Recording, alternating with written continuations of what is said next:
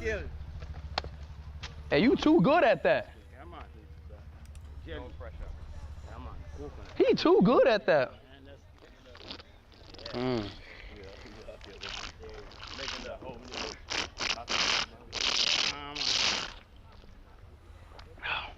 Why is coconut water so good though? Well, it's the electrolyte, you know, energize your body. It's all about nature. Rasta is all about culture, it's all about organic food.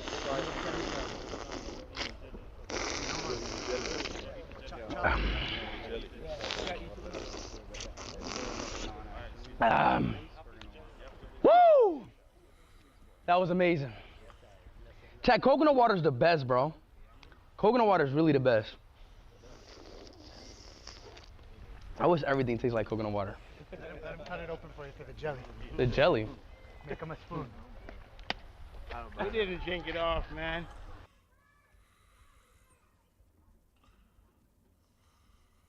Oh, I didn't didn't drink it off. Oh, I thought I did. You gotta take the white stuff as well. The coconut stuff. That's what it is. Coconut stuff. Food. What's food? The white jelly. The jelly inside. You make a inside. spoon? Yeah. Where? Right here? Oh, well, Yeah, there's no food in there. No. There's not No, man. It's young, it's young. No, it's young usually inside, all in yeah, here. man. You can scoop a little bit like of it. that. Yeah. Squeak it Make with a your spoon finger. for him and show him. Yeah. Well, you when it's ripe, you just make a spoon like this. That's the spoon. Oh. You drink coconut water every We day? drink this. Yeah, man. Every day we drink coconut. That's the water. jelly. That's really that. The jelly. Yeah, that's the gel. That's the meat. Coconut meat. Yeah. Tastes like coconut. Yeah. That's the meat. That's what formed the coconut. That in the bounty. That's the sweetest part of it.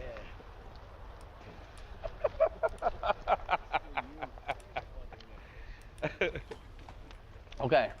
What we saying? Is that a trash can? Where's No. Ames? No. Ames? Water. No. When is Ames? When is? Yeah, man. Bless it. Yeah? No. How far? Not so far. Ready? You ready? Let's go. You're ready. Potatoes. Where? That's what you call the sweet yam. So we say sweet potato. Yeah. Sweet yam. Yeah, you will call it yam, but we say sweet potato. Yam. I love yam. Bro, chat. Bro. Yam and green banana is the best thing ever. Like I'm wait, what was that one thing I had in the morning of yesterday's stream? What was that? What? What did I have in the morning of yesterday's stream? For breakfast? Yes. It was like that. It was, Yam, cocoa yam? yeah, bro. Like the yam was sweet. I don't know, bro. It was like some yam, but it was sweet. Yam. Oh yeah, it was yam. It was yam. It was Ground plantain. provisions. Ground provisions. Yeah, well you call it green banana. It was sweet though. That was so good. Green banana. That was the best thing ever. ATVs or cars? Ah.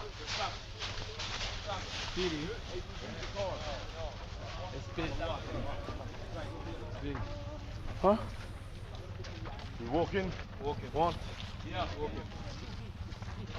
Yeah. Okay. I think we. Yeah. Yeah. Keep it moving, and then About. Huh? What? we can hop on these or cars, whichever you prefer. And then Wait. the only other thing is still this. Again, I will see when I'm up there. Okay. Watch out for the camera. Please.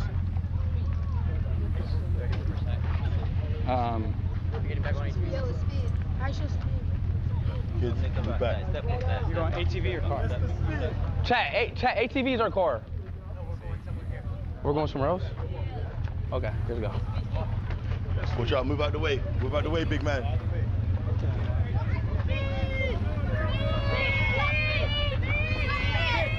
ATV? Alright, chat. We're not leaving yet, though. Yeah. Let's go. Boom, boom, boom. Yes, sir. Car. Speed, I'm watching you right now. Speed. ATV, car. Same thing, man. They see me rolling. They hate it.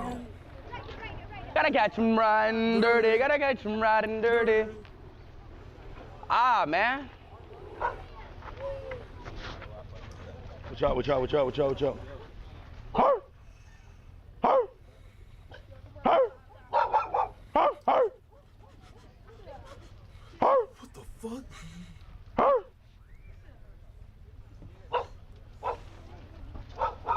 Har! Har! Har! Har!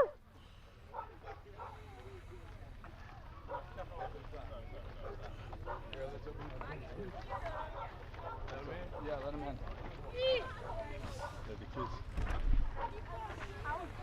Hey, listen.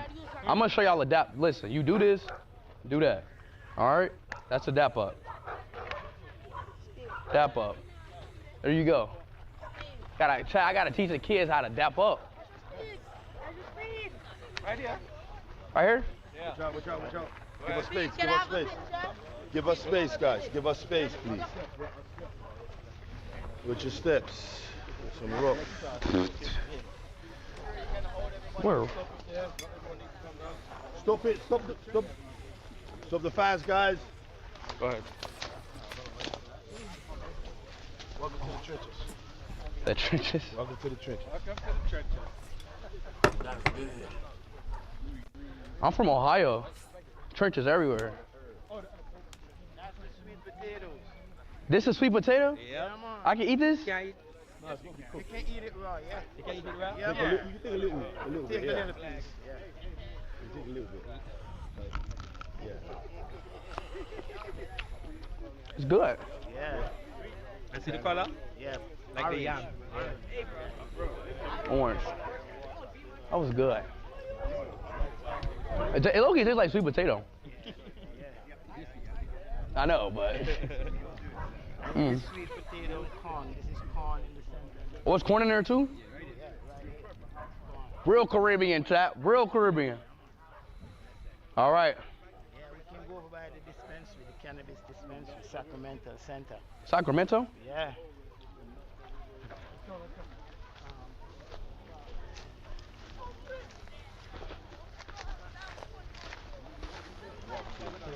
Go ahead, Slips.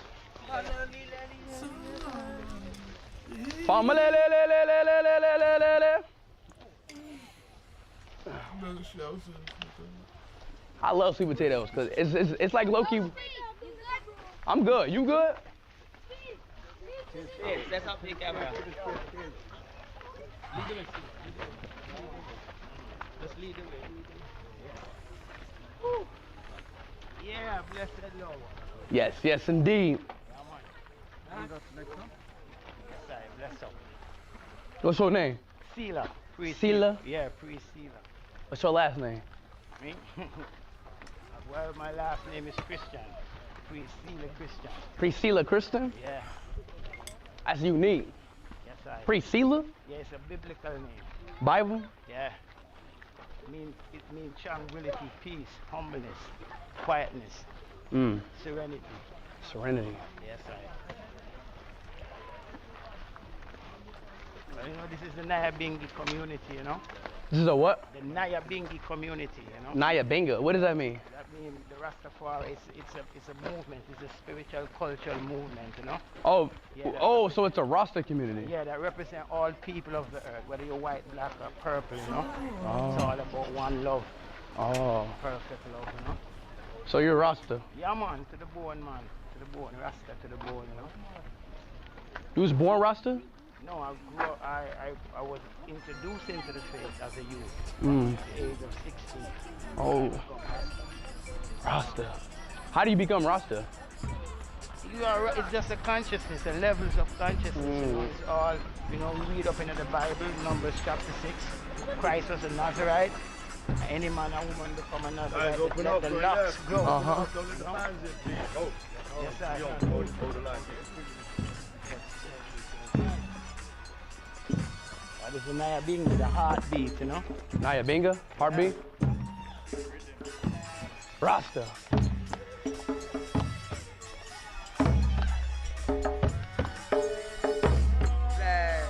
Bless, bless. Oh, Penchard.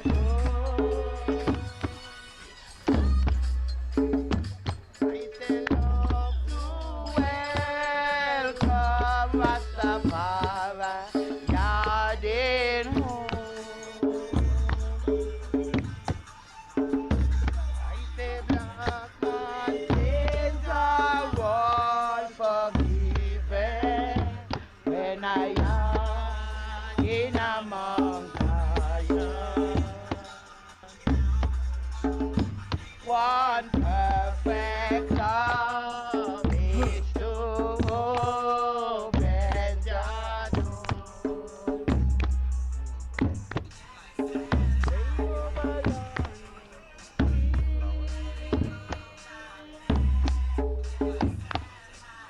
Way over land and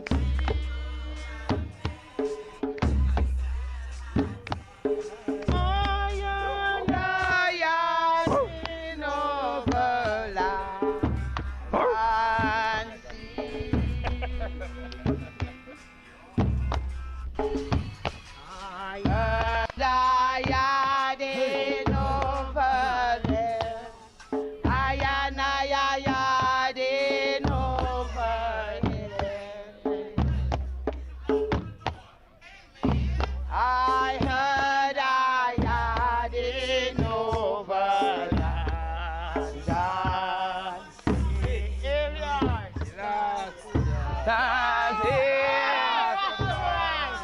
Rasta.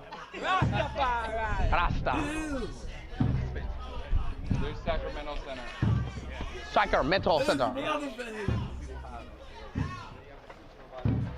The heck, kid? What's your name? Theodore. Theodore. Theodore. Theodore.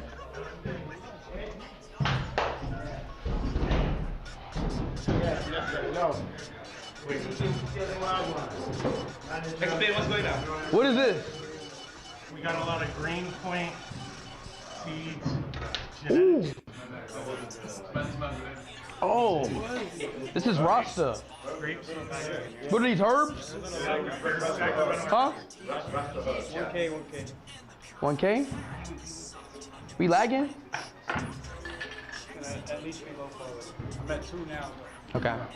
And these are the Just let me know if it goes below 1. these are the trees. These are trees? Underground. This is legal? Yep. Yep. All Sacramento. Legal. All Sacramento.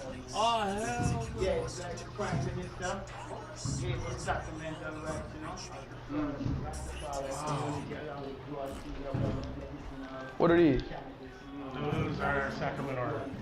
Sacramento? That's crazy. Parliamentary justice given by the Prime Minister. Oh, y'all got chocolate chip cookies? Can I get a cookie? Yeah, those are some special cookies.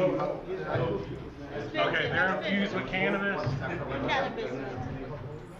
Sacrament is in that. Is it bad for you? No, it's pretty good for you. Well, it's all about sacrament, you know. It's as part of the reparatory justice given by the Prime Minister, you know, Rasta was persecuted for cannabis. And the Prime Minister gave us the first license, along with Grow Antigua. We have a medicinal facility also that produces cannabis. You know? Here's Yes, a free roll from Grow Antigua. Yes, I. Ancient W gives. Yeah, man. Rasta. You got the shirt? Wine? Tonic wine? Oh, no, no, no, no. Here, I'll pass it. See you later. Chef, should I eat this? Sure, from Grow Antigua. Don't eat it. Don't eat Take a it? big bite. Take a big bite, you have to take it in small portions, like how you If use you take a big bite, the stream's over. Yeah. Oh, hell no. Here's one more. And that's, you see that, those kings are Bob Marley. Sorry. What is picture? What is picture? That's Bob Marley. Oh, that's Bob Marley. Haile Selassie. Uh-huh. Marcus Garvey. This is our elder, King Sajifu. He was the elder over this community. He was like a fourth pioneer For real? They who fought for the free up of the cannabis. He and the So they brethren fought for weed? Andrew Moody Stewart. They all. You was at Stingray City, right? Mm-hmm. That's the lady that is over Stingray City right there. Why you in the corner? How are you? Here. Wow. Wow. Wow. Hold on, brother. No, hold on. Yeah!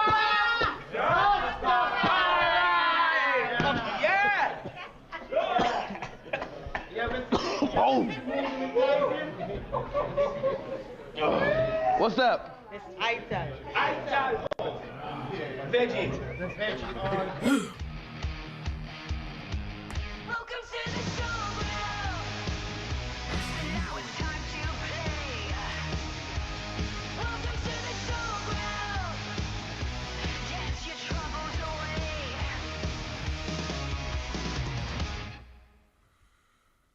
away. The coconut spoon. So this is the calabash. What is this? They're eating out of the calabash. What, and the bro? coconut steak. What you laughing for? Hey, watch out, Stop playing, bro. What are you, bro? Eat your damn food. It's good. What is this? This all vegan? Yes, that's scatters. That's tofu. This broccoli?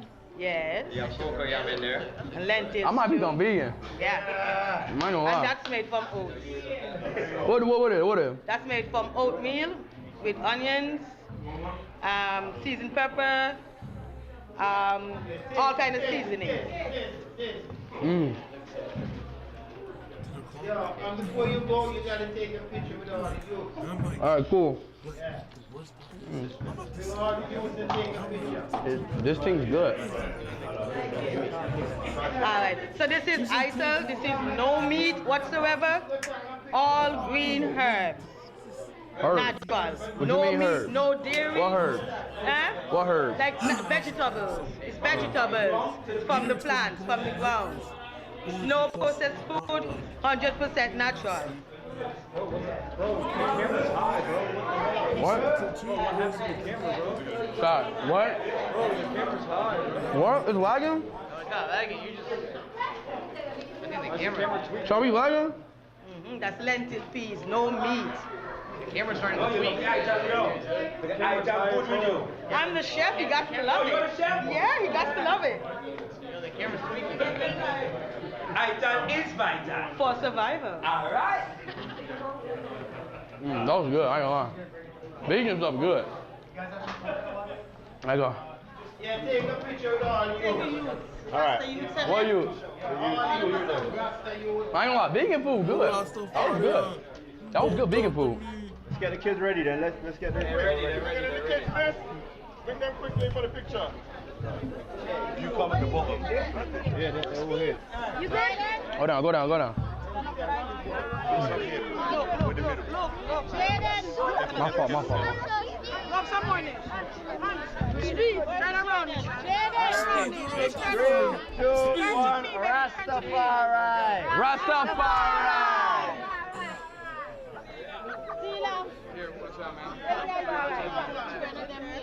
Here, guys, everybody look. Rastafari. Beautiful.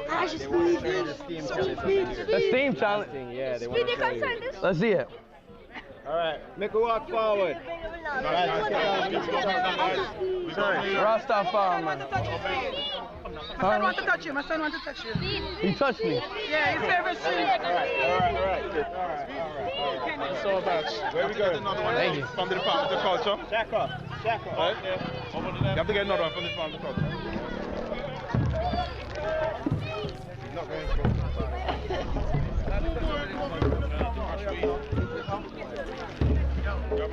Chalice. Cut it up to put away over. Yes. Blessed. What's up? Good. Chalice.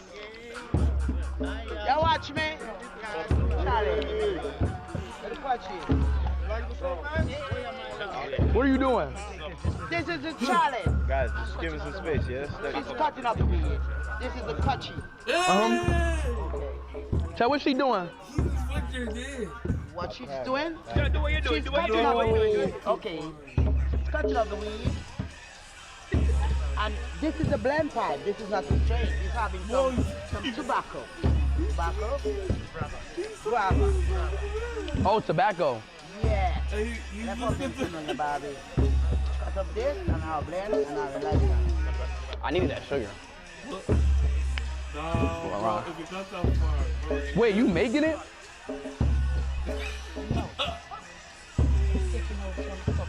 Cleaning it. From the ashes. From the ashes. Oh, that's funny. Let's go, Barbie. That is so funny. Gritty. In case you have a hole, you have to block it.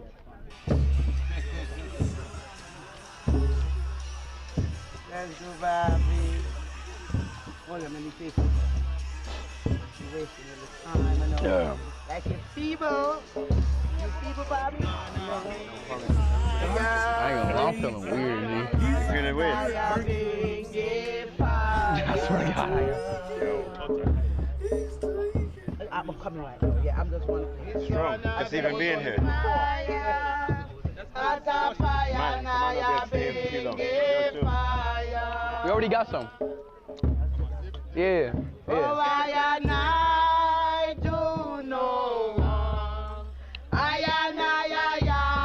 redemption song. Hiya, Bobby. I say it's gonna be fire. Our car's ready. After fire, now you're being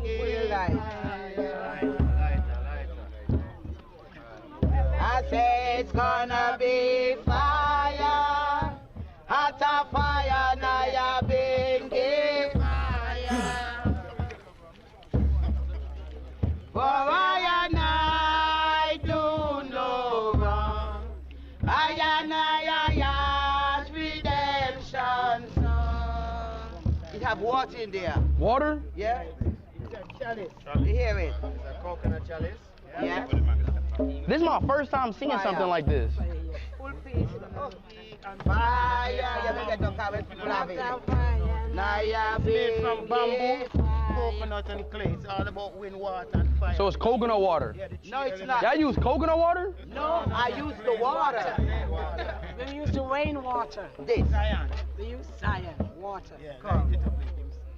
Give thanks and praise to the Most High God, Jah. Rastafari. Bless the day. What is Rastafari, man? I listen to creator.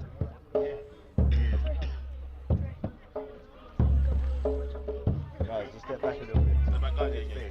I say it's gonna be fire. After fire, now you're being fire. Yeah. Strong, man. According to the words he has done. You okay? Yes. Fire, after fire, now you're being fire. Yeah. Rastafari.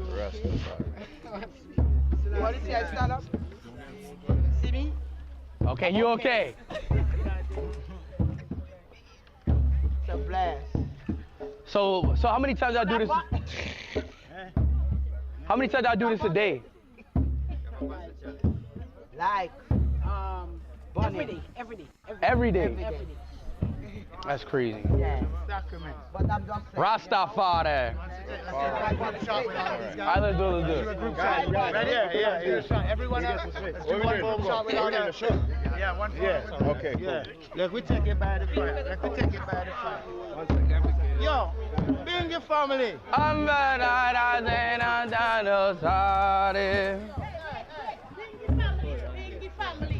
Rastafari. Sensi.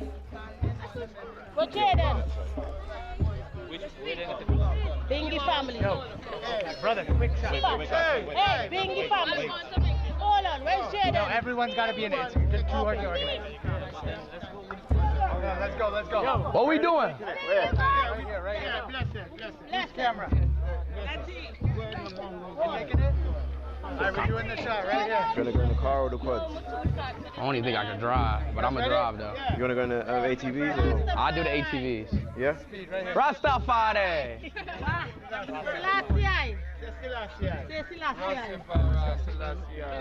Selassie. Does Daryl got the GoPro? What? Today's your birthday? How old are you turning? 9. You're 9? Happy 9. Hey, when I was 9, I was racing everybody at school. That's when it starts. Any kid who comes up to you and say, hey, I'm faster than you, race them, beat them. So you become a speedster just like me. Then one day you become just like me and Barry Allen. All right? Happy birthday. Good. Let's get it! Let's get it! Huh? Yeah. Hey. Oh, nah, I'm talking about ATVs, ATVs. Yeah, I'm good. Yeah, get in the car. We'll take you to the ATV. You want to take the car to the ATV? Where the ATVs at? All the way back down. Do you want the car to take you? You can just walk. It ain't that far. Yo, open up. Go for it. When I was 9 years old, racing everybody. All right, y'all, we met the Rastas. That was my first time meeting. That was my first time meeting a Rasta. If we can get someone. Where are Rastas located at around the world? Where are they located around? Where they located at? Rastas. All over the world, man. Yeah, Ethiopia. There's some in Africa. That's how I grew up. Oh, they were Rastas? So Ras means king and Tafari means king of kings. And his name was Rastafari, and so that's where it came from, Haile Selassie. Out of smoke. Me, my brother, my sister, we grew up like that. We had locks down here. This film for culture? Just go to his PA. What's that culture? Which one? Rasta's culture.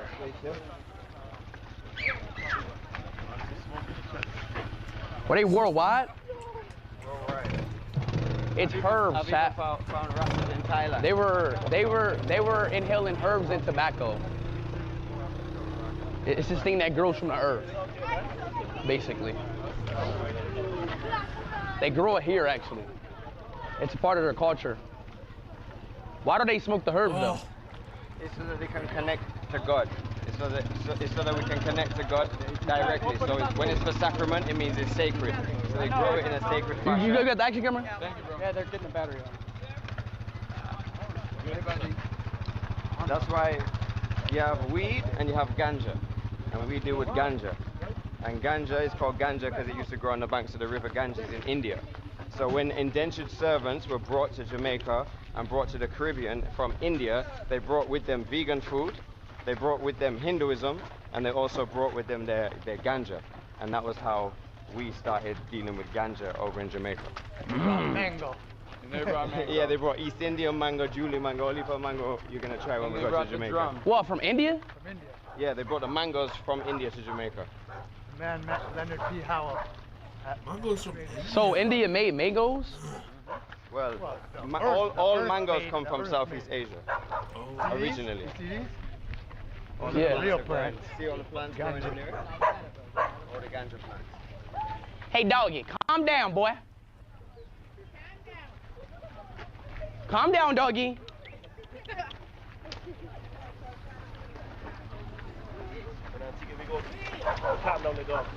Watch out, space. Come here, doggy. India. Child, I ain't gonna lie, we gotta go to India, bro. There's so much to explore there. Go. India's gonna be crazy, though. Crazy. That's gonna be a crazy one. It will, yeah. Cause there's so much that I didn't do there. Yeah. I only like discovered like 1% of India, basically. There's a whole lot more to India. You already went to India? I know, but I only discovered like 1%. It's a little smaller. I went to 2 cities. Do you not know how much more it is there? This is my car right here. Nah, you're up there. Oh no, mine's up there. All the way at the front. Guys, space.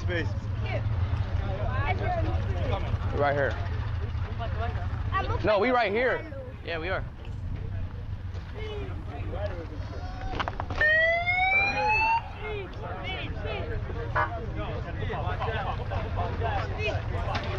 I'm on it, brother. I'm on it.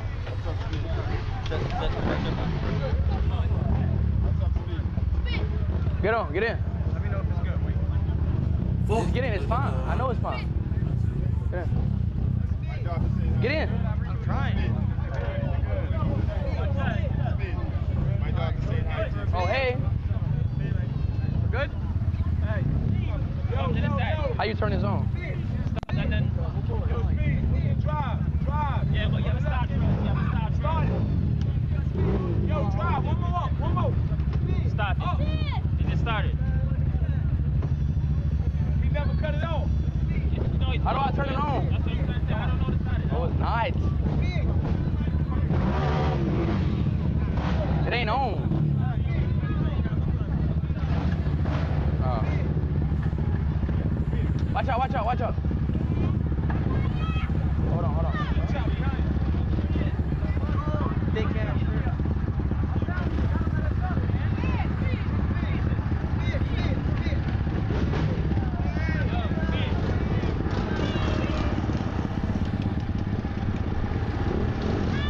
Go!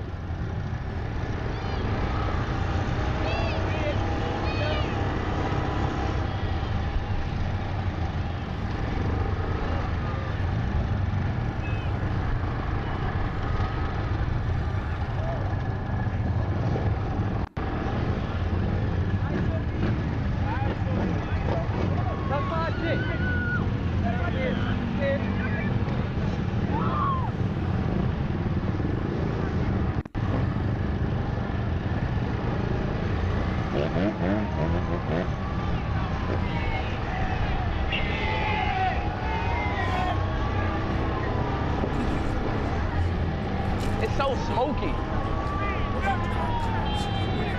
Yes. It's getting my eye, bro.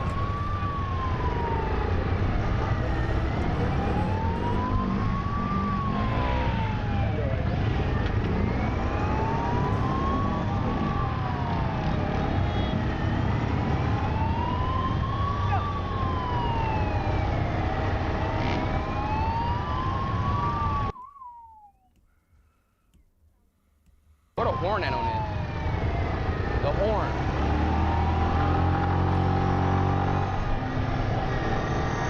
If I put this shit full screen, I'm fucked. YouTube's gonna. Let's go.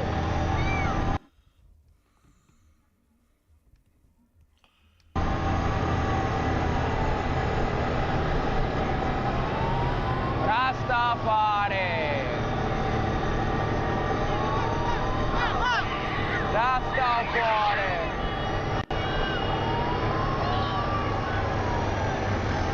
Rastafari.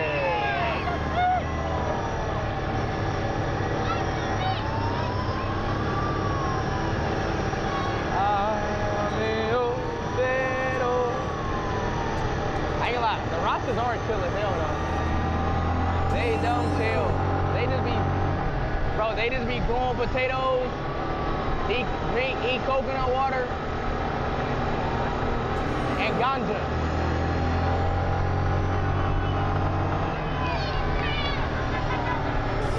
I'm the one cooking in this house. I have some helpers.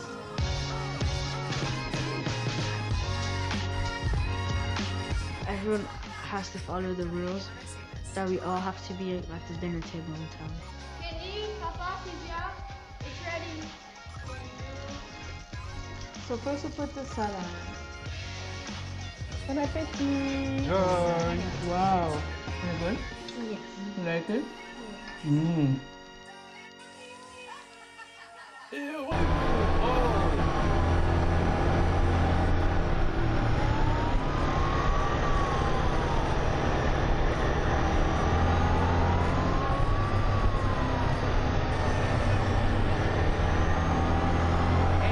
life.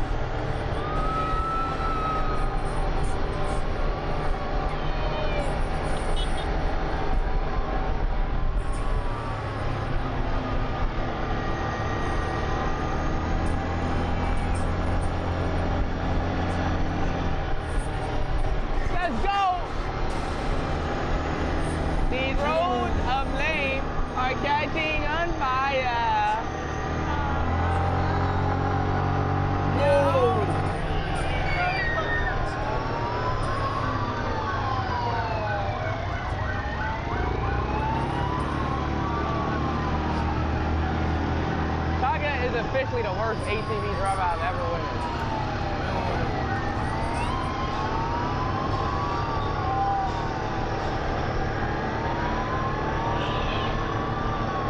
Period.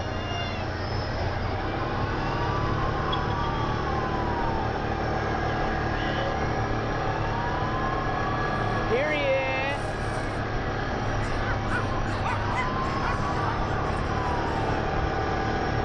But me personally, chat, I don't smoke or drink.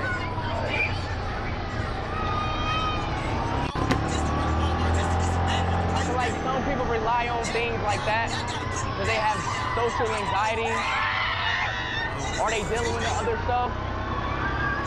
But it's primarily because of social anxiety and depression.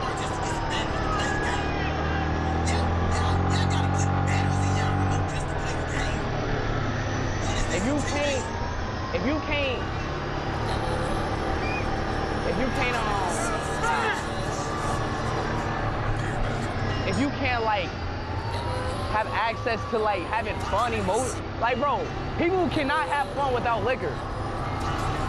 Cough, cough. Like I'd be like, what the hell? Like people can't party without liquor, and I can't understand it. Like how, how can you not just have fun? Did Zit really just throw a Brazil shirt at me? That was fire though. Neymar.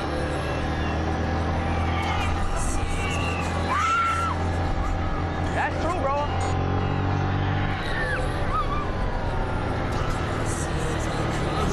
I seen it with my own 2 eyes. I'll be having fun. Then I see the other person not having fun. 10 minutes later, he having fun. I'm like, damn, what happened? Woo!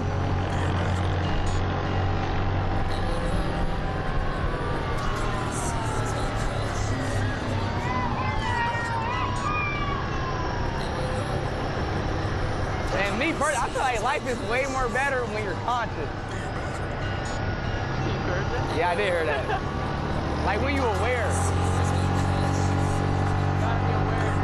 You gotta be aware of everything. Way better. Yo, bro. Yo.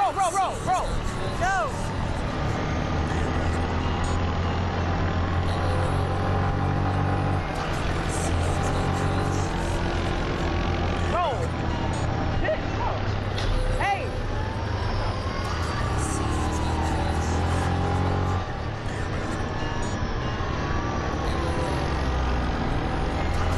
Wait, where'd that shirt go?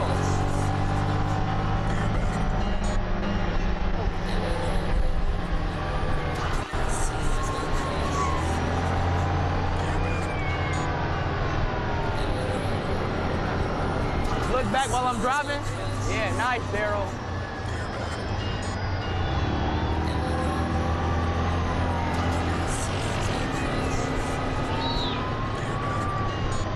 That's a lot of people though.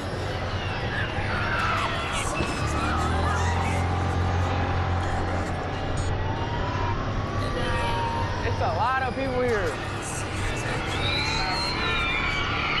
Hey, it's lit.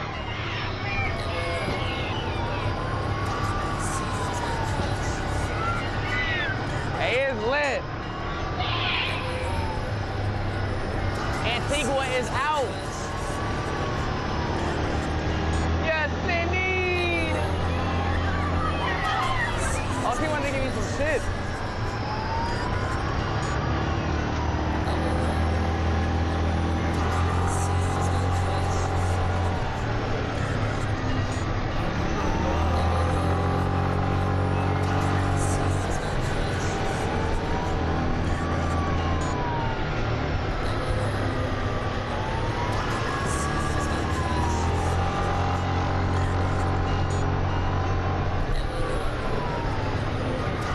Let's go!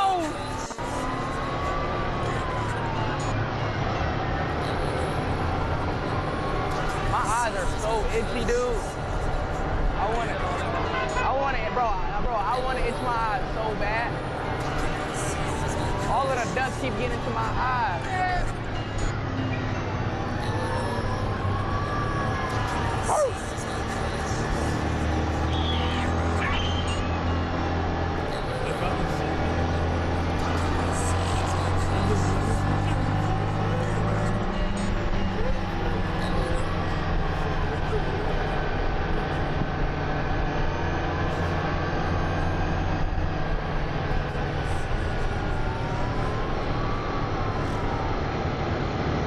put it on the right side because of the sun.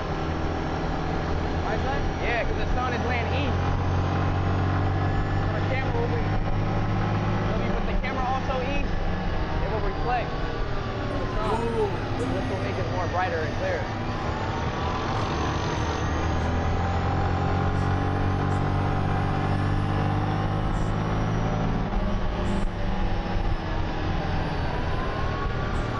Let's get it!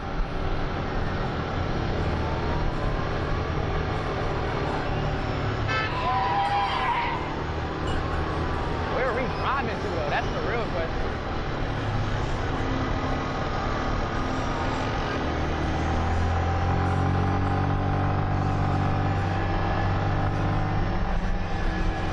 Rastafam. Wait, I remember this graveyard. Oh. I remember the graveyard. Alright, see, from like the beginning of the train.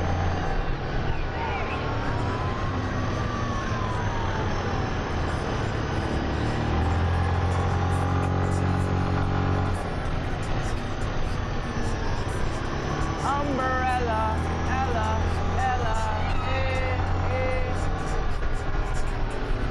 right under my bro, low-key, bro, girls are low-key the best cameramen.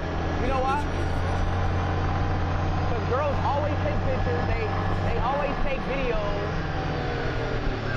Like, they know what to do. I experienced having a girl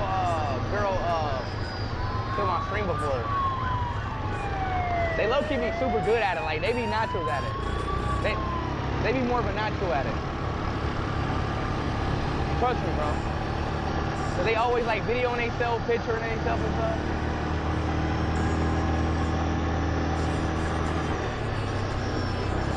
I know what I'm talking about.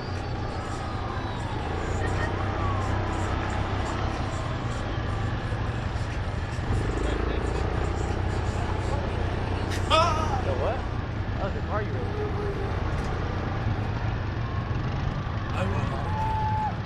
More dust. Oh, it's packed here.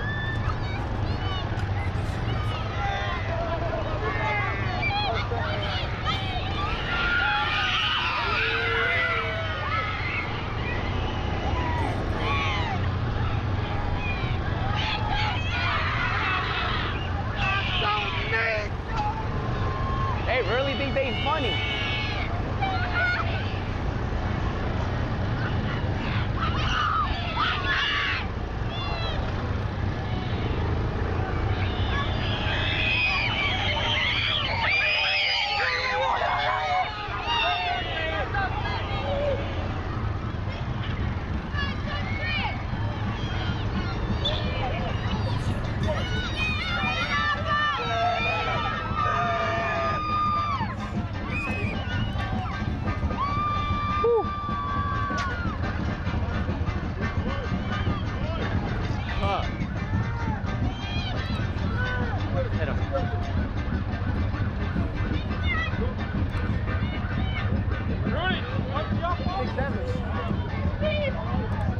Tony Bet presents Tony Picks Show. Welcome to the Tony Picks Show tonight. Oh, first call.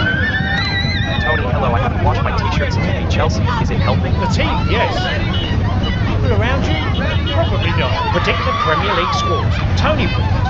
You know Tony predicts. It's on. Make digestion part of your morning ritual. New Nordic apple cider combines apple cider vinegar with artichoke, which contributes to normal digestion, supporting gut balance and digestive comfort from the inside out. Available as a daily tablet or a ready-to-drink shot. New Nordic apple cider, your daily digestion. Cabal Online in 2025. This is a look at the 2005 MMORPG as it stands today. 2 decades later, the game is still operational across multiple regions, including the North American version under Play This Game and several Asian servers. While not as widely discussed as newer titles, updates are still ongoing. But how active is the game, and what is happening in the world of Cabal? That said, we're also gonna play the game from the beginning to show you guys what it's like playing the game from the start. Cabal Online is a tab target fantasy PC MMORPG, and with that said, let's do this.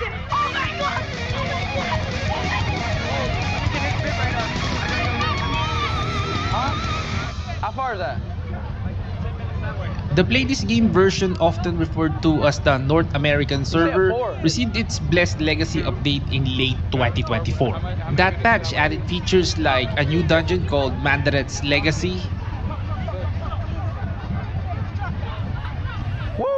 Tony Bet presents Tony Bet presents Tony Picks Show. Welcome to the Tony Picks Show tonight. What is this? Oh, first call.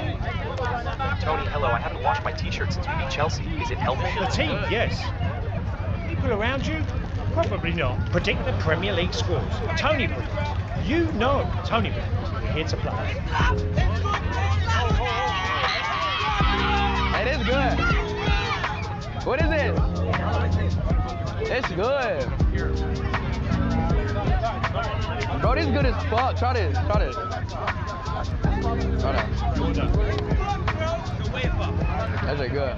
Cabal Online in 2025. This is a look at the 2005 MMORPG as it stands today. 2 decades later, the game is still operational across multiple regions, including the North American version under Play This Game and several Asian servers. While not as widely discussed as newer titles, updates are still ongoing. But how active is the game, and what is happening in the world of Cabal? That said, we're also gonna play the game from the beginning to show you guys what it's like playing the game from the start. Cabal Online is a tap target fantasy PC MMORPG, and with that said, let's do this.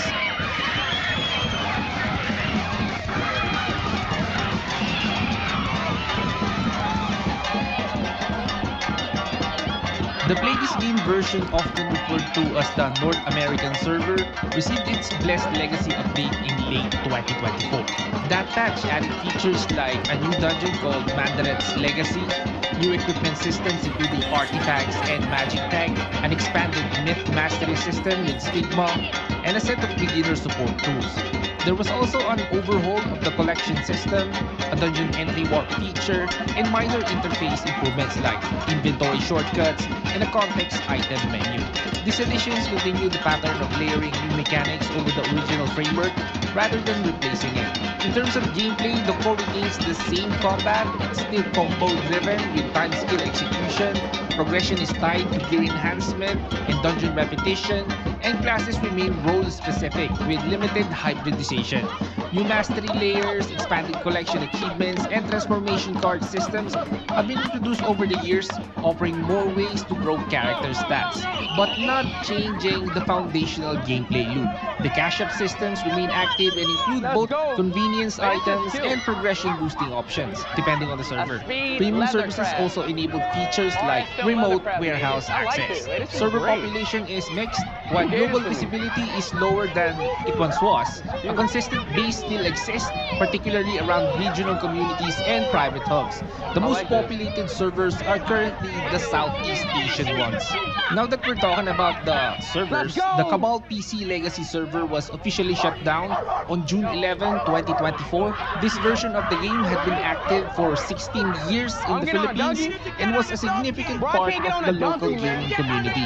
The closure was announced in advance by the Cabal Play Park Legacy team, who noted that players were unable to convert Playmore points to Cabal Cash from May 9, 2024, but could still use existing Cabal Cash until the shutdown. The decision came after licensing agreements with EST Software. Okay.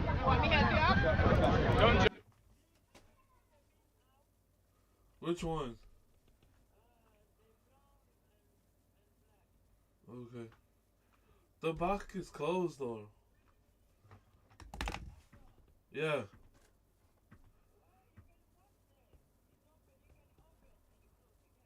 Okay. Wait, what did you say? Black and brown?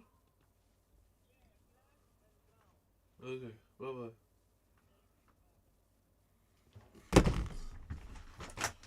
I'm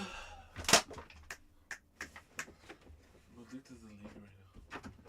I'll just continue the league.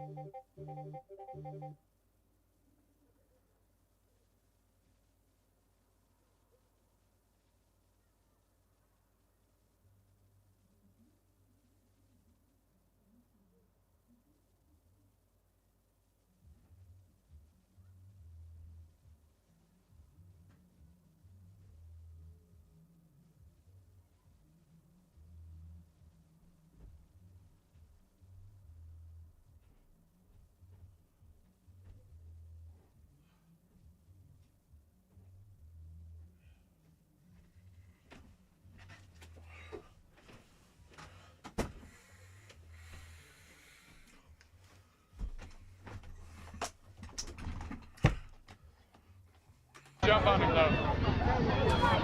Take it easy. Just get up. Get up. Get up.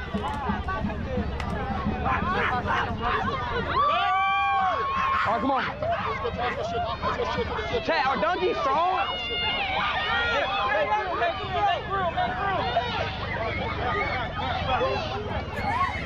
Oh, this donkey is strong.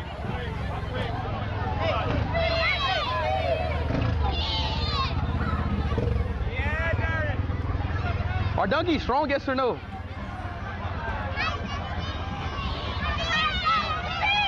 Hey, am I too heavy?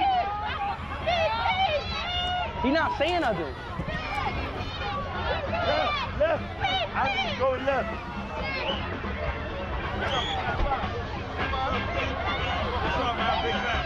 Thank you, bro.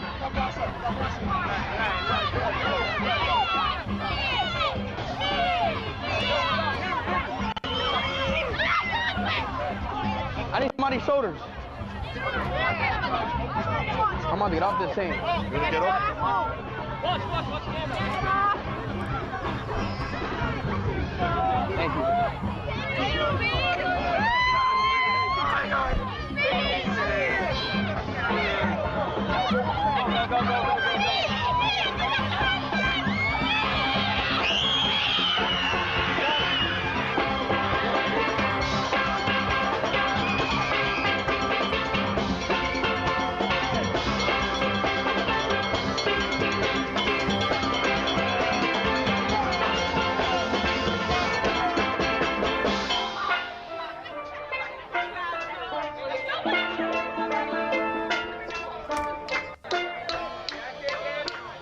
Let's go! Let's go!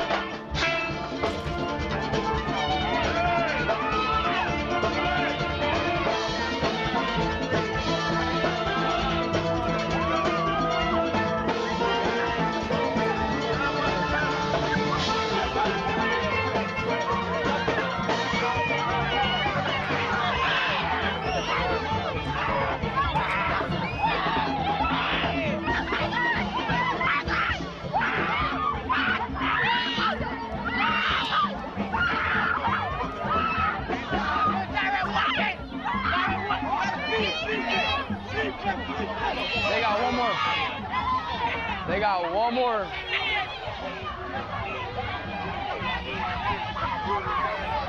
These little kids keep saying my government.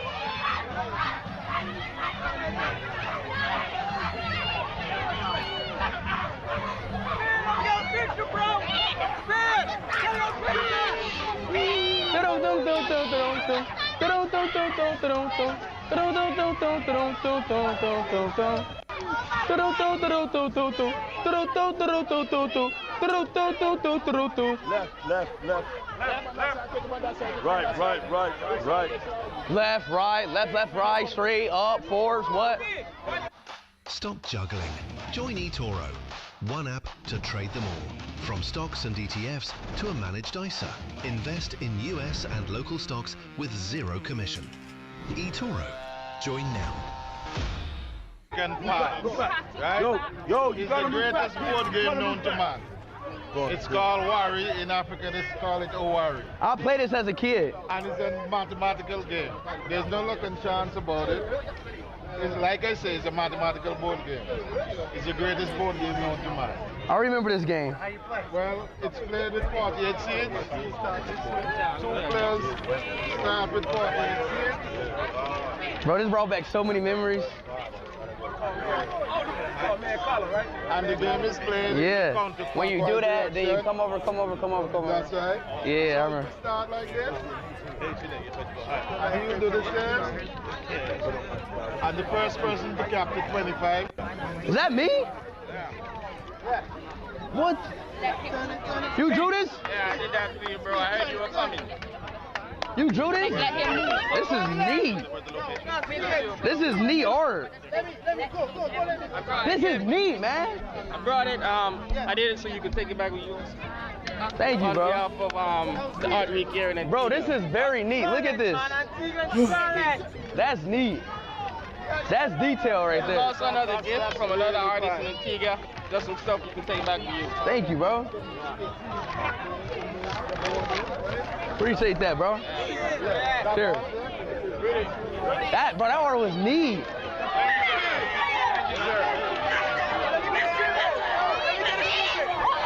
That's neat art.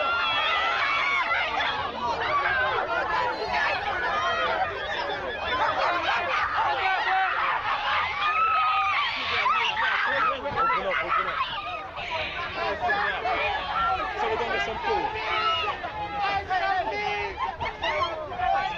Bro, I want it. You're going wrong.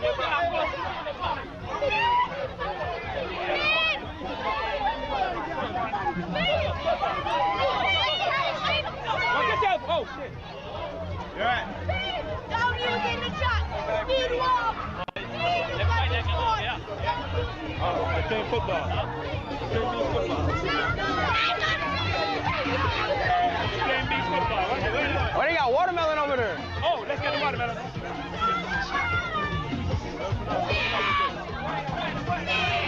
They got watermelon. Hey, I could get some watermelon right now. Right here, right here. Circle. Yo, Smith. Let's go, Antigua. So hold on. You gotta take the lemon first. Lemon. Try this one, Smith. So lemon, yep. Try that. Yo, give me some lemon, bro.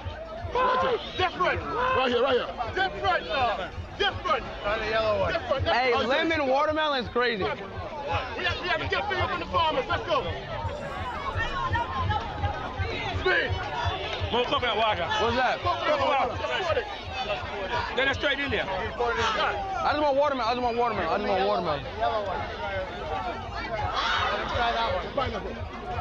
Wait, I never seen. Was that orange watermelon? I never seen orange watermelon. Taste it. So yep. Me not nothing to try. Hold on. I'm going to introduce you to the sweetest pineapple in the world. The Antigua black pineapple. These are the black You pineapple. ready? The black pineapple. You ready? You ready for that natural sweet? We're giving you one too. You ready for that natural sweet? You ready, Speed? The black pineapple. Ready? Black pineapple? Cheers. You got cheers. Come on. A black pineapple? Yeah. Try the pineapple when you done. Flavor. Isaac, let me get a taste. Ready? Watermelon for everybody. Whole team. Run back. Let's go.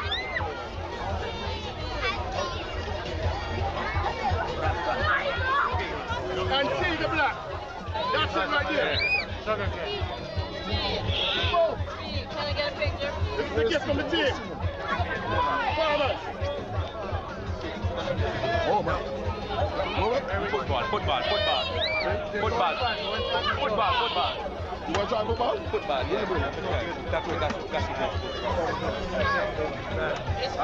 So, you have a challenge in football. Are you up for that?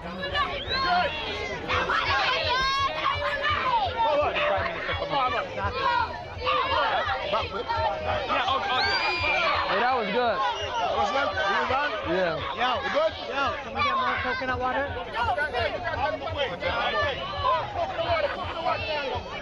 Can I have another slice of watermelon? Slice of watermelon, let's go. No, red. Which one? Red watermelon. What? Henry. Watch out, bro. Sorry about that. Good man, you go. Henry. Good. You ready? Yes. You ready? Thank you.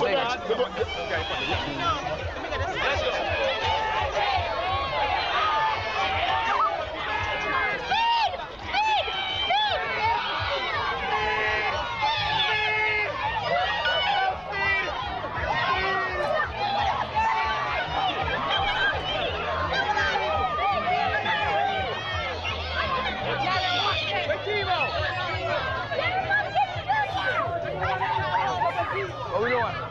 Guys are gonna challenge me.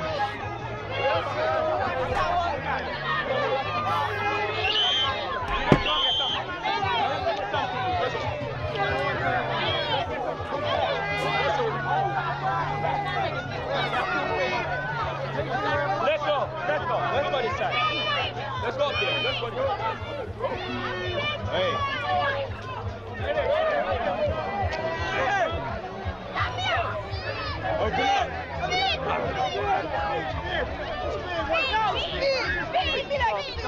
Where we going?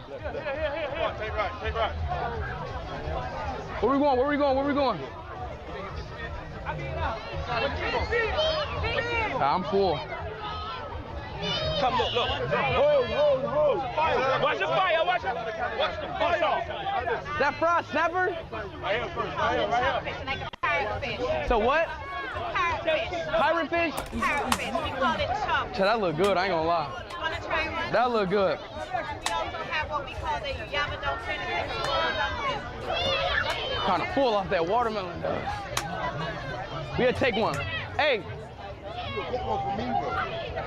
I did pass with that.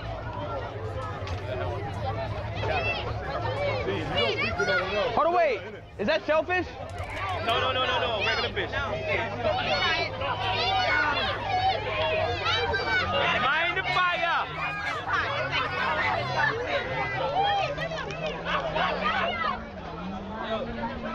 You got a fork?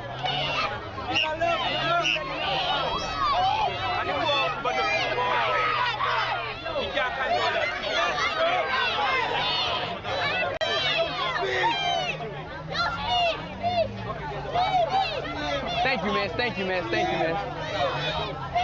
Hey. Let's go, y'all.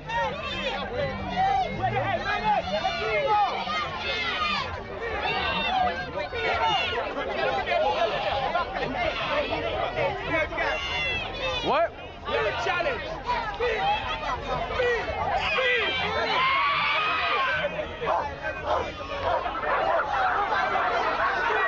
Why don't you go for the meatier part? You're going for the meat. Do you want some? No, I'm good. Do you want some, Rudy? I can eat my fish however I want to eat my fish. Hey, we all different human beings. I know, right? If I want to eat that meat first, I want to eat that meat first. We all like different type of meat in our mouth. This one is the national dish. I have something also. We have honey from Barbados. Honey? Ooh, put some honey on a fish. Oh. Real organic honey from Barbados. Oh yeah. See, now we talking. Now we talking. Hey, let's go to the pad. Go to the pad. Yo, can I get this? What's this? Coconut? What's that? Oh yeah, I'm getting some of that. Ready, This one is ready with starfish. So this has raisins. Shellfish? No shellfish. No shellfish. No. No shellfish. Nah, bro. Let's yeah.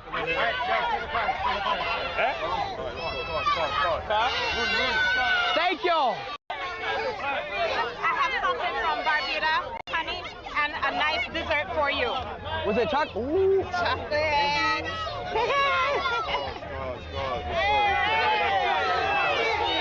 What?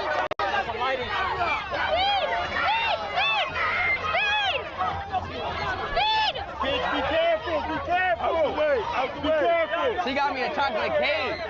Hey, one thing about me, if you're gonna give me a gift, make sure it's chocolate. Chocolate cake.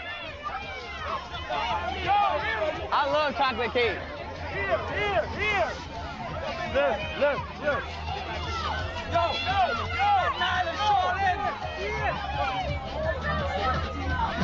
Why these flies going on my...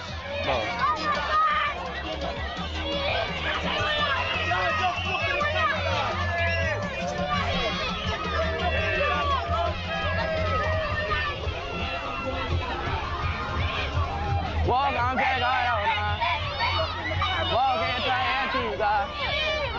Welcome to Antigua. Welcome to Antigua. Welcome to Antigua. Go on, behind you.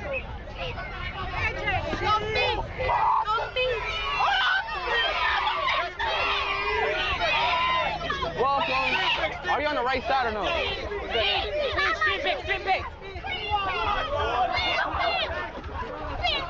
Yeah, I'm about to smash a chocolate cake, bro. Wallahi, bro. Chocolate cake. You've officially been initiated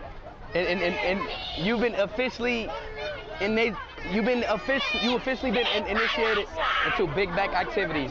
This is guilty consumption. It's not good unless it's guilty. What kind of note is that?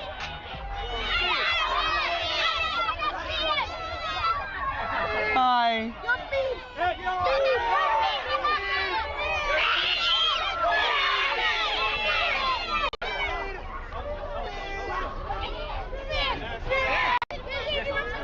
How's there so many kids? It's just kids. Oh, Ronaldo. But hey, homie, come here, homie. Why you got a Messi shirt on? No. Why you got a Messi shirt on? Messi the GOAT, bro. Messi the GOAT? Why you say that? He's better. He's a complete player. You're not giving me no reasoning. You're just saying words. Give me details. Where's Ronaldo's World Cup? No. World Cup, bomb shot.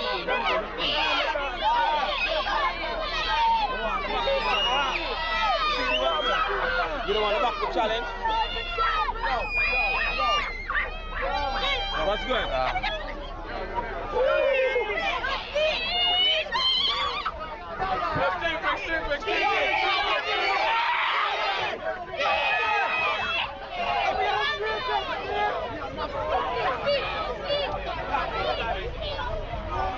Hey, man.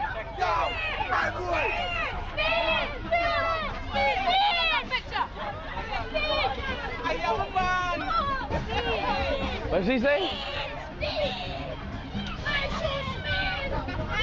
Oh, look at the dog. Hey, baby. What's his name? Her name is Luna. Luna? Yes. We're the ones that gave to the track outfit. Kimali Davis. Yeah, I remember that. Yes, he's a local designer here. And we're so excited. Hopefully you really love it and you get to wear it. Thank you. Yes. Thank you.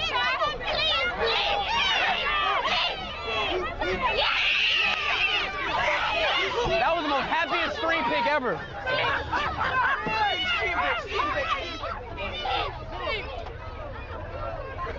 Yo, get out the way!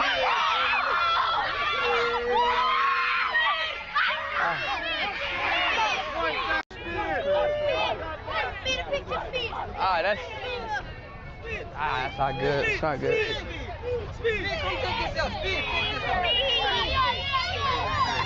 Where are we walking to, man? Cars. There's a big traffic jam. If you remember, we arrived on the ATVs and left them.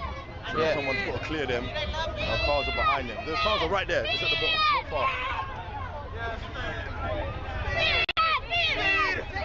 Thank you.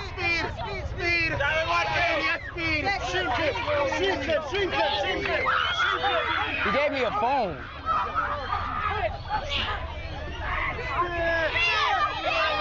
He gifted me a phone.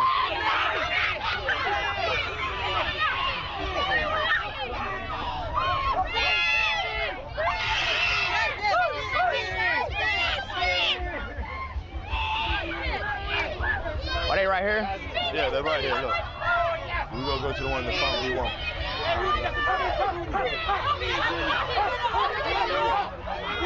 You gotta take a street pic. Take a street pic. Take a street pic. In the camera.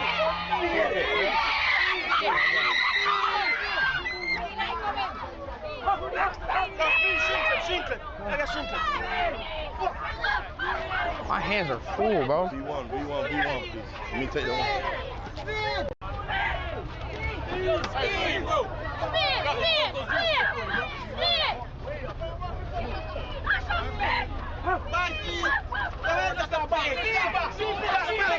V1, reverse back.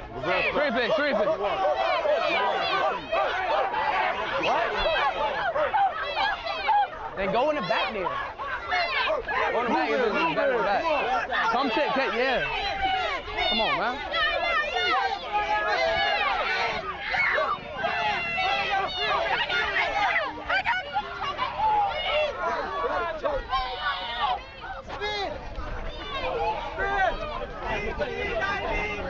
Hey! V1's right there. No. So, should we just...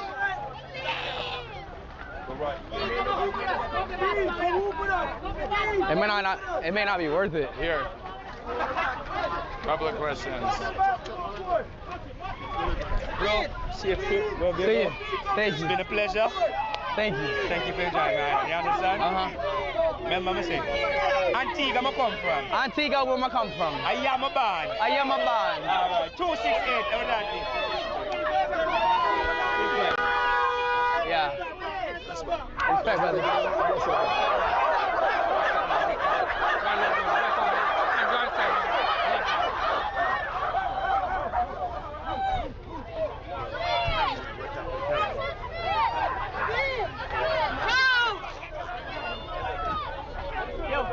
At the back.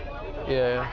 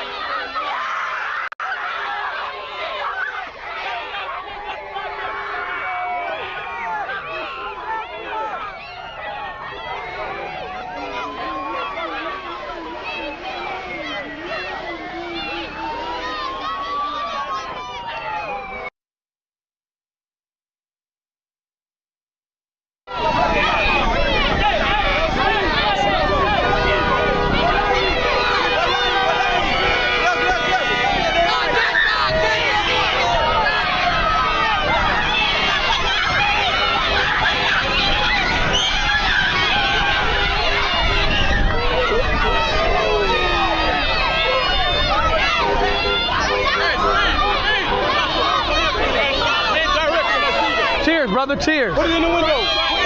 What is this? Any flavor. We got all the flavors. Appreciate that, bro. Made and produced directly in that. What is this, though? That's sorrow. Pharaoh?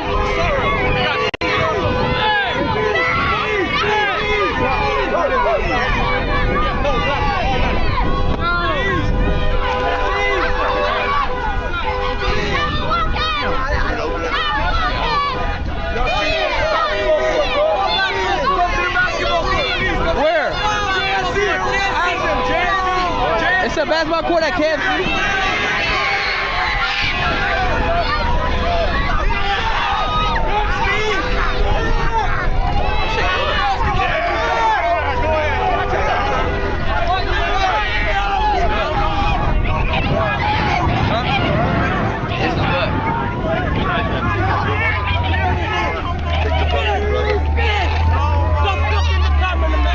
Where the cap at? Where the cap at?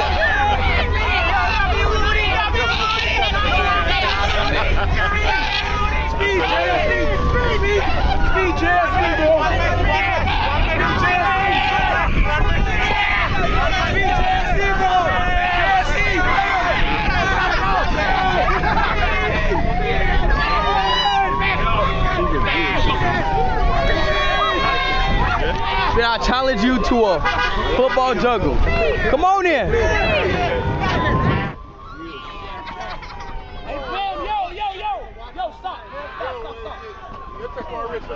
up, you good?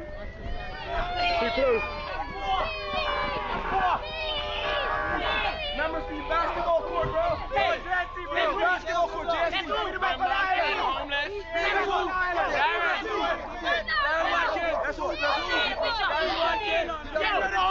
What?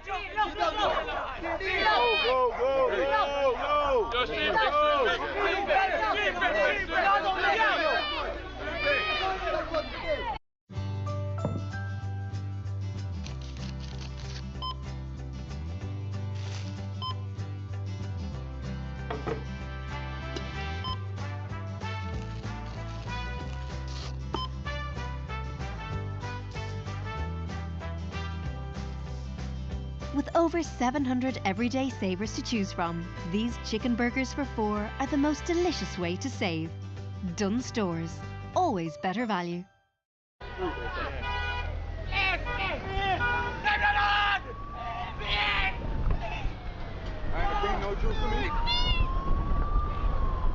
Wait, it's a basketball court at KFC? JFC. Oh, you got it right here. Shit's sweet as fuck. What? Sweet, huh? What? Too sweet, isn't it? Lemon drink. Lemonade? Too sweet, bro. Bro, yeah, bro, y'all had the lemon with the watermelon? Yeah. That shit was good. I was like, I never seen some shit like this. I was like, I never seen some shit like this. Lemon and watermelon? That just took watermelon to a whole nother scale.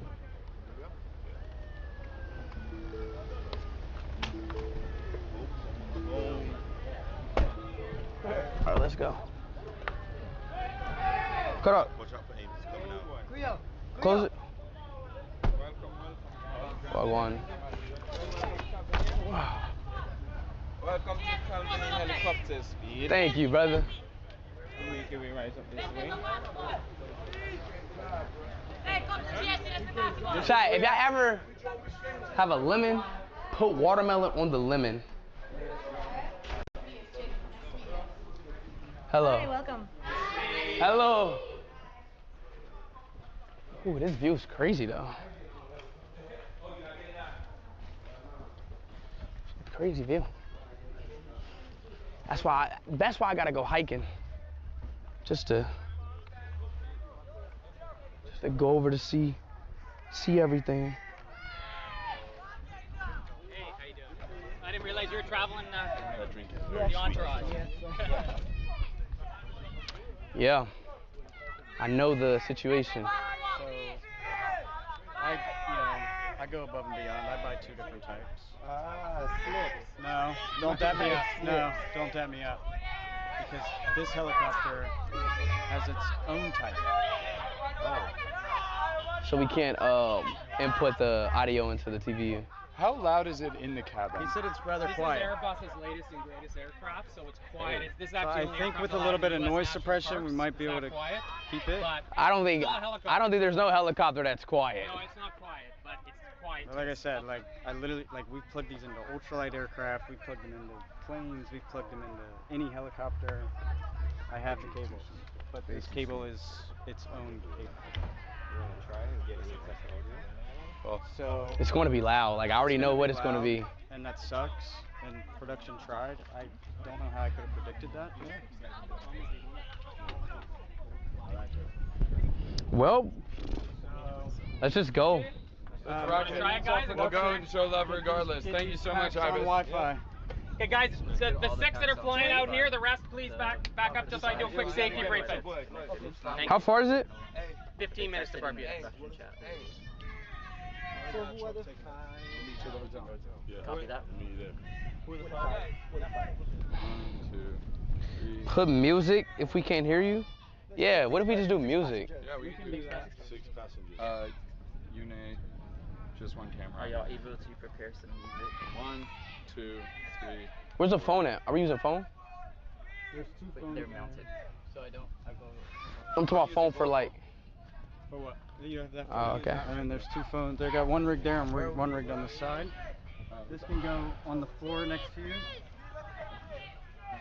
Don't go too far. Guys, I gotta do a quick safety briefing, just a refresher here for you guys, right? So, and we did one already, but just another quick refresher here. So you gotta wear your life jackets here because we're gonna fly low over the water. If you ever need to use it, right, you're gonna pop the flap, it's gonna dangle down. Grab the life jacket, over your head, pull down to inflate, or blow into the tube if it doesn't inflate. Instructions are right here, just the same as the airlines, just rather than under the seat, it's gonna be attached to us. Move it off to the side if you want to, so it's kinda out of your way. So let's hand one of these off to everybody here. Guys. Bro, Wicks, please do your job. And one of these off here. We gotta, wait, we gotta put them on? You gotta wear them as we're over the water, just because we're flying low. Like I said, just rather than under the seat, it's attached to you. Grab this one. You're gonna do that? It's like, bro, just watching. You ready, boy? I'm ready. This is where you get to see Antigua, land, sun, and sea. And Barbuda. Yes. Gotta show love to Barbuda. Got to. Yeah, Chell, we about to go to Barbuda. Okay, guys. I gotta finish up the safety briefing here quick, guys. Yep. Pop-out floats on this aircraft. We can land on the water if we ever wanted to, right? Big pontoons that come out the side. Just try not to step on them if you can when going in. Right. So onto the flight step handle here to help you in. Yep. Our crew's gonna help you out with the seat belts, but it's a 4-point here. Right. Like so, into here. Yep.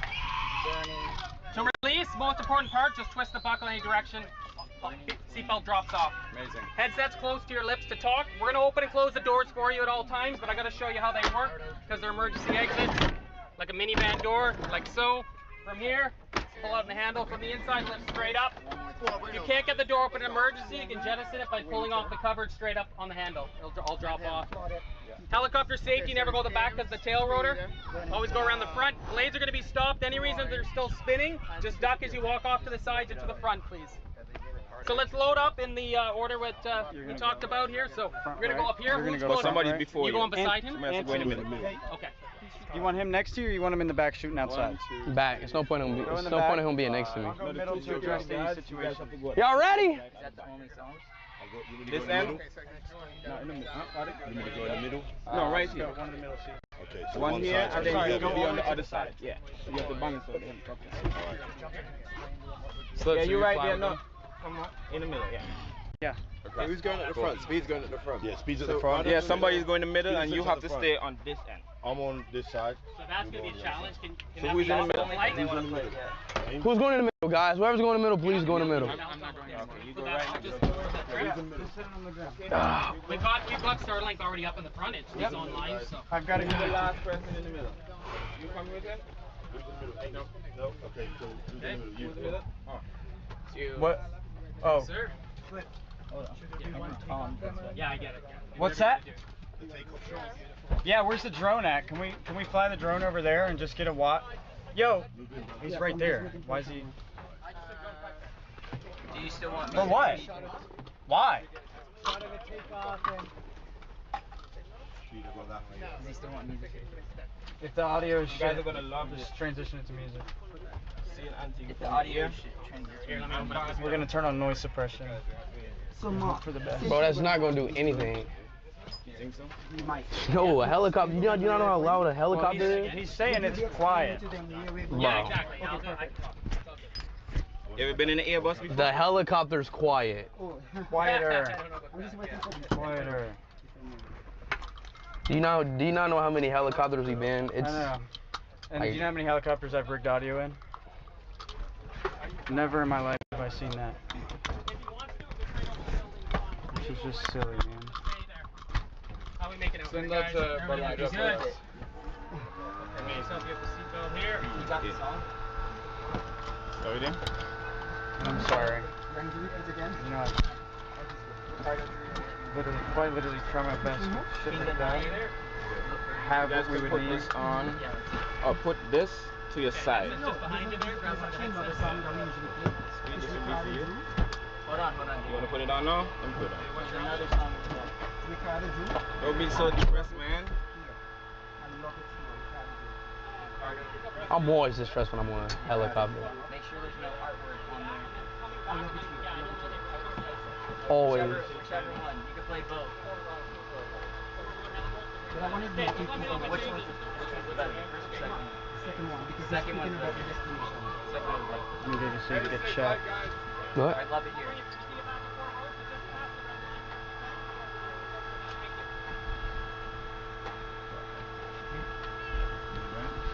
I should have just sat in the middle so I can see the captain. There's no point in me sitting far right. What do you mean? No, So you the can look point out. is because You're the one showing off what's outside. Yeah. But there's a whole camera outside. Yeah, but you're showing. You gotta experience it. What's up? One more now. Lift the drones up. I got Okay. it, yeah. Is that yours? Yeah, it's ours. Okay. It is. That's ours. That's fine. Well, I'm gonna go that way though. I was saying, put them over the building or Put 'em over over the there. grass. I'm gonna right turn out over the pond. Which direction you going, Mark? I'm going right turn out, right where the drone is, over the pond. Where's Daryl at? Daryl. Someone. Anthony, do you have drone on your headset? Yeah, I do. Tell him to go over the building, not over there. Over the building. Yeah, why is the drone going to where we going? Yeah. Yeah. So just over anywhere. Tell him over go to the there. right. He's not on comms because for some reason Daryl took his whole backpack off. Okay, I I'll don't know watch why. him as we go. What do you? He's to move. Like, just give him a thumbs up. He doesn't even know what I'm trying to say. Tell the drone to go right. He needs to go over here. Wouldn't have this issue if he didn't. Let's go do that first. If on the way back they want to do something, then but let's just hit Barbuda right off. Ready, guys? Yeah, we're ready. Good to start? Sorry for the audio chat. I tried. Good to start.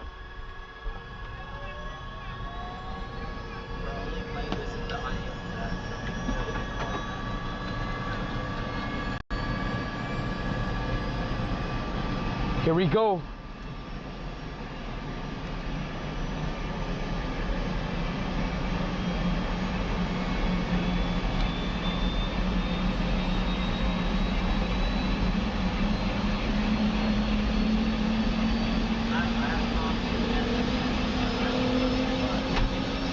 Audio is good. Nah, it's about to become bad. Don't put it on noise break. I think if you were to hold it like this with noise suppression, it would work really well. It's quiet in here. Hello? Quiet. Oh, just wait till it actually start flying. You know how these helicopters are. They get super. Chad, let me know when the mic is just starting to become bad. Yeah, let's go.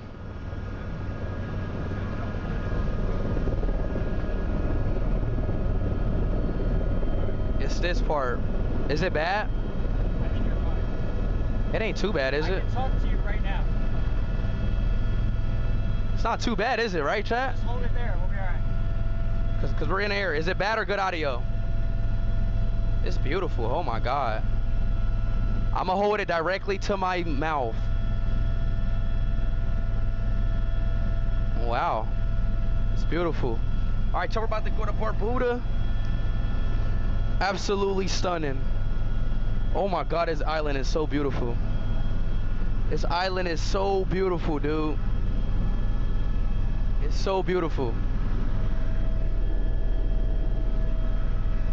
Holy. Beautiful island, Chad. Beautiful island. Oh my gosh. Wow. This is great. Bro, Antigua, bro, it doesn't even look real when you're so high up in the air. It looks unreal. So you know, that's always there. So. Alright. I know, but you know I gotta do my thing. Unreal, chat, unreal.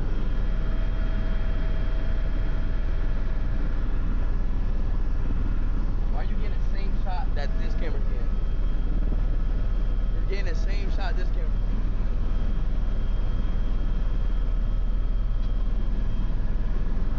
You're getting the same angle that camera.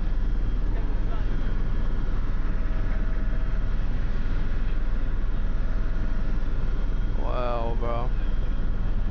It's what on the left?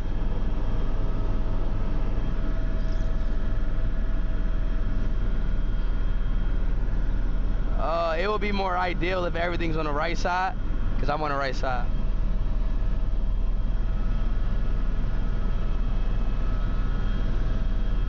Y'all see how crazy it looks though, chat?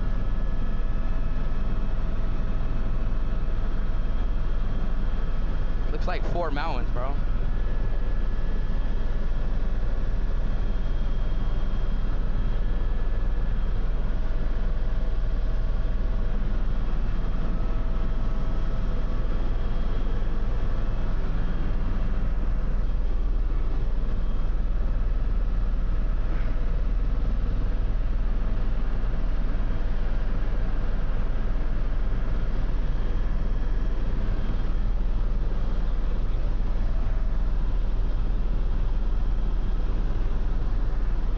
Beautiful, bro.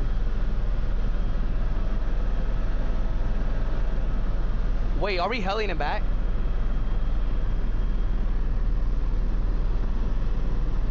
Yeah, I know. What is that? Why is that mud? Was that mud water? Chat, what is that? This view is crazy.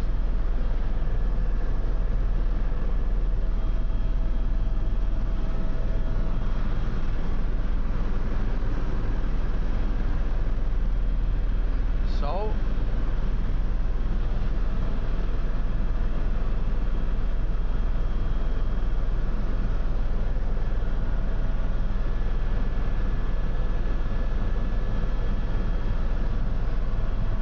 wait, is that the hotel that we're at?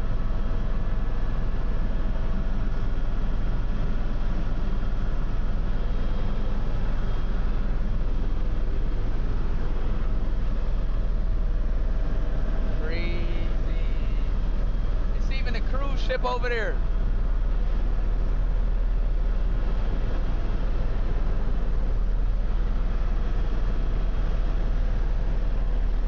It's a cruise ship.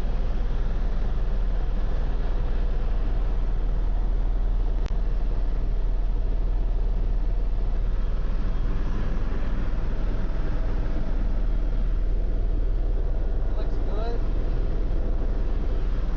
Bro, I ain't gonna lie. I think I could jump off from the helicopter into the water and still be fine.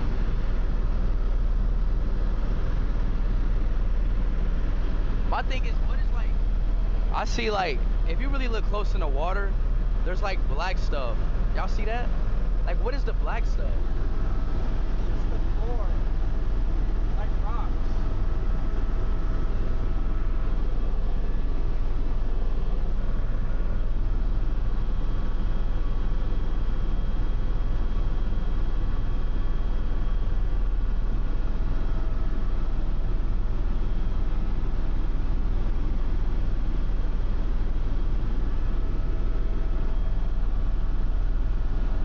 It's coral reefs.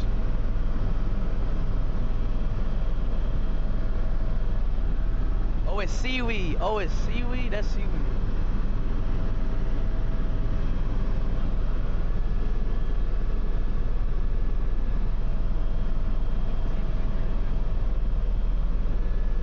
I ain't gonna lie, Chad. The pilot was right. It's the quietest. Where's the island at? Where's Barbuda at? Pilot, where's Barbuda at? Straight ahead.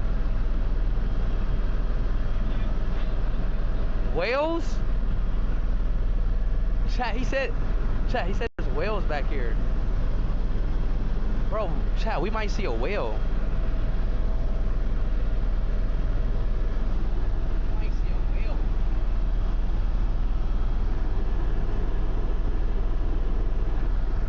Zoom in. Hey, there's nothing to zoom in on, Wix. I ain't gonna lie, I would love to see a whale. That's one thing that I do want to see in my lifetime is a whale.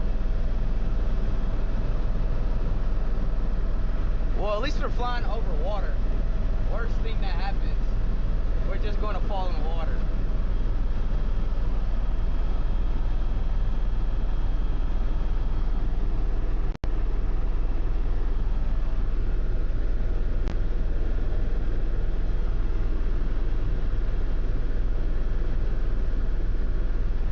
Keep mic closer. Bro, I am as close as I can to this mic. Show the view? Well, there's nothing really to show, chat. It's just water.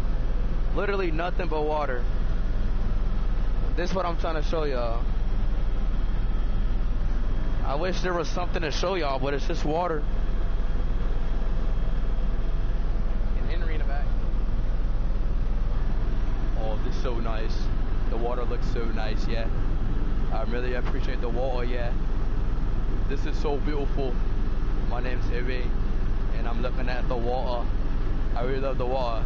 Keep it clear. Yeah.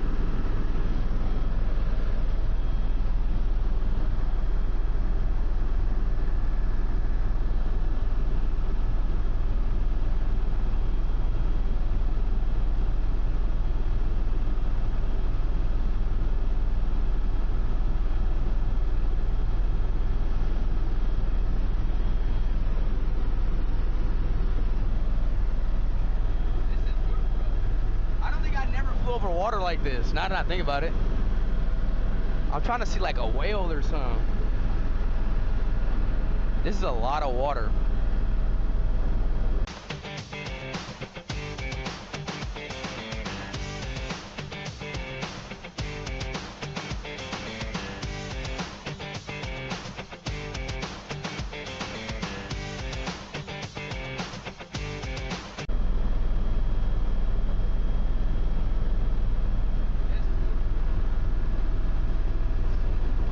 So much water. Bro, what is that orange stuff? Is that whale piss?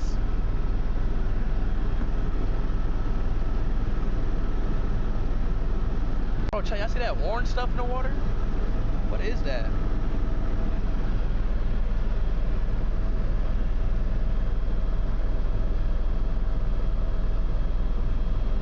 Oil? Oil in the water? That's not seaweed.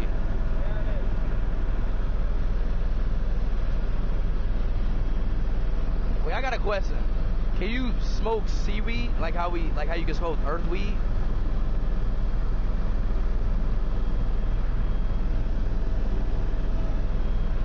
Oh, pilot, when are we gonna see the island?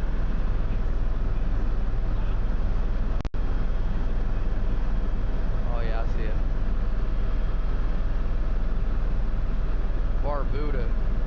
Barbuda, chat. Who in the chat live in who in the chat in Barbuda?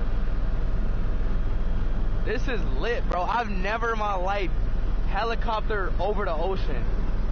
This is a new experience for me. It's like, it feels more safer. Yeah. It feels safer because it's like if the helicopter falls, we're just gonna go in water. Not on land, you know?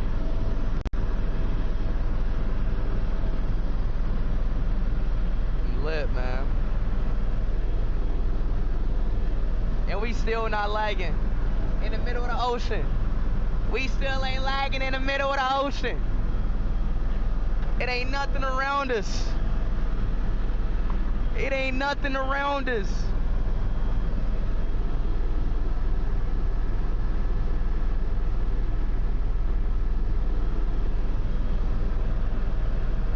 It ain't nothing around us. Well, my phone's lagging, so that means the Starlink's lagging. Wow, we're lagging. Why are we lagging if we got a clear sky view?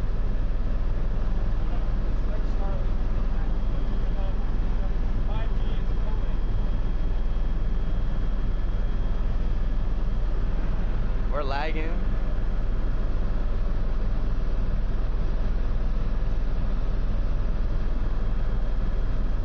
We lagging? Oh, we ain't lagging? Oh.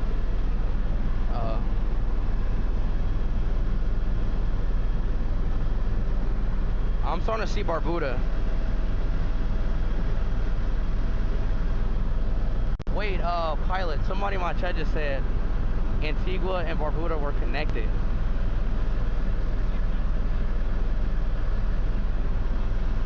Oh, so somebody in my chat just yapping. What he said, they can't hear it. Yeah, well, pilot, what chat, basically the pilot said was, what did he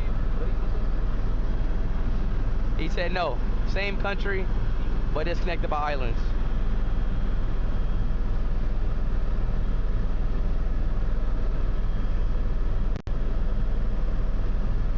I'm starting to see it, chat. Chat, are y'all starting to see the island? If you really zoom in, I'm starting to see something. Like, you can see some land. You have to really zoom in. Maybe show it on the phone.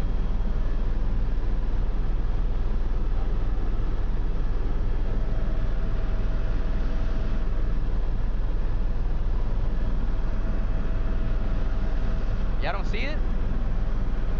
Bro, I see. Yo, bro, y'all don't see nothing. Y'all don't see that? There's like land over there. You have to really look. I see it with my eyes.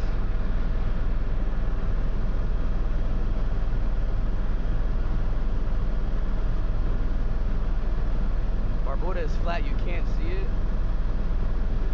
Bro, look, chat. Y'all don't see that. I see land. Nah, they trolling me.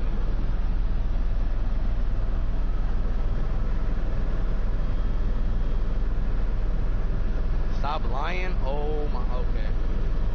I guess I'm lying. Why would I lie about seeing land?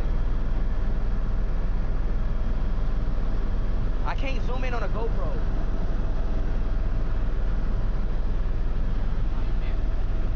Don't mess it up now.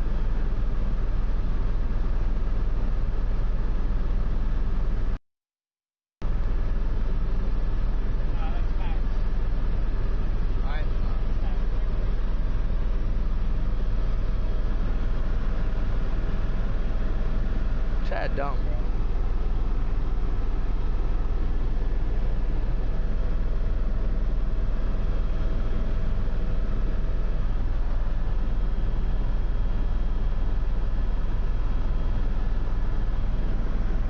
Okay, now do y'all see it? How do I see it though? Bro, tell them switch the phone. Like, why is not switching to the phone so they can see it? Alright, bro. Alright, okay.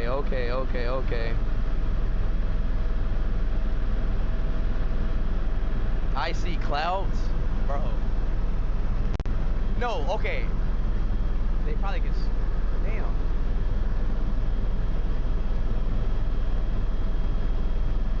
I said tell them switch the phone, they switched to the camera. They did it? No, they switched to the FX6. They didn't do it, bro. I was watching the whole time. Switch to the phone, not the. They didn't do it like when you zoomed in. I see a sailboat over there. Do y'all see the land now? Y'all see the land? Yes, finally y'all see it. Oh, I see it. Yes, finally y'all see it.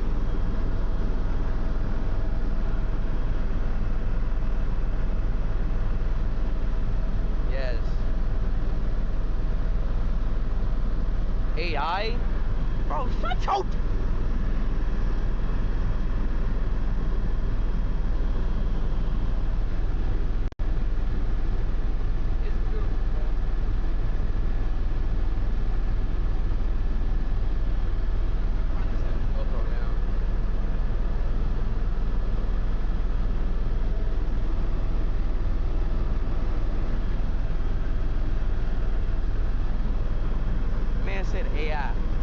right, so we're about. Pilot, can I get a?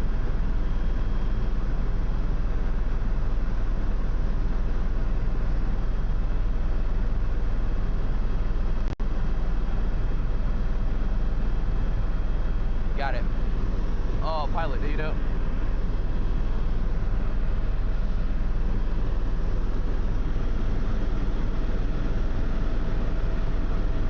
I mean, I'm trying to spot a shark.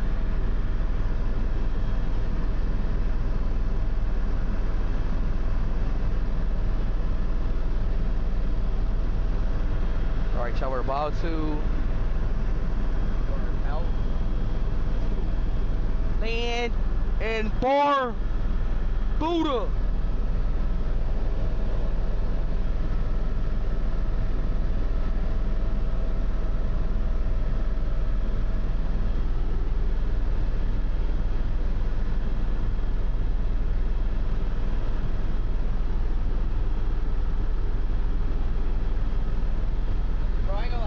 Yo, bro, I don't think I never seen nobody stream in the middle of the ocean and on a helicopter.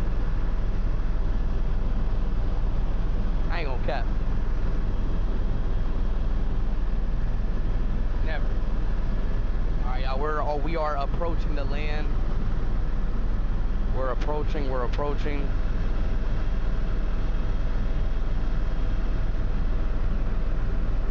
Not in the middle of the ocean, bro. Not in the middle of the ocean. I don't think I've never seen it. People streaming a helicopter, but not the ocean. Hurry up, bro. It's right here. The land's right here. Fuck the land.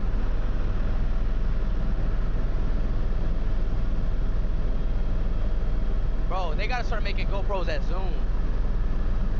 Say they gotta start making GoPros that zoom. They did. It just came out. Why? Then why? Why we don't have it? They came out while we were on tour. It's another GoPro mission. Alright, y'all, we're approaching. Here we go.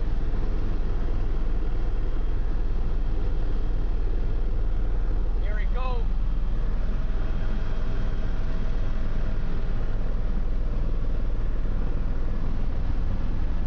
Damn, it really is flat here. Why is it so flat?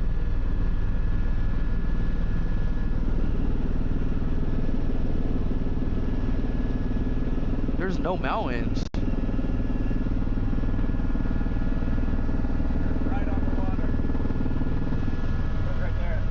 Trip you out. Look right there. Oh my God, we're so close to the water. Whoa, we're super close to the water. Chill out, pilot. Tweaking.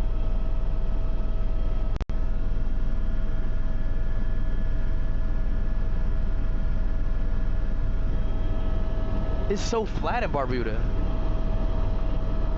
Where? Pink sand. Oh, I see it. The sand is pink. They got. Now the Snorkeling back. Wait, that was all data? Bro, we streamed this whole time on data. Is data in the ocean? Really? I never knew that. So in the middle of the ocean is data.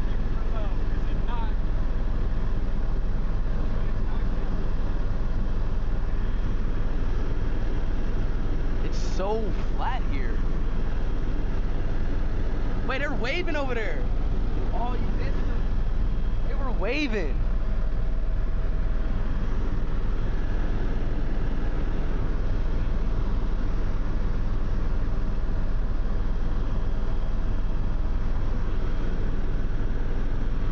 Wait, do people even live on this island?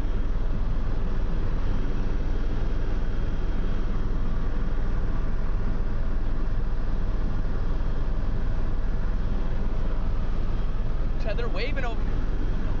How to get people that's waving or waving?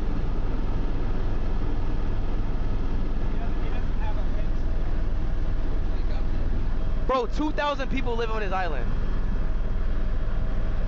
2,000. That's it? 2,000 people live on this island.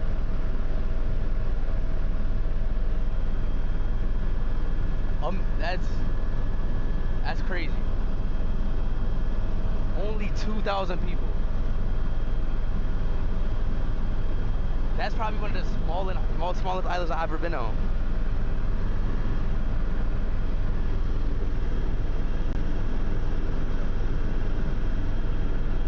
It's just flat.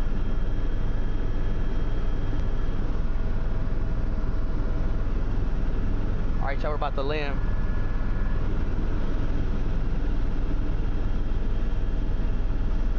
$2,000 people on this island. Oh, chat, look, the kids in the school waving. The kids at the school. Zoom in on those. I can't zoom in on them. You should have just take the phone out and zoom in on it. It's kids waving. Hey, y'all hear me? What's good, y'all? It's a school here. I got it right here, sis. Hey, kids.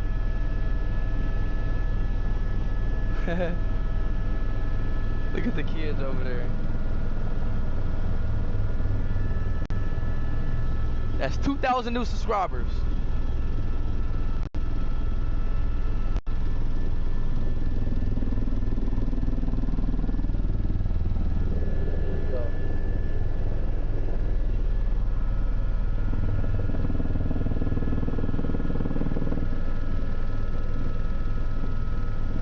Barbuda. This is so small here. 2,000 people live on this island. I'm excited to what this is going to be like.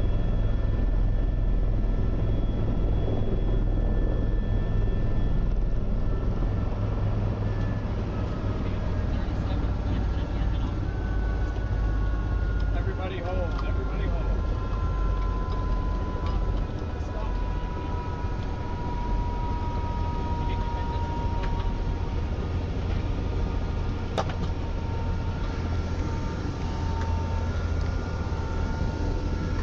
Otis.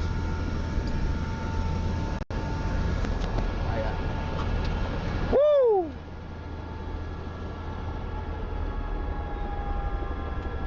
What? Alright. No, I'ma like. I know, I'm just letting you know. Barbuda, 2,000 people.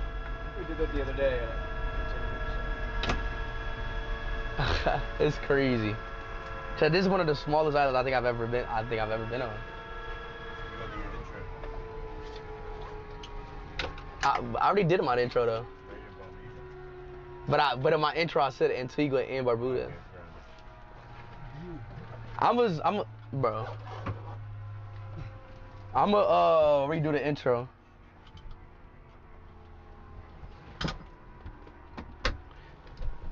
One sec, guys. W Just get pilot. the blade stopped, or otherwise the kids might come running over.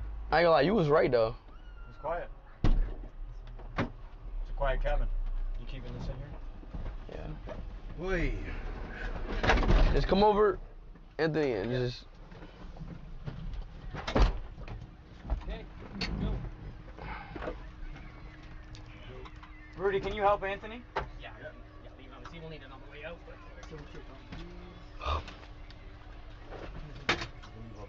yeah, leave everything there, whatever you want.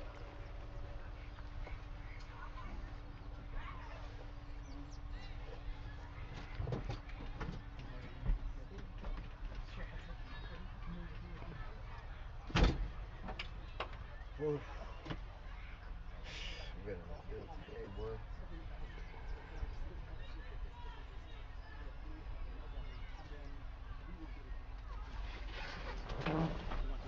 All right, chat. Chat. We are here. We are here in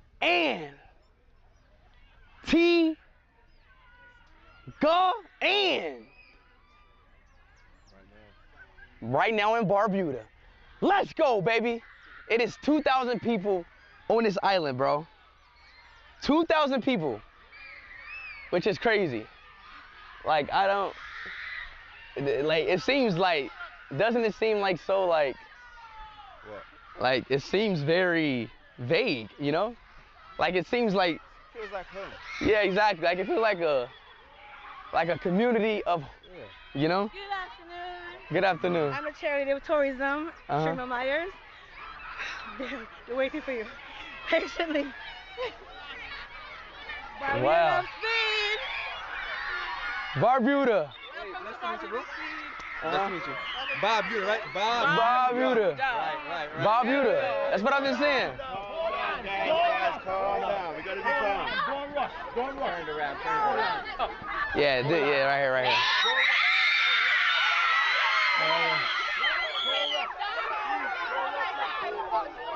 Barbuda. Barbuda. Guys, let's make some space. Space. Come on, guys. Let's go. Make some space. I know. We're in Barbuda. Make some space, please. It's crazy. Guys, thank you. Hey, it's crazy.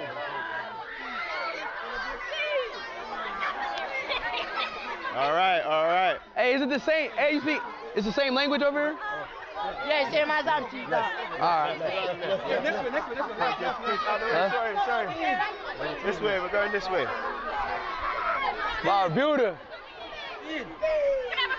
Autograph, please. Yeah.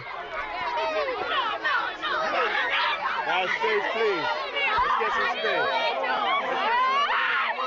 Let's go. Come on, kids. Turn me up. Please. Thank you. Oh, they made some food for us? Yes, we have deer burger and land turtle. Burger? Yes, deer burger, deer. Deer burger? Deer, yes. Oh, a deer burger. Yes. Hey, chat. I can eat a deer burger right now. Okay. I can eat deer burger. Okay. I heard deer burgers are one of the most leanest meat ever. Okay, so you want a deer burger? I would take a deer burger. Okay. A Barbuda deer burger. Ooh, thank you so much. You're welcome.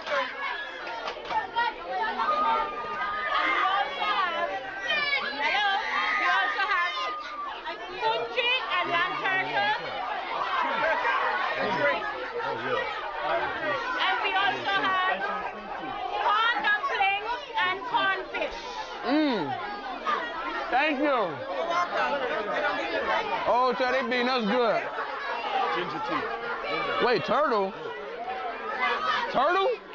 Land turtle. What? This is the land turtle. You need to try that. That's turtle? Yes, land turtle. What's the name again? Bondiaki. Are you gonna see him? Yeah. Really? Are you going to talk to him? I hope so. I'm gonna do so much big tackle so Bondiaki can see.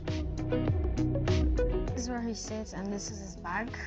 I'm gonna play with my team and on the pitch that Bondiaki plays on. So I'm actually gonna try my very best. You're so tall. And show Bondiaki that I'm very good at rugby.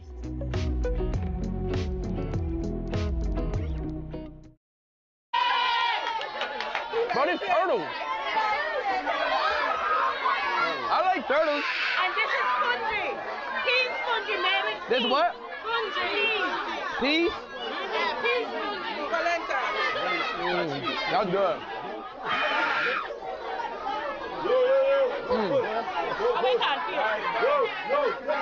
Deer and turtle. And on Bobby, Tap. They cooking on Bobby here.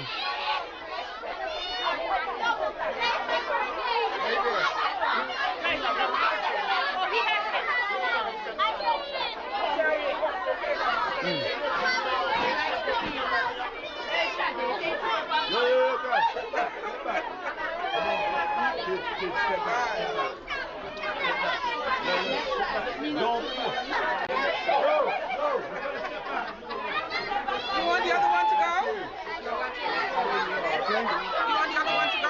They made you iced tea. I show speed tea. I show speed tea.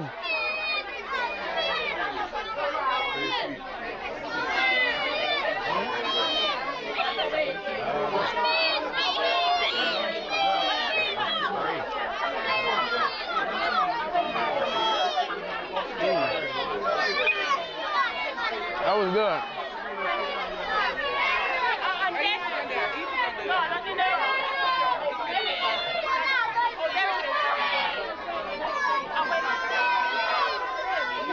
That was good. Iced tea.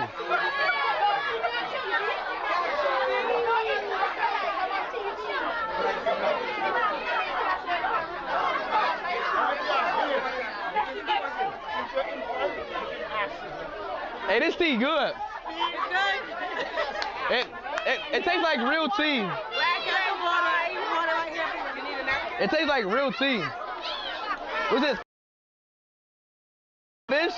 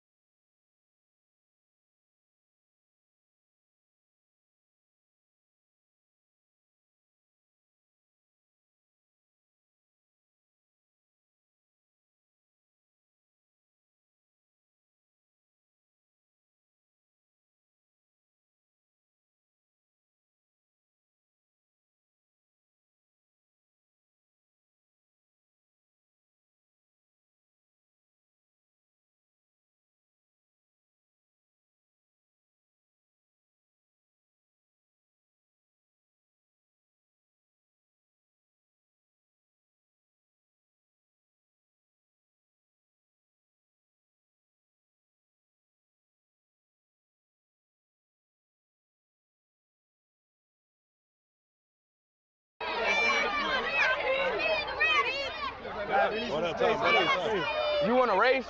Please say my hat. All right, come on. 1 second. You want to race? You want to race? Hold this, hold this. Come on, here. Hold up, hold up. All right, look at the race. Let's open up. Let's open up.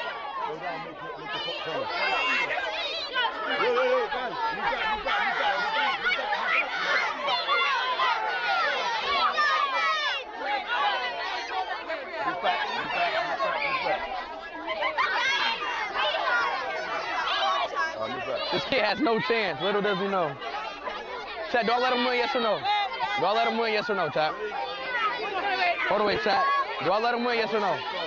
Wait. Relax. All right, now. Set. Go. Hey, he's fast. Hey. Hey. I want the rest. I want the rest. Guys, space, He fast. You fast. Yeah, take a picture of everyone. He fast. If you get everybody. Whoa. Everybody come all the way down there. Take a big picture. Guys, space. Get everybody down there. Huh? We'll take one big group picture. Yeah. Guys, we're gonna take a big picture. Everybody go all the way back. Everybody go back all the way there. We're gonna take a big picture. We're gonna take a big picture. Everybody get there, all the way. This side. Now here. You're too late. Here. This side. Behind here. Over there.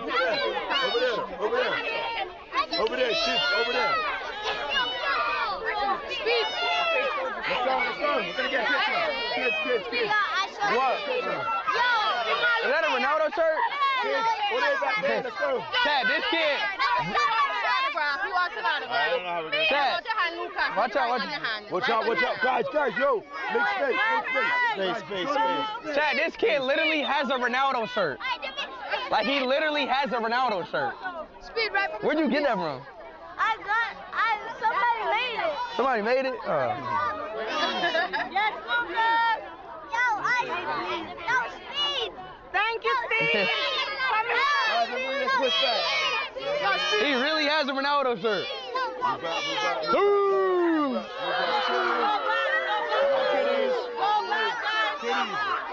Alright. Okay, what we doing? You want picture for them? Yeah. Everyone to the wall. Yeah, get them lined up though, today. Everybody to the wall. Everybody to the wall. Yeah. Yo, everybody to the wall. We're gonna take a picture. Everybody to the wall. Gotta get them lined up. Everybody to the wall. We're gonna take a picture. This is oldest. Welcome to the show, and now it's time to play. Welcome to the showground. Dance your troubles away.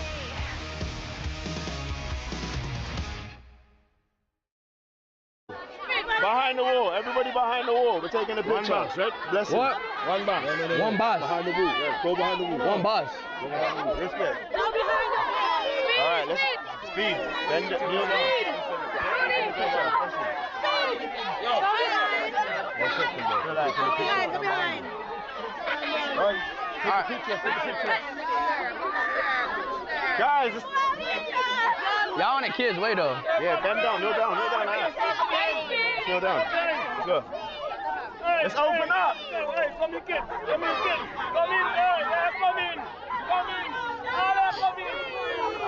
Are you taking the picture? You taking the picture?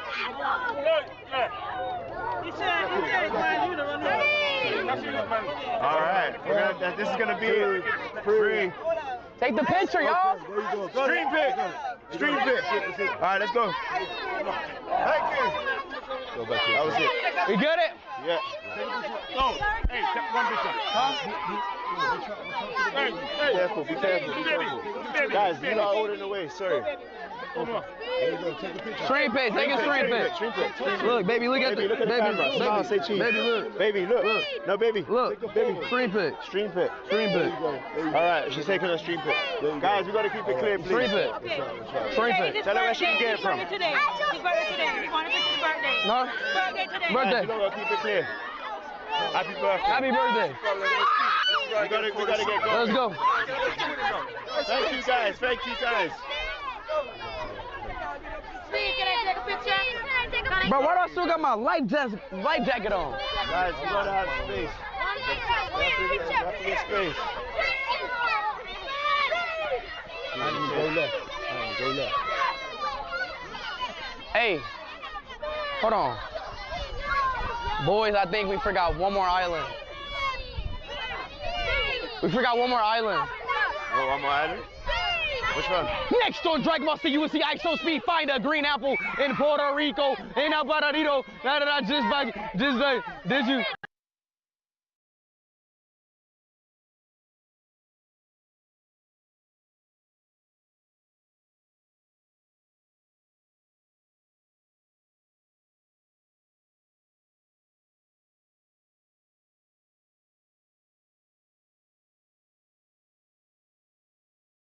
Steam is it's actually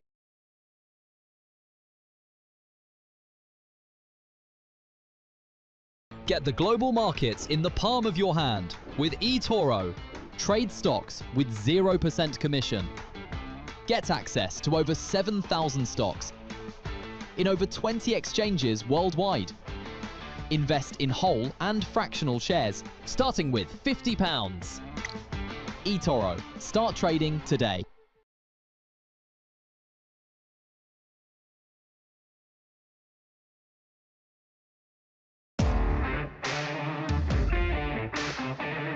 Load it.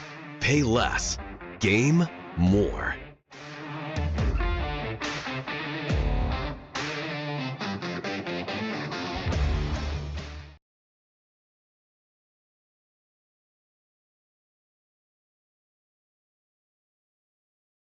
Steam is it's actually crazy how they've just continued to grow and get more popular.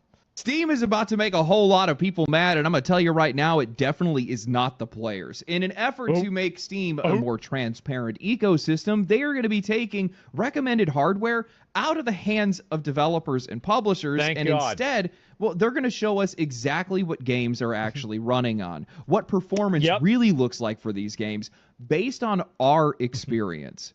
No I'm more so glad lying, they're doing no more this. hiding, no more This is insane. gaslighting. Everyone will be exposed. This is going to be such a massive change. This is going to be such a huge help to players. It is going to instantly impact what games players buy, when players buy these games, and it is going to piss off a lot of these publishers that have been selling us unfinished garbage for years. So, like most of them. But this entire thing is just another step. It's just another action that Valve has taken to be able to make their platform that much more transparent. Yes. Which got me thinking, what are they up to?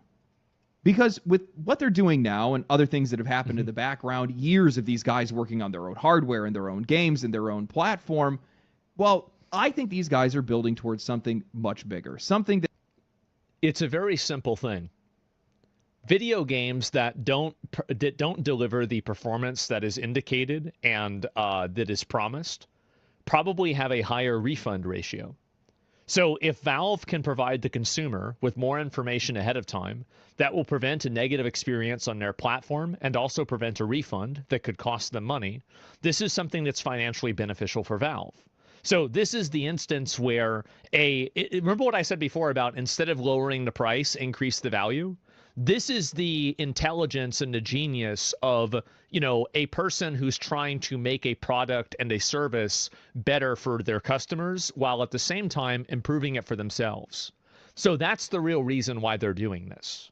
Like, it's because obviously if you buy a game and then the game gets you 30 FPS, you're going to refund the game. So why the fuck would they want people buying games and then refunding them and thinking that Steam is a scam? Because that's what's going to happen. Duh, of course. This is the intersection where, again, great businesses are able to find this intersection where the company benefits and the customer benefits. And this is, I think, a perfect intersection of that. It's a great idea. I do not think a lot of people are ready It's a win-win. for. Yes, exactly. Standardized level of quality in the games industry. Setting expectations permanently. No more questions need to be asked. You're wrong. It doesn't matter for Valve for refunds since they keep the cut even with the refund. So saying it costs Valve is wrong. It's just pro-consumer. You're thinking about this from a monetary perspective. You're not thinking about it from the perspective of a person having a bad experience on their platform and then attributing that bad experience to Steam and then not wanting to use Steam. The reality is that whenever a platform is not well regulated and people have bad experiences on it, they're going to be more likely to not use that platform. It's their reputation. So you have to think about this in a bigger picture. You can't look at everything as a balance sheet. Like, the brand value of something is massive and extremely important. So today, we're going to be talking about that. We're going to talk about Steam's latest changes, how they're going to impact the games industry at a rate that... And also, sorry, I hate pausing this many times, but I apologize. Also, there are people that are employed at Steam that process refunds. If Steam had to theoretically process 10 times as many refunds, Steam would have to pay more money to do that. So that means that the amount of money that they have to spend is actually variable with the amount of refunds they do. So your argument is wrong, but it's also not the point. I don't think we've ever even seen before how Valve is trying to standardize quality in the games industry and how all of this has already happened. But before that, a word from today's sponsor, boot.dev, which I've been back on their website recently. And one of the things that I noticed when I've been checking it out is that it feels a lot more like practicing than actually studying. Like you're actually learning something on the job. You're not just sitting there watching these lessons just stack up passively. No, you're constantly doing something. You're coding, you're fixing code, you're always interacting with the platform in some kind of way, which makes you feel like you're actually making some kind of progress. I'm sure you know better than I do. That's a big difference between them and anybody else. They structure this all like an RPG, XP levels, quests, which sounds like a gimmick, but it's there to give you momentum. You always feel like you're making progress instead of just consuming content. Have you guys seen criticism for Steam not doing better job at limiting games that are bad products? When you get stuck, which you eventually will, you have Boots, the AI tutor that's not there just to hand you the answer and move on. It's nudging you in the right direction so that you can actually figure things out on your own, and don't forget it 5 minutes later. They also have added the training grounds, which is basically a area for you to be able to grind challenges until something clicks. Now, all of these lessons are free to read and watch. You can demo all their interactive features too. Paid just unlocks the full hands-on experience, the coding, AI help, and progress tracking. And the reason why I think this kind of stuff matters is because these are back-end skills that can actually translate into real job-level skills, the kind of things that can land you a role where you're making 6 figures a year, and oftentimes you're working remote. So if you're interested in checking this out, maybe you want to make your own game, go to boot.dev and use code LegendaryDrops for 25% off your first entire year on an annual plan. The link, QR, and code are all on screen, and it's in the description and the pinned comment. Thank you to boot.dev for sponsoring today's video. What a nice guy. Valve is arguably the most powerful company in PC gaming, hell, in all of gaming. And instead of using that position to be able to push some of the worst habits in the industry, they have become more successful than their competition by largely doing the opposite. Steam is a monopoly by choice. Players choose it, developers choose it, not because they're forced to, not because they don't have... It is not a monopoly. It is not a monopoly. It's not even remotely close to a monopoly. If I were to guess, I would look at, if I were to predict, what monopoly of game service delivery does Steam have? What percentage of the market share do they have? At most 20 to 25%. That's it. And I would say if you include mobile, cut that in half. Welcome to Betmaster Casino. Sensational.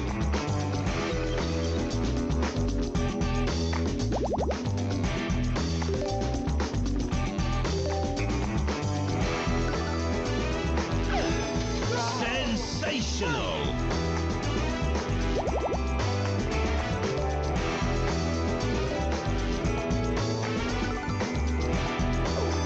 Sensational.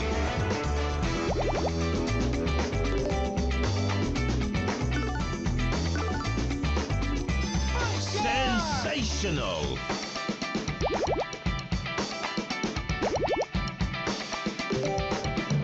Sensational.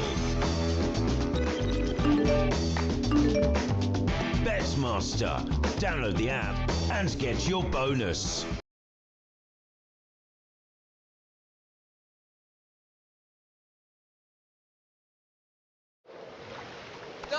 Dad, I'm a genius. I can make us penguins fly. That's going to be tricky without wings. Exactly. That's why I've got Red Bull. It gives you wings. All we have to do is drink it. And how? Come on, Dad, just drink it. Huh? But why? Why? It's 40 degrees below. Did you think we were standing here for fun? No! Red Bull gives you wings, but only if you drink. Have any other options, but because it is the best platform, it has the biggest audience, the most useful tools with the kind of conveniences and consumer protections that we just don't see exist anywhere else. And that's why I think that Steam means a lot more to people than just being a storefront. For a lot of players, it represents one of the last major platforms in gaming that still feels like it's being built by people who still actually love games, not just as I think the reason why people like Steam so much is because Steam makes decisions that are, those decisions are customer first. They don't make financial decisions for their business and then try to insult the intelligence of the user and try to say that, oh, actually, this is better for you, that you have to watch an ad. Or quarterly revenue, reason. but as a hobby that's worth protecting. The games, the people who make them, and the people who play them. And lately, it feels like Valve doesn't just want to be the better example anymore. They want to set a standard. Yeah. When we look at what Valve has done over the past couple of years, I think that there is a really clear pattern here. They just keep finding places in the industry where they are benefiting from confusion or vagueness or flat-out dishonesty, and then Steam is turning that into a rule. They're making a warning. They're putting in a disclosure, something that is there to protect their customers. Steam seems to always move in a much larger effort to keep Steam healthier, clearer, and a hell of a lot harder to exploit. Steam is basically the one that set the modern standard for refunds in PC gaming. You have 14 days and 2 hours played. I can't tell you guys how many times this has saved me. Maybe the game just didn't launch. Think about what would happen if they didn't have that. Think about how much different the entire industry would be. The recommended specs were a fantasy and the game just runs like shit, or maybe there was just no demo, so I just tried it and realized, you know what, this just isn't for me. Refunds are always fast, sometimes immediate in most cases, and even if you go past that 2-hour mark, there's been plenty of times that if you give them a legitimate reason, Steam will just at least hear you out. And that's, by the way, that's somebody being paid to do that. So an individual had to read that. Compare that to console platforms or any other platform outside of maybe GOG, where refunds rarely even happen, and when they do, it feels like you're trying to plead your case to a brick wall. It's not even comparable. And that same mentality shows up all over Steam. Valve bans crypto and NFTs. They require disclosures for generative AI, especially You're wrong by definition. Steam's a monopoly, as it has roughly 75% of market share, is usually 50% considered by a monopoly in the U.S. No, I'm not. So by what definition does Steam have a 75% market share?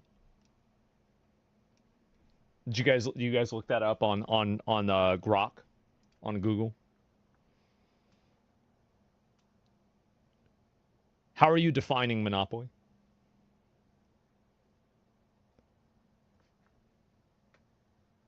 Of PC gaming? Okay, let's look it up. How many people who are... How much... let me think of a good way to ask this question. Let me think. How many players, PC only, what percentage of PC players are forced to use Steam in order to access video games? See what it says.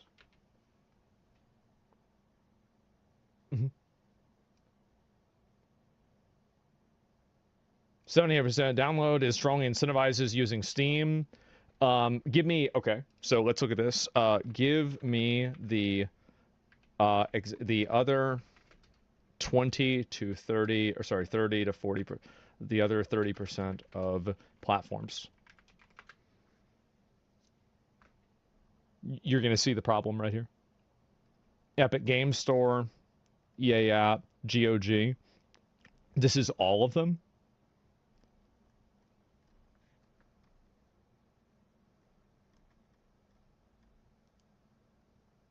There's no way. How do they get this number? I don't believe this. I don't. Yeah, I don't believe this. We need Venn diagrams now? Yeah, I don't. And doesn't it include platforms like Blizzard? I thought it did. It says Battle.net. Yeah, it did. It says publisher-specific launchers. Yeah, how do you get the data for that? Why do you not believe it? The reason why I don't believe it is because the data isn't made public. So how do you have the data for this? Let me see if I can find it. Ask for the source? Yeah. Where is the source for the amount of users that you get for other platforms?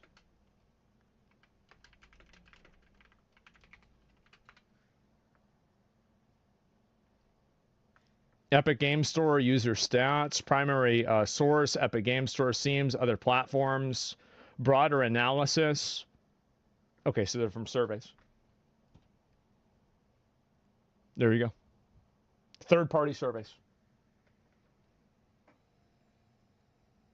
Damn. Why do you only believe AI if it says you're right? Because I know what's going on. Obviously.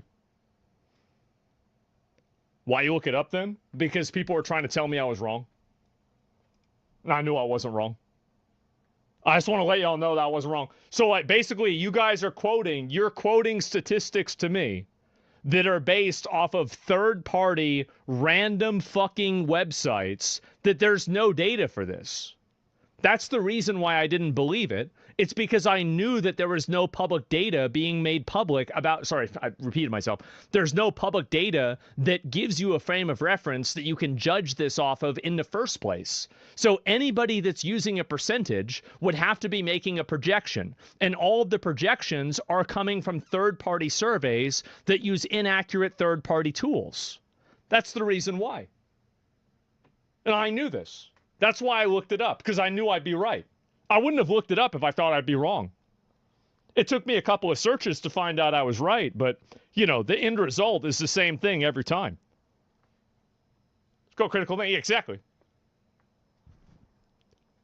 It's common sense. Where's your data? You're assuming black box? Of course. Do you try to isolate how many unique games Steam has? Probably a lot. It's third-party surveys, not hard data. Yeah. And that's also, by the way, that's also counting inside of PC. PC is not the only platform where you can pursue games. That's like saying that, like, I mean, does Nintendo have a monopoly on Sony on like, Nintendo games? Like Switch 2 games? One of the easiest ways to save hundreds of euro on your energy bills each year is to switch supplier. Yet so many people still don't do it, often because they think it's too complicated or because they're afraid of being cut off. So in this video, we're answering the most common questions we get asked about switching gas and electricity supplier so you can save money with confidence. To switch energy, you'll need your MPRN for electricity and your GPRN for gas. Both of these numbers can be found on any recent bill. You'll need also a recent meter reading and an estimate of how much energy you use. If you're switching electricity, upload your smart meter data file and we'll match you with the best deals based on your exact usage. You can get this file by logging into your ESB Networks account. And finally, we'll need some personal and banking details. Not if you're out of contract. Most energy contracts last 1 year. After that, you're free to switch without penalty. If you cancel early though, there may be an early exit fee, which is usually €50 for single fuel deals and €100 for dual fuel deals. If you're out of contract, bonkers.ie will handle the whole switching process for you. You don't need to talk to your existing supplier, as we'll do all that for you. Around 1 to 2 weeks after you've switched, your old supplier will send you out a closing bill for any money you may owe. Around this time, your new supplier will also contact you to welcome you and give you all the information you need, like your account number. You'll need to pay the closing bill from your old supplier by the due date. Then all of your future bills will come from your new supplier.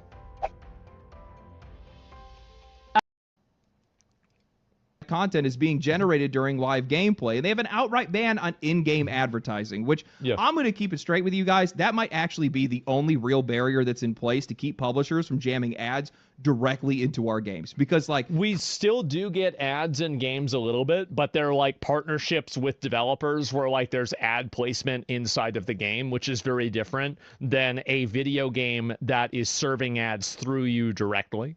Come on. We know that they want to. I was watching the Diablo 4 campfire chat for their latest expansion, and in the middle of it, Blizzard kept advertising a Diablo 4 themed Jackson guitar, Diablo 4 branded candy, Diablo 4 branded Fanta, and whatever else these guys could fit in. That's outside of the game. This is the version that these guys can get away with right now. They can't do that on their own platform. Because they most likely cannot magically get away with it on Steam. So, well, they just don't do it because it's just too damn obvious. Steam's rule is keeping these guys in line right now. And in 2024, Valve went after another thing that players have been burned by for years now. Promised content, DLC, expansion, season passes, all of the stuff that publishers absolutely love to sell to us before it actually exists. Well, Steam now requires those developers to describe that content, provide a release window, and stick to it. And if they can't deliver, well, then they have to communicate with Valve or issue refunds. And if they don't, well, then Steam's going to step in and they're going to handle it themselves. This said, a massive precedent. Publishers got way too comfortable taking our money up front, dangling future content in front of players, and then... Well, the other problem was things like, because you remember, like, when that happened, that came as a result of, like, games like The Day Before. Like, remember whenever that game came out and it was terrible? Well, I think that after that, people started asking for, like, more user protections for video games that are basically scams. And, like, Ashes of Creation is another example of that. Whether it's a scam or not is irrelevant. Fundamentally, the user bought something and they're not getting it. Quietly dropping support for that game once it underperformed, or the roadmap just became a little bit too inconvenient for everything else that they were doing. Steam basically said, no, if you're going to sell a promise on this platform, that is a promise that has to mean something. That is a promise you have to keep. But apparently, that's not the only promise that Steam wants publishers to keep. One of the biggest issues that players face today, if not the biggest issue that we face today, is performance. It doesn't matter what publisher, what game, what price, or what hardware you're using, you're eventually going to be running into this. And at this point, I think players are just kind of trained to expect the lie. A publisher is going to tell us that this game is optimized for a 3060 and above, and then we're going to immediately find out that it can barely even hold together on a 4080. Yep. And this is not just a PC problem. I realize I have some console viewers that are out there. These guys still... Consoles have big problems too, but generally things are more... like, consoles are better overall, I would say, for optimization because it's a one-size-fits-all. And I think that's the reason why some developers choose not to develop on, like, for example, Xbox, because Xbox is a much smaller console.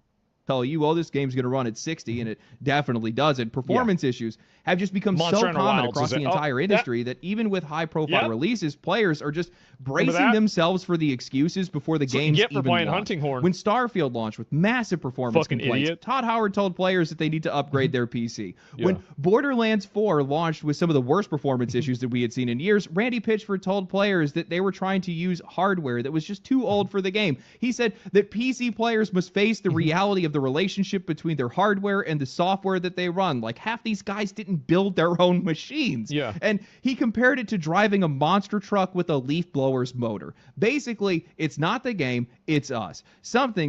I mean, sometimes that's true, but in a lot of cases, it's not.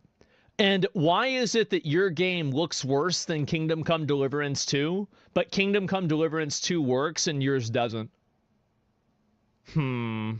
That just completely denies all reality to our frustration. Man, and as much as we are sick of it, well, it seems like Valve might be preparing to end that argument entirely.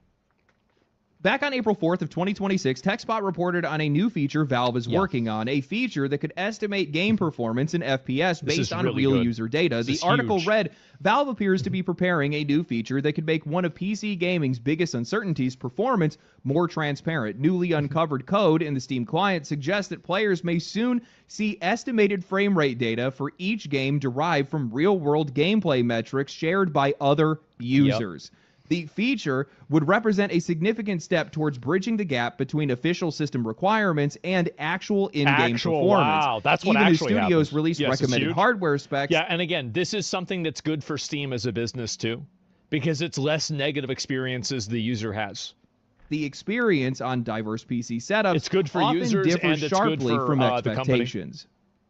Trade oil 24/7, day and night on eToro. Get access to over 150 commodities, currencies, and indices, featuring built-in trading view charts, price alerts, tight spreads, and real-time execution. Trade in a community of millions of traders, all in one app. eToro. Join now.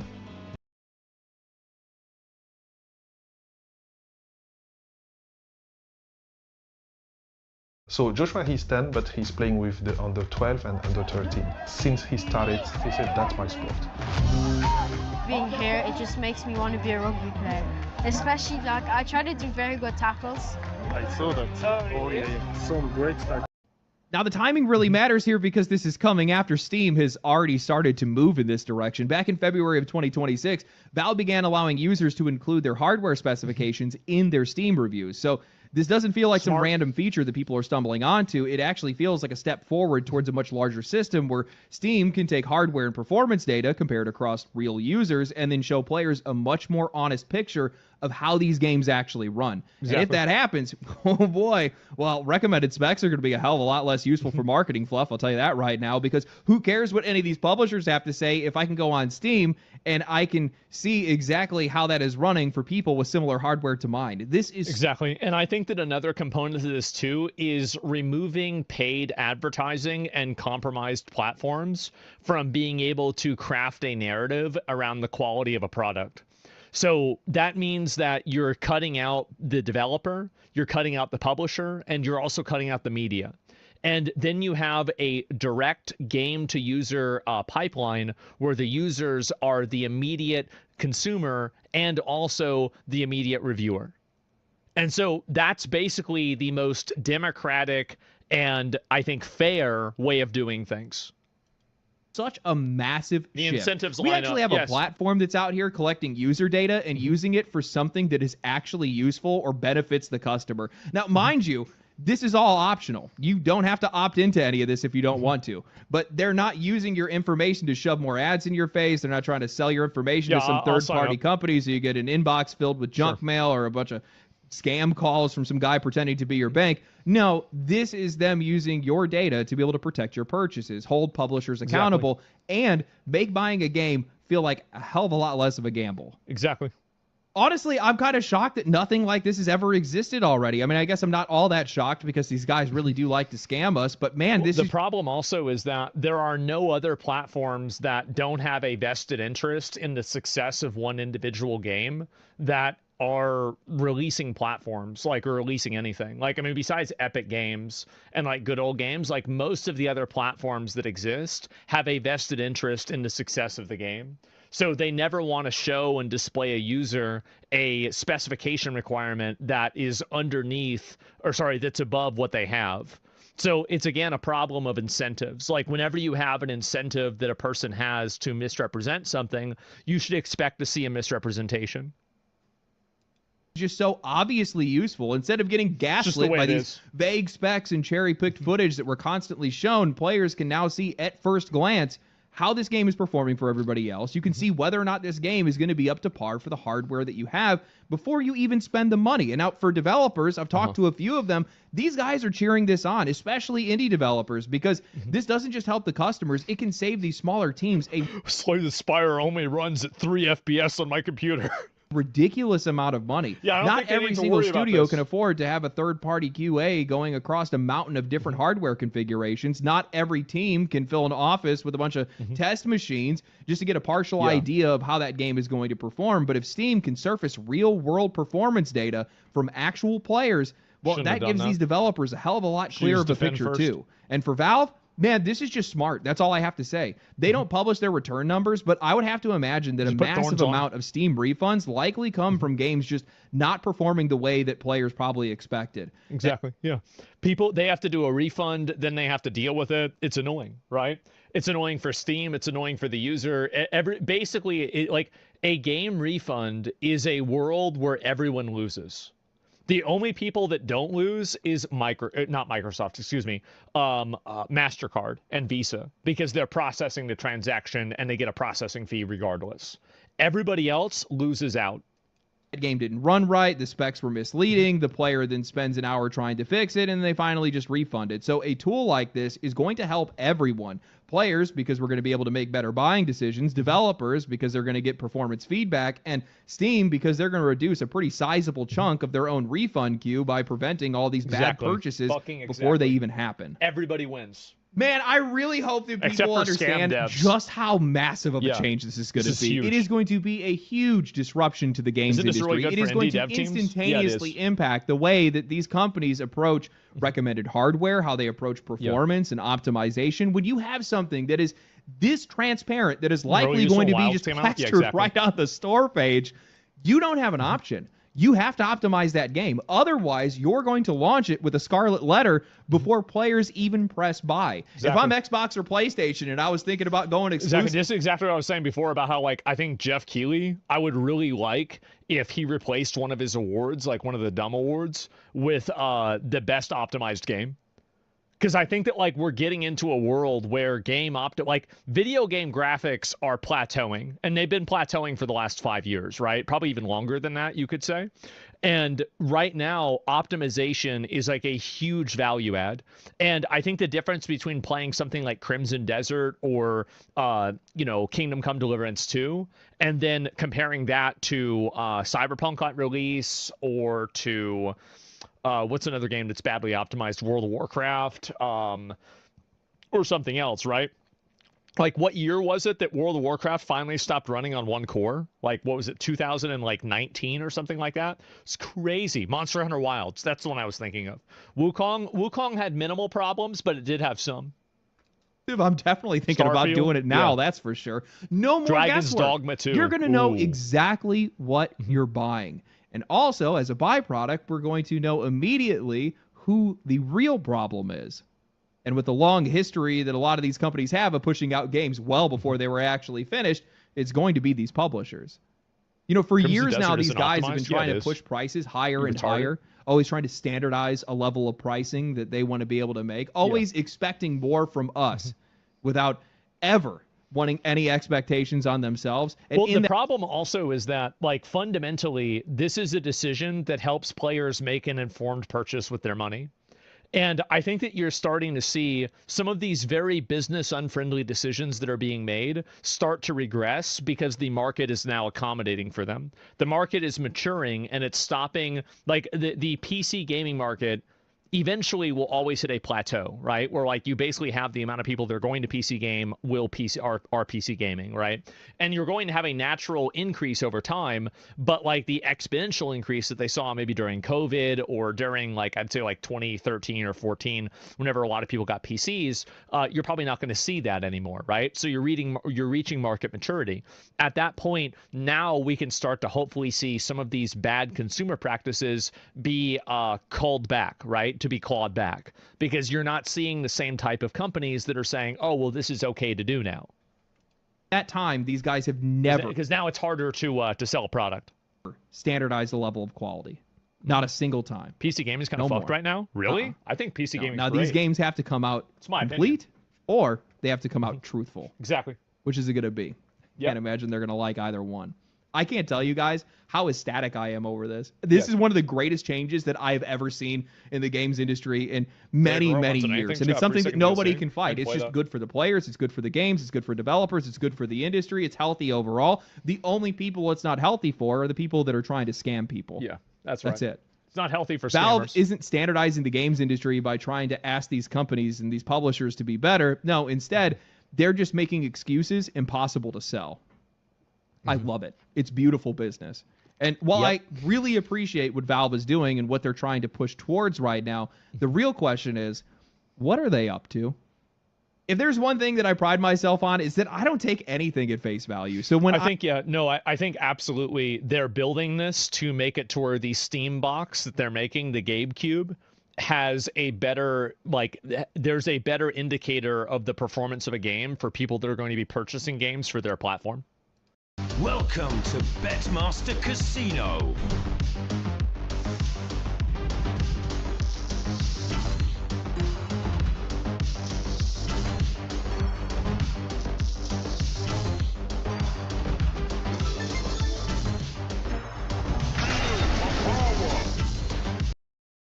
I see Valve making moves like this, I don't look at it as some random quality of life feature. I look at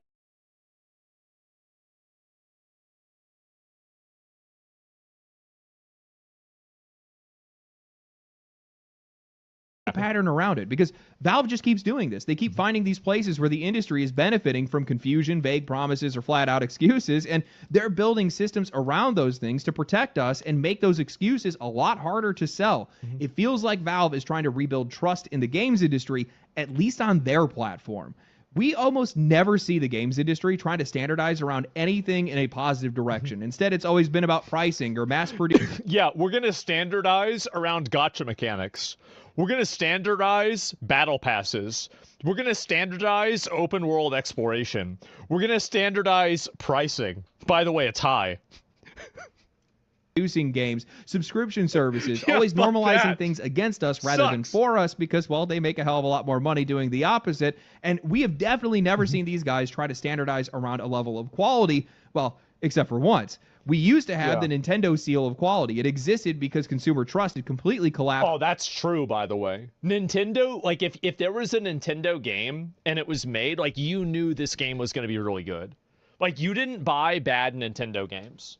Like, I mean, there were like third-party publishers that made games that were like kind of shitty, but like in general, like if you bought a new Mario game, if you bought a new Final Fantasy game, you know, if the game said Squaresoft under it, after the video game crash in 1983. That seal had read, this seal has your assurance that Nintendo has evaluated and approved the quality of this product. The point was pretty simple. If the game had that seal, it was supposed to function properly on Nintendo hardware. It told customers, this game works. But over time, we lost that. It changed. It went from the seal of quality to eventually becoming the official Nintendo seal because promising quality became a liability to them, which honestly feels like a pretty good summary of where the industry went. I don't know. I really think that Nintendo needs to up their fidelity. I really just don't think this is just awful. Like, it doesn't have to look like fucking 4K, but like this is just, it's so bad, man. It's so awful. Play Xenoblade. I've only heard good things about Xenoblade. I think I'm going to.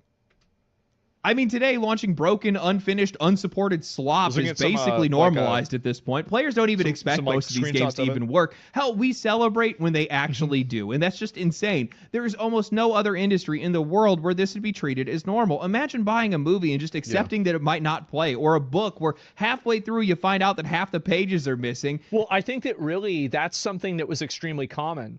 Is that like back in the day, you would get DVDs from Blockbuster that were scratched sometimes, right? Or you get a VHS tape that would skip. And what's really funny is that my mom would tell me that like, oh yeah, I bought a piece of software from IBM. I called IBM and the guy says, do you have the 1.0 or the 1.1 version? She says, well, how do I find out? Well, check the box. Well, oh, the box says 1.0. The IBM guy, wow, well, good luck to you. Bye. And that's it. You're done. You didn't get the patch? Well, that's too bad. So, no, I think that really what happened is that gaming for so long was in a growth stage. And I think, you know, like products and types of, you know, like any sort of consumerism good in a growth stage, there is, and especially like and you're not even really a growth stage, but like an innovation level stage, is that, you know, you have a lot of people that are more accepting of, you know, rough edges and problems. But now that that's kind of capped off because we've had the COVID, you know, the post-COVID recession now has been, you know, in swing for like 2 years. We're like, okay, things have pretty much equalized and they're going up. But as I said, they're not going up in a crazy way anymore. And I think now you're going to see, instead of people just projecting 20% a year-over-year growth, you're going to have them, you know, edging in terms of quality. I think that's what's happening. And I'm very glad to see that. Now we're in the value stage for most things and it sucks. Yeah. And the publisher is just like, don't worry, we'll patch them in later, but still charge you full price. What are we doing here? That would be absurd anywhere else. And at some point, that has to stop. This industry clearly isn't going to do it for itself because that broken standard that they've been pushing is benefiting them the most. They're making more money, they're saving more money, and they're never going to be motivated to do it. But it seems like Valve is stepping in to be the one to change things. Now, I have to give a shout out to Water CS2 for inspiring this theory, a fantastic everything Valve-related content creator, because he's been talking about how Steam is slowly but surely becoming a more console-like experience gearing towards the release of the Steam machine, making Steam easier to navigate, more all-inclusive, and a little bit more predictable. Remember, gentlemen, the bet. Remember the deal. If the Steam box is above or below, I said plus minus $100 from $1,100. I will be buying and giving out at least 5 Steam boxes. If I can get a sponsor to do it, like I'll give out as many as I can. Like I don't need to make any money off of it. I just think it'd be a cool thing to do. And I think this guy's right. I think that that's exactly what they're trying to do right now. But I also think that that's only one small piece of what Valve is building towards. Because right now we're at a time where trust is at an all-time low in the games industry. It's basically on the floor. And I think that Valve is trying to leverage trust as their brand moving forward. The Steam Machine and the Steam Deck are not just devices. These are hardware pieces in a much larger strategy that Valve is trying to use to create some type of standard around the Steam platform. I think that these guys are trying to certify the quality of games. And I think that we've already seen the early version of this with the Steam Deck Verified. Technically, you can download just about any game on Steam and go ahead and play it on the Steam Deck, but that doesn't necessarily mean that all those games are going to play or even work well. Some games... I had a problem playing Slay the Spire 2 on my Steam Deck. I had a problem selecting the cards. They kept going to like the top left or top... which one is this? It's the left. Don't support the controls. Others have text that's too small.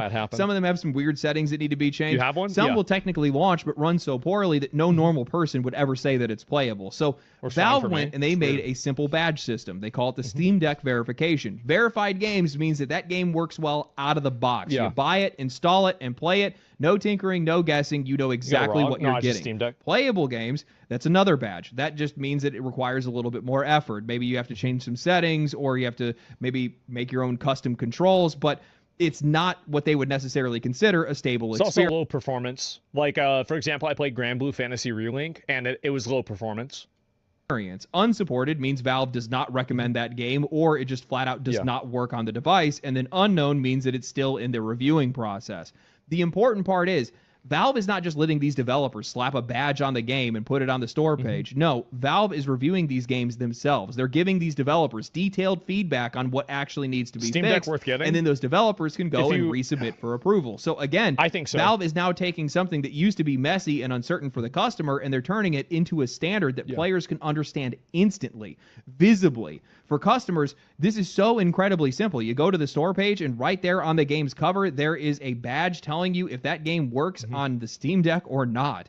Something that is just entirely unheard of and under-discussed in the games industry. You do not have to actually dig through any forums. You don't got to search Reddit threads. You don't have to watch videos. You don't have to wonder whether or not you're going to spend money on something that is going to technically launch, but they need like 15 settings changes and a blood sacrifice to be able to work properly. You know what you're getting into before you even hit buy. See, this is the thing, is that whenever you have a company that's trying to improve the experience of the user, these are the intersections that you arrive at. Whenever you have a company that's trying to improve the experience of the shareholder, you have intersections like gotcha games, pre-order bonuses, deluxe editions, seasonal passes, bonus events, things like that, daily rewards. We are going to play Now, to the best of my knowledge, that kind of visible platform-level compatibility system has never existed anywhere else in the industry. Not with this much reach, and definitely not directly attached to the same place that you're making the purchase. That matters here because, well, that badge is absolutely going to decide whether or not somebody's going to buy a game or skip it. And while most of this right now has just been limited to the Steam Deck, Valve is now building the exact same version of that same idea for the Steam Machine. They've already told developers that there is going to be a Steam Machine verified. That's right. But if their game is Steam Deck verified, well, then it's going to be pre-approved for the Steam Deck verification because the Steam Machine is... But it just makes me worry about it. Wait, what? More powerful hardware. Worry why? But the implications of that go even further, because if a game is already verified on the Steam Machine and my PC is more powerful than the Steam Machine, then I can look at that badge and I can have a pretty good idea if I'm going to have any issues running that game. That gives the Steam Machine value. They're probably going to have a separate rating for it, because I bet the Steam Machine probably has a different background process operation and like its internal, like for example, like the PlayStation 5 runs games better than what that hardware would run if it were put into a PC. So like I don't think that's necessarily true, but I think it will help, right? It will obviously help. And OS is different? Yeah, exactly. But I think that the point is overall good. I'll be right back.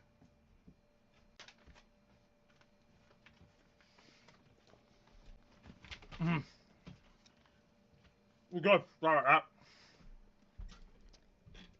beyond the people who even go out and buy one. It now becomes a reference point for everybody else.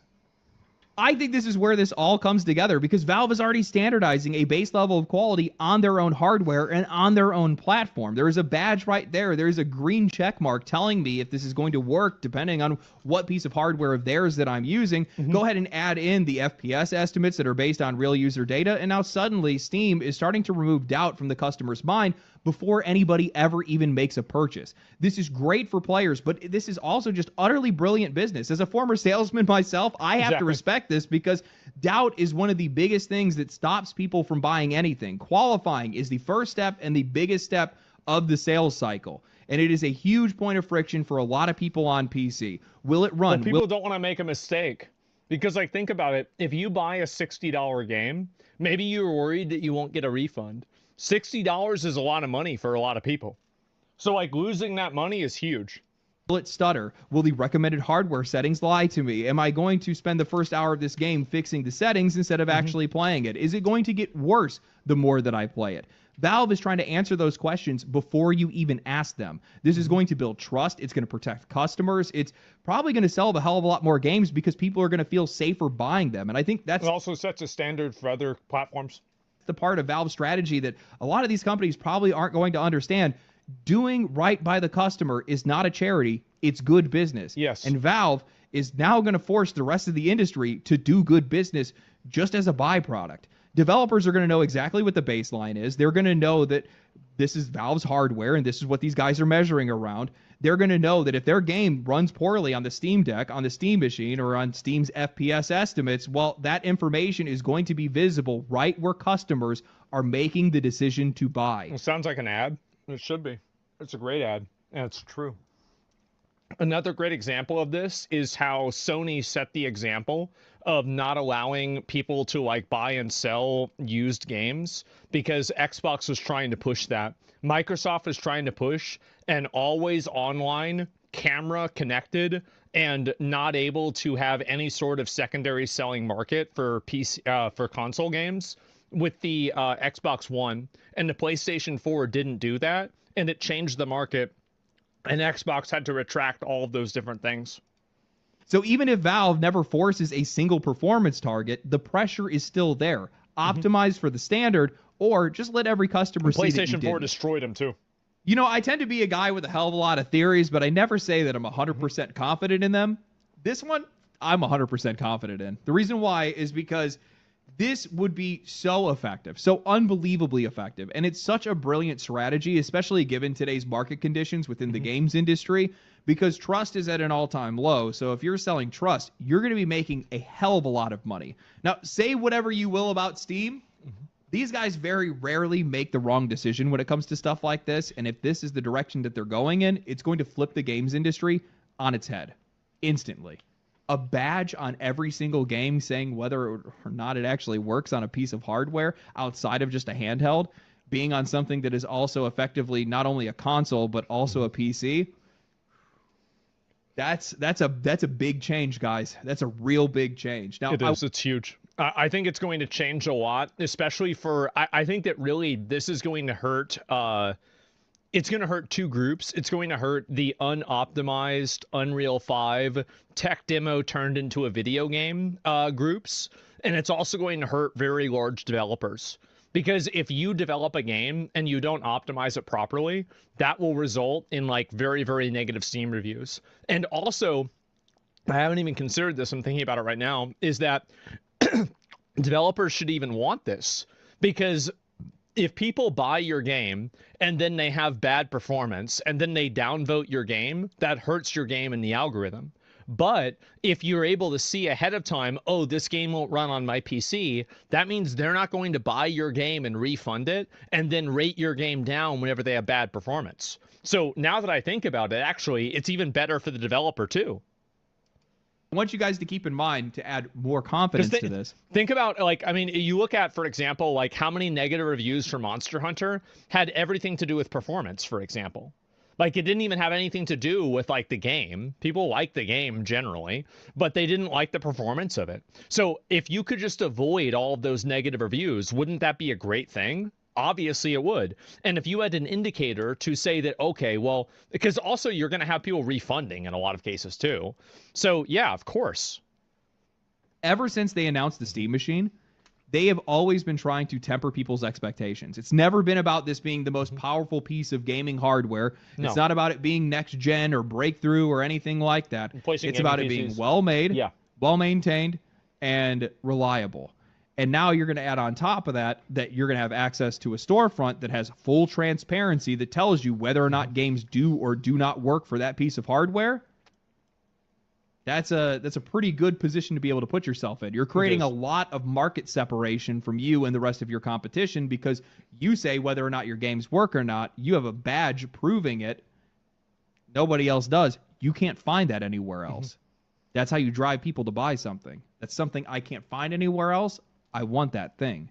Now, the funny thing is, you don't even have to want the Steam Machine. You don't even have to like the Steam Machine. You would want the Steam Machine to be a thing. You want it to exist because, well, just by it existing, it's creating a baseline level of quality for players on PC. You can instantly look and go, hey, you know what? This game doesn't work on the Steam Machine. It's probably not going to work on my PC. I'll pass on it. If I'm using a 4080, 4090, or and that 50... also means you're not going to give it a bad review. It's exactly right. This is totally better for users. It's better for developers. It's better for everybody. Generally, the only people that lose when more information is provided to a customer before a customer makes a purchase, the only people that lose are scammers. That's it. Everybody else would be happy. Like, you want the user to understand what they're buying. And you should want to understand what you're buying too as a user. So the only person that would ever have a benefit from you not understanding something is a person that doesn't want you to understand it. And a person that doesn't want you to understand what you're buying is probably somebody who wants to scam you or take advantage of you in one way or another. Series card, but it's not working on a Steam Machine. It's definitely not going to be working for me, right? Yeah. That's how that ends up working. Let's see who wants to stop this. Those are the scammers. Yeah, exactly. It's such a really interesting development to see. It's not something that I expected. I'll tell you that for sure. Sick change. Let's play Deadlock soon, man. These publishers are going to have a real big problem on their hands. They're not going to like this. This is a level of transparency that these guys are not going to be comfortable with because they have been selling broken games for years. They have been profiting off of broken games for years. And these guys cannot afford to not have their games on Steam. So they're just not going to be able to avoid any of this. And essentially, they're going to have to be completely transparent. Well, I think also, like, the day before, like, I feel like the day before was probably the most public and the most prolific fuck up of, like, a video game. Like, Steam gave proactive refunds to everybody for that game. That's, like, unheard of. They've done that, like, a dozen times ever. So, and this was also, like, everybody was talking about it. There were, like, millions of views for videos about it, not just me, but other people. And I think that probably, like, I bet internally that was probably okay, well, like, that helped them identify a lot of pain points and how they were going to direct things. And it's not just that instance. I think that probably Monster Hunter Wilds was another indicator from that. And then also, like, from vice versa, right? You have things like Slay the Spire 2, Mugenics comes out, it does really well, things like that. Very, very clearly, those different games are going to help them understand, okay, well, these are best practices, and also conversely, these are also worst practices. Battlefield 2042? Yeah, exactly. Whether or not their game works or whether it doesn't, whether it was actually optimized or it wasn't. The age of quality is on the horizon, my friends. Great. Yep. I'm so excited for this. I can't wait to see this come out. Anyway, I hope you guys enjoyed the video. If you guys did enjoy the video, like the video, subscribe to the channel. Make sure that you guys comment down below. Let me know what you guys think about all of this. Do you guys think that I'm looking in the right direction? Are you excited for these new changes coming to Steam? Especially the Steam Machine Verified is just going to be utterly brutal for so many of these companies. Yeah. It's going to be so I think it's going to be good. As I said, it's going to be good for the companies. Because that way they're not going to have people buy games and then refund them and then downvote them. It's better.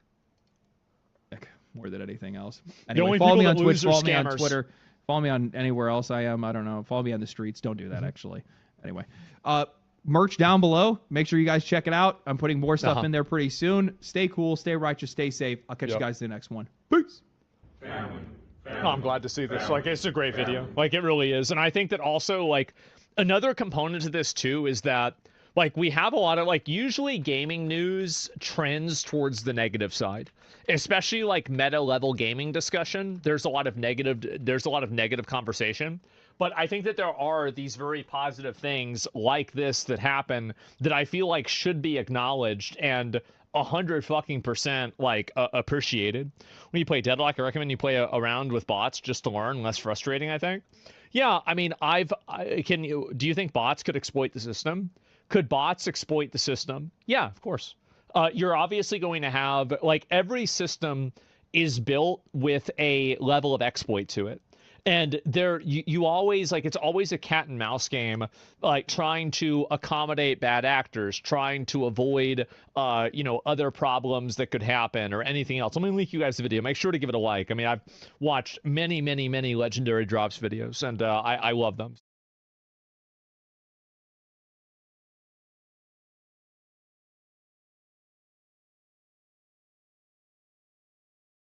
I do think that gaming... It's called Gaming is Now for the Rich. I think this actually did happen. I do. I think that we're in a situation now where gaming is so expensive. And especially like with this PlayStation update, oh my God. It's bad. Like, I think it'll get better. I do. But right now, it is not good. Imagine being blamed for not buying enough when they're the ones that are making everything too expensive to buy. How many of you guys have been sitting around asking, when is this going to stop? It's now got to the point where the price to just live, let alone even buy a video game, is getting out of the reach of damn near everyone. That's right. And now we have PlayStation raising their prices for the second time in less than a year, $100 across the board. And this is coming off of the tail of other price increases that we've seen already throughout the entire industry. Nintendo, Xbox, PC gaming hardware. Yeah. It just feels like it won't stop. All these guys are sitting around, these executives, talking about how all these price increases are supposed to feel inevitable. They're necessary. Like it's just a bridge that we have to cross, but that bridge is now turned into an escalator that the vast majority of people cannot afford to get on. Yeah. None of this is necessary. They're all lying to you. Every single one of them. They can cry AI, they can talk about market headwinds, they can talk about shortages or inflation or whatever they want, but at the end of the day, all this is these are companies that do not want to take any accountability. They would much rather hand over and pass down their mistakes to you, the customer, and make you pay the cost of it. Yeah. They have taken our dedication, they have taken our loyalty, they have taken our money, and they have done nothing but churn out garbage games. Now they want to blame us for it. This entire industry is just going to eat itself alive. Is this... I just realized, somebody in chat said it. This is the Concord tax. This is our punishment for not liking Concord. We thought that we got away with it. We thought everything was okay. But that $400 million, they're going to have to make it up somewhere. And now it's time to pay up. Yep. This is the final Concord. How do you feel about pirating games? I mean, I don't think you should, but I see why people do. Does that make sense? Today, what I want to do is I want to talk about where these prices are coming from. How apparently now video games are being made for the rich. What that's going to do for society. And also how all of this is just going to end up in flames. Before that, a word from today's sponsor, Boot.dev, longtime partner of the channel and one of the best websites if you want to learn to code. Marathon, instead of Sony spent vibing out to a YouTube video in the background that you then close That's afterwards. If you guys actually want to learn how to do it, this is the site to use. I hop on the site in my free time because it doesn't feel like I'm actually studying. I'm earning XP, completing quests, fighting bosses, and the whole time I'm actually learning back-end development. Python, SQL, Go, real skills, the kind of stuff that would land you a job with a median salary of $100,000 or probably more, and you're doing it probably from the comfort of your own couch. Oh. There's a bear wizard named Boots that acts as your tutor. He doesn't just hand you the answers. Instead, it tries to push you towards figuring it out yourself. And then they also just drop the training grounds, which is basically infinite challenge grind, so you can really lock something in before moving on. It's the kind of thing that really respects your time without just padding out the entire course. All the content is free to read and watch, which means you could just go and class. teach yourself if you wanted to. Paid tiers just unlock the interactive stuff, the hands-on coding, AI help, and the full RPG experience. Go to boot.dev if you're interested and use my code LegendaryDrops at checkout. That's going to give you 25% off your first entire year on an annual plan. Link is in the description. Guys, 6 years. That's all it took for the price of video games, something that used to be one of the most accessible. Real quick, I got to try Deadlock, bro. I really feel like I need to start playing it. Like, at least try the game out, see what they got cooked up. Because it's not like Valve released a bad game, right? There's no way that happened. So I need to try this game out. Multiple forms of entertainment to get pushed damn near out of the reach of most normal people. It's like Marvel Rivals. First came the price increase up to $70 back in 2020, right when people were locked into their homes with not a lot of other options. And people just kind of forked the money over. Fast forward to today, and, well, the last couple of years have been nothing but constant headlines about prices going up again and again. See, one of the problems now is that, like, back in the day, like, so you had, like, this is with the Super Nintendo era, right? Is that you had, like, different price points for different qualities of game. So, like, the best video games, Super Mario, Yoshi's Island, Secret of Mana, Chrono Trigger, like the expansive 100-hour, 50-hour video games from back in the 90s, those games were like $50, $60. They were really expensive. I heard a couple of them were like 70, right? They were a lot of money. But then, yeah, Super Mario RPG, there's another one, right? But then the more mid-level games, like, I don't know, like Jurassic Park or... like I'm trying to think, like some others, like the Kirby game or, you know, Super Mario World, they were like $50. And then you had the $40 games that were like the more arcadey games, like, you know, F-Zero, you know, Pocky and Rocky. You've got, I don't know, the Goof Troop games, stuff like that. And they were simple, right? They're simpler games. And then you even had games that were below that were like movie games or like, you know, promotional games, stuff like that, where it was like, you know, the Cheetos, Chester the Cheeto, or where the fuck his name was, the Cheetah, and it was like some game with him. That was like $20, $30. So back in the day, you had a better price gradation for these different games based off of like what the product was supposed to be. Now everything basically is like, everything's like $60 or $70. And I think that's not really accurate. And then you have indie game pricing, which I think is reasonable, and there is a lot of variance. But inside of AAA large publisher, you know, like video game development, it's really just the same thing. It's a one size fits all.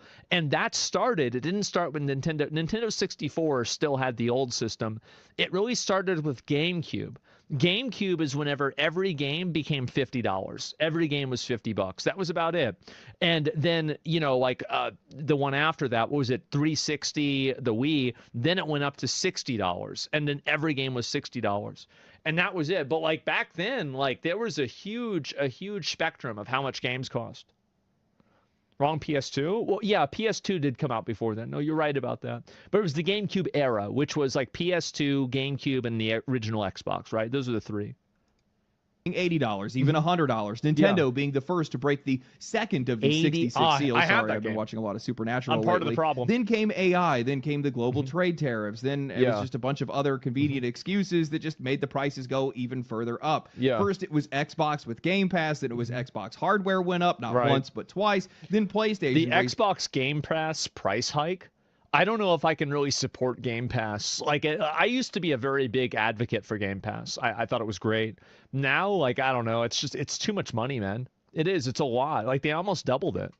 Their hardware prices last fall, and now here we are, just 8 months later, again with PlayStation increasing the price of the PlayStation Pro to $899, which is basically brushing up against $1,000 after tax. Oh my God. PlayStation excused this on their website, saying, with continued pressures in the global economic landscape, we have made the decision to increase the prices of this is PS5, the Concord PS5 tax. Pro, and the PlayStation Portal remote player globally. We know that these price changes impact our community, and I bet they after do. careful evaluation, we found that this was a necessary step to ensure that we can continue delivering innovative, high-quality gaming experiences to players worldwide. Man, guys, I don't know what to tell you. This is just global pressure. Guys, just send it to ChatGPT next time, okay? It's market headwinds. We just can't avoid it. I don't know what to do. It's AI taking over the world. It's tariffs. It couldn't possibly have anything to do with Sony funding over 12 live service games only to cancel half of them, burning hundreds of millions of dollars in the process. It couldn't possibly have anything to do with the critical lack of first-party output, the 8 studios they've shut down over the past couple of years, the estimated $400 million they burned on Concord, or... By the way, somebody showed me some, I guess I probably shouldn't say this, somebody showed me some internal documents for like investment documents about Concord. It was actually more. And by more, I mean a lot more. And by a lot more, I mean you'd be shocked how much it was. Like the sale of the parent company that owned the company that made Concord was insane. The valuation. The fact that their biggest bet, Marathon, which allegedly was around $250 million budgeted before marketing, which means it's probably closer to $400 million all in, only managed to make over just $1 million in sales, and less than a month later is now averaging 36,000 players on Steam, a platform that makes up roughly 70% of their audience. Now, where are they at now? Because remember, Mondays are always the days... Remember what I told you guys? Man, that's a flopperooski. And it's only gotten worse. You had it ready? I did. Marathon released? Yeah, it came out. Yes, I know that Marathon is some divine success that we just can't see. They and gave the it a developers 9. are in it for the long haul, but I would also like to remind everybody... That's what they said about Highguard. Please say this. ...that Highguard had a 1-year road map. So maybe let's just come back down to earth for a second. Surely it is global headwinds and not the fact that their live service future is now hanging on a morbidly obese Amazon that lost a foot to diabetes. Now, while it might seem like I'm singling out Sony here, I promise you guys that I'm not, because all of these guys are making the exact same mistakes. Xbox just the same. These She's guys on Amazon. She's Amazon Pantry. have taken years of players' goodwill and support and money, and they have sacrificed it on an altar of live service, of subscriptions and games that nobody ever wanted to play. And now those same companies are trying to come to you, and they're trying to gaslight you into believing that these price increases are somehow out of their hands. Like this is just something of the Here's how you know. The best example to prove that the price increases are not necessary is Expedition 33. That's the proof right there. That's a game that has AAA level quality, that had Andy Serkis and other very well-known actors, that had Ben Starr, Jennifer English. Like, these are all really, really well-known, successful voice actors. And I mean, Andy Serkis literally in fucking in Lord of the Rings, right? And not to mention tons of other voice acted characters that were in the story as well. And all of that, all of these things were in the game. And it was $50. It wasn't even $60. It was Elden Ring and Baldur's Gate 3 were $60. This was $50. That's the reality. That I think is the proof that this is not necessary. It's just the market. It's just this unfortunate reality that we have no control over. No. This is cost transference. This is them pushing accountability and the cost of their own failures directly onto the customer. All to keep their shareholders happy instead of just taking the hit, digging deep, and rebuilding their trust and reputation that they have destroyed. Their belief... I think it's a matter of bureaucracy, and it's also a matter of organizational structure. I think that a lot of the companies that have had... I think that every company... Only the best CEOs and leaders are able to avoid this, and even they fall victim to it, and they have to recalibrate regularly. Guys like Steve Jobs, Elon Musk, etc., they run a really tight ship. Gabe Newell, right? And like these people run an extremely tight ship. But the problem is that many people that are in part of leadership, they just solve problems by hiring new people, which does solve the problem in the short term. But then whenever you solve 10 problems that way, then you have 10 more fucking people, right? Or 100 more people in the company because you had to solve 10 problems with 10 hiring things. So that's what I think happened. You do not think it's also because of egos? No, I think that there is something that is corporate entropy. I've seen it happen myself in companies that I've been involved with, is that People always want to have more people working there because they think that that can offset their responsibility. And so there creates a general expectation that a company will generally grow. And I think that once corporate entropy fully takes hold and you have an HR office that's creating a management office that manages the HR at the management office, then you have so much of this shit happen that it's just, it's like a Titanic, right? It's like this ship is too big to move and to avoid danger. That's what happens.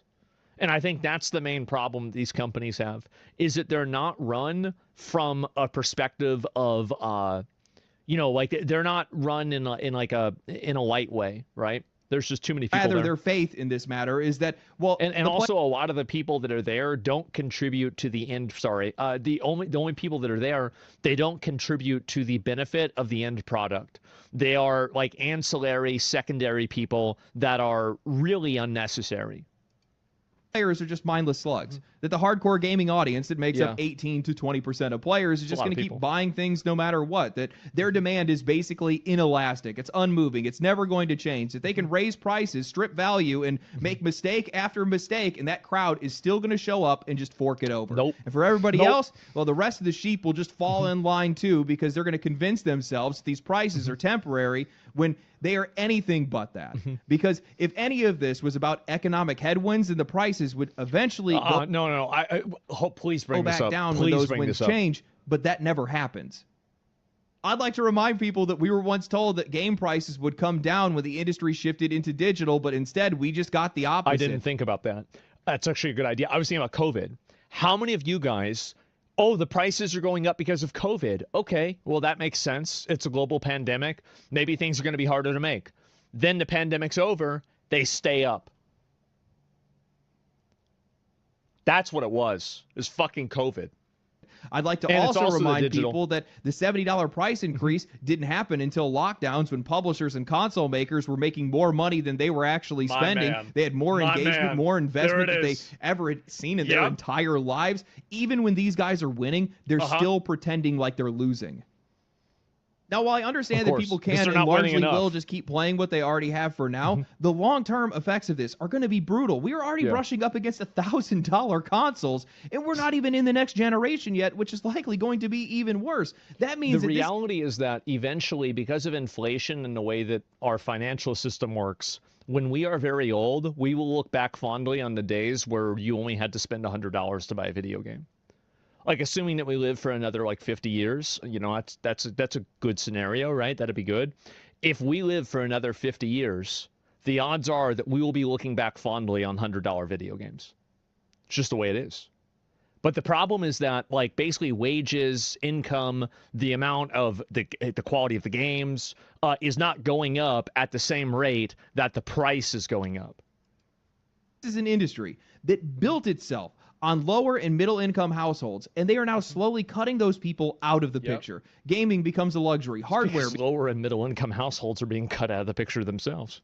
Becomes a luxury. And I genuinely do not understand how any of these companies can look at that and think that this makes any sense. This is your audience. This is the people that you need, and you're now making it harder and harder for these guys to be able to buy in at all. And once you start pricing those people out, I don't see how this doesn't kill the console market in the next 5 years. PlayStation, especially. This is making even less sense. If their whole new strategy now is to keep their games off of PC, then shrinking your console audience is just going to destroy you. The only way that this makes any sense to me is if these guys have decided that they don't need ordinary people anymore, that wealthy households who now make up the majority of sales can carry the market, that these guys... I hate the fact that he's probably right about this. And how do you know this? Because this is literally the business model of gacha games. This is the gacha game business model where the majority of people are very, very light to free-to-play spenders, non-spenders. Maybe they buy a battle pass or something. And then the entire game is funded by whales, basically. Just keep paying out no matter what, but that math doesn't match. Luxury cars, yeah. Now, we I don't already know a lot know that about that, lower though. and middle income households are buying less and less hardware, and more of They that have less burden is money. now falling onto Less richer disposable income. households, which is Yeah. a much smaller market to begin with. Households making over $100,000 a year now account for more than half of all of these purchases for all this gaming hardware, and the price increases that we're seeing is just going to push Keep that. in mind that it is a surprising amount of households that make over $100,000 a year in the U.S. Like a crazy amount. I think that people are still stuck with 2001 thinking where $100,000 a year is a huge amount. It's actually not. Like the way that we saw a six-figure salary, the way that we saw that whenever we were kids, that's like $200 and something thousand a year now. Or it's like $180,000 to $250,000 a year.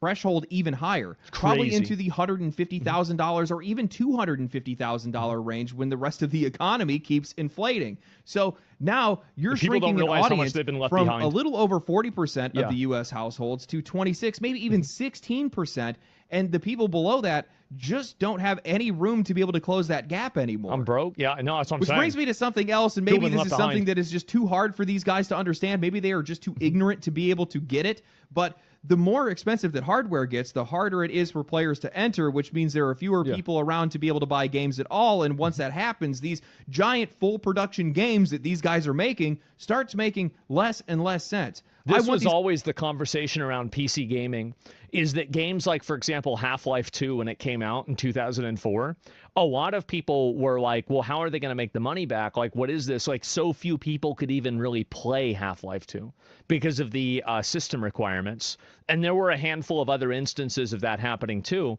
where basically if the price of getting into a market is so high that it's prohibitive, then how can you possibly make any money? Companies to get better. I want these companies to shrink down, but I'm not hoping for all of these guys to die. But something like this does not give them a future. It strips one away. There's just not going to be anybody around to buy Crysis? any of these Well, games. that was the and you're big just one. going to choke out the hobby. The in a Half-Life lot of was the most cases. popular. And if this is what's going to happen to the companies, imagine what's going to happen to the people that are already barely hanging on and using games as one of the very few things that they could still afford. Yeah. I really they're going to be like the South Americans. That's what's going to happen. Is their turn again? It's third worldization, bro. It's everywhere. The thing is, even come to video games, you are going to be out there picking mints in Genshin Impact. No, you can't afford the new limited time banner character. No, you can't buy her weapon. No, you can't get her alternative outfit. But you can pick the mints and do your dailies. That's right.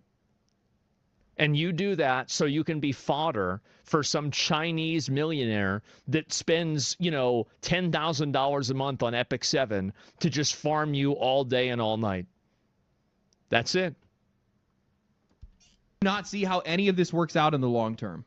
One of the reasons why PC has been taking off over the past couple of years, getting bigger and bigger, is largely because people have been able to stretch older hardware a lot further than I think the industry thought that they would be able to. I just seen recently that over 50% of players on PC are still playing games at 1080p, which looks fantastic, by the way. I can attest to this. I was playing on 1080p not even all that long ago.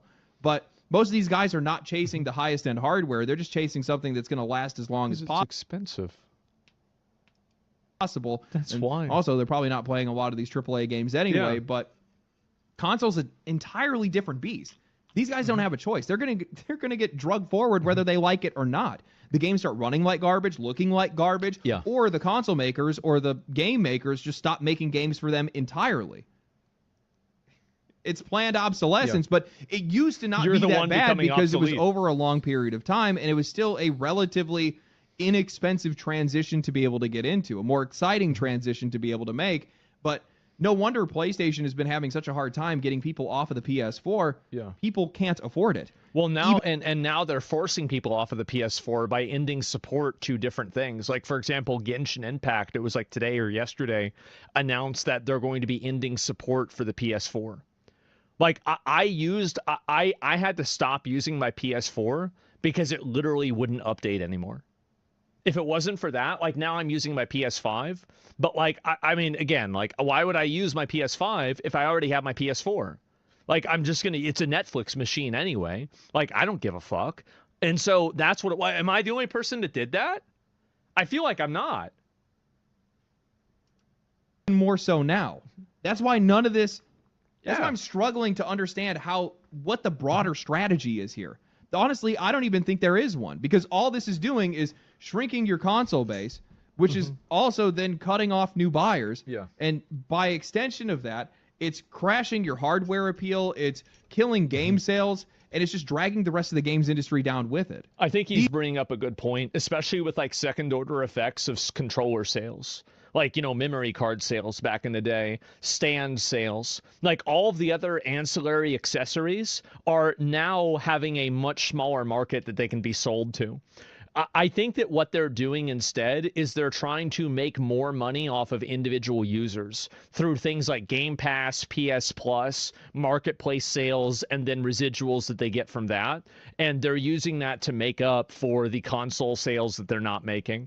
So it's like basically the gotcha model again, right? Where you're just basically finding ways that you can continuously charge the people with the most money in order to make up for the rising baseline across the entire consumer base. That's what I think's happening. These studios are effectively like stores in a mall, and the console is the mall, but the mall just locked the doors. Oops. Now, while I know a lot of people are going to hear this, and they're going to be like, yeah, whatever, okay, I'm just going to, keep getting by. Yeah. I'm going to coast by on the games that I already have or the hardware that I already have. Yeah. That's true, but I think that it dodges out on a much larger issue, which is consoles. You can't do that because they stop doing updates. Like the functionality ceases to work. And because most things are digital demand or digital delivery, like you don't have the discs, right? It's not like it's a PS5 or a PS2 where you can just put the disc in. Who these guys you're are forced. locking out. Thinking about the new players, the new people, the young people, the students, the families that no longer can justify buying into this hobby anymore. I think we should probably talk about the people that they're locking out. Yeah. I try to be a champion kids. of fair pricing because honestly, it is just my biggest concern, not only as a content creator, but just as a person. I did not come from money, and no matter how much success I find or how old I get, I'm always going to be worried about how much something costs because it's just baked into my DNA at this point. Even more so with video games because they were so instrumental in keeping me out of trouble and helping me make friends and keeping me sane and most importantly, helping me save money. Well, I feel like for a lot of us, video games were like the benchmark that we graded the value of everything else. Like whenever my mom would tell me, if I buy you this, that's like 1/10 of a video game, and she's buying me Pokemon cards or something like that. That was always, it's like, it's like basically, how they say like Americans use everything like a football field as a frame of reference for everything. That's the way it was if you were like a nerdy kid or a gamer, a kid gamer in like the 90s and the 2000s. It's like everything was structured around the price as a relation to maybe either a fast food meal or a video game. And like I judged everything off of that, right? I mean, like, getting a new skateboard with like, an actual like, custom-made skateboard, that was like $120. That's like 2.5 video games. Getting like a full meal at fucking KFC, that was like half of a video game. If it was like, a big meal for like my mom and me, right? Like everything was built off of that. It was all about that. A lot of millennials, I graduated high school, immediately went to college for something that I was not cut out for, maxed out my credit cards, built up college debt, dropped out, and then found myself stuck working dead-end jobs, trying to survive, and just trying to figure out who the hell I even was. Years and years of living paycheck to paycheck, years of feeling stuck. And through all of that, the one thing that I always had was video games, the one affordable thing, the one thing that I could hold on to, the one escape that I had. And now I'm watching entire generations and entire households get locked out of it entirely. Yeah, you're being downgraded to a third worlder. And now you're playing free-to-play games. Free-to-play. The first people getting hit by all this are low-income households, which is exactly what is making this so disgusting to me. The people who need access to cheaper entertainment the most are the ones that are being cut off from it, especially depending on what kind of living conditions you grew up in. I got a bunch of friends of mine that would straight up tell you that if it wasn't for video games, they probably would have ended up on drugs or had a kid before they were 16. That's not me being dramatic. That's just real life in this situation. Gen Z, Gen A, students, casual gamers, low-income households, all of these groups are just getting pushed further and further out of the market because either these guys just flat out don't have the money for this, or they can't justify spending that kind of money on something that they just don't have enough free time to be able to make worth it, especially at these prices. And man, that's just so sad to me because gaming has always had a relatively low barrier of entry. People like to shrug this entire thing off and pull the whole pull yourself up by your bootstraps routine or start parroting. Tell that to a 9-year-old. Like, that's the thing, is like, I mean, these are kids that can't play the games. And also, like, what are the kids doing instead of that? They're getting groomed on Roblox, and they're playing Kamala Harris's fucking Fortnite map. That's not the way it's supposed to be, guys. It's not. It absolutely fucking, it's ridiculous. Some TikTok life coach about how you should be spending all of your time making money, but people need joy in their lives or they start to lose their damn minds. They're kids. Back when I was stuck working at a gas station, back when I had no money to go out, I couldn't go out to concerts or anything like that with my friends, and I felt like I was going nowhere, video games were still there for me. Instead of me blowing my money on drinking or some other dumb shit, I could buy 1 or 2 games a year, and I could stretch those games forever. Night after night, I'd be playing online hockey leagues with NHL, or I'd be talking shit in FPS lobbies with my friends, dumping what felt like hundreds of hours into an RPG. And honestly, if I didn't have that, I don't know where I would have ended up. I think what bothers me the most about all of this is that I already know where this all ends. I know exactly what their plan is. It's clear as day to see. They do not intend to leave these people behind. No. They intend to use them to squeeze more money out of them than they ever could have through ownership. Middle and lower income households and players are just going to get pushed. Well, now they're allowing you to rent consoles. I don't know if you guys saw this before, but now you can rent a PS5. You know what they say? You'll earn nothing. Fuck. No. You'll own nothing, and you'll be happy. Wow. It's coming true. Mobile subscriptions, cloud gaming, maybe even leasing consoles like PlayStation has already floated in the past. Exactly. All of it sold as access. It's ridiculous. All of it sold as convenience. All of it's going to be predatory as hell. This is a direct attack on the middle and lower class. It's a way to keep people exactly where they are, stuck in a cycle of smaller payments while owning absolutely nothing at all, paying way more in the long run because the price is broken up just enough to feel manageable while they're able to keep them on the hook forever. And the worst part is that this already works, which is exactly why these guys are going to keep doing it. Earlier, I showed a graphic breaking down where the paid audience is actually coming from, and what stood out to me is how obvious this divide really is. Hardcore players are making up the biggest share of the AAA audience, but the smallest share of free-to-play. Meanwhile, core and casual players, the groups that are far more tied to lower and middle-income brackets, are making up the majority of the free-to-play audience. And then... yeah, they're literally serfs. They're like the plankton that the whales eat in the ocean. This is the way it's meant to work. Yeah. I saw something much more uglier start to creep in. A whole category that doesn't register at all with hardcore players start showing up for everyone else. Cards and casino games.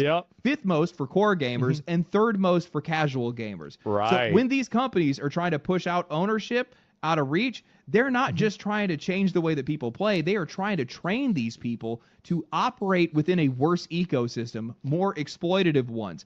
I think that what you're going to see happen is that as purchasing things over time will become more common, there will be added incentives for example, like if you're paying for something over time, like let's say you're paying for a PlayStation 5 over 3 years, or you're leasing it, there is probably going to be a possibility. Like if I was a leasing company, this is what I would do. I would create a secondary way to make payments where every single month that you make a payment on the console, you have the opportunity to take a gamble of maybe like a 1 in 10 chance or a 1 in 7 chance that you can spend twice as much for the payment this month, but then you roll the dice on being able to own the console. If I was them, that's what I would do. I would. That would probably go so hard. And I bet that, and again, that's a good idea. I think it's a good idea. That's going to happen. It's going to happen. Don't give them ideas. I'm telling you. Kind of ecosystems that are built to bleed the most vulnerable people dry. Anybody, though. This is why I try to warn people. Luckily, there is a bright side to all of this. The more inaccessible, predatory, and disgusting that these people continue to make video games, well, the more they just keep shoving players into the arms of somebody else. And in doing that, not only are they making their own problems worse, but they're also strengthening the very competition that is eating their market share. Competition that respects their time a lot more, competition that respects these players' freedom a lot more, and right now, that means indie games and Valve. It wasn't all that long ago that we were talking about the pricing crash on Steam, where AAA games were not only losing market share, but getting outsold by indie games, but also the average price of games being sold on the platform had fell with it. The median price had dropped from around $20 to just over $14. Look at that. And that matters because, well, it shows that there's 20%. Still an enormous demand for games. It's insane. People have not lost interest in gaming. They're just being forced to be a lot smarter with their money. And when given the choice between bloated, overpriced slop and cheaper, better, more focused games, well, more and more people are starting to choose the latter. And Valve, well, they're going to take that a step further.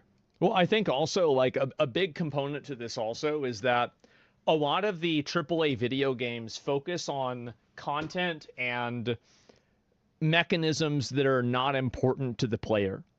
Like for example, like in not Where Winds Meet, in Crimson Desert, there's a lot of features in Crimson Desert that I think most players don't really care about.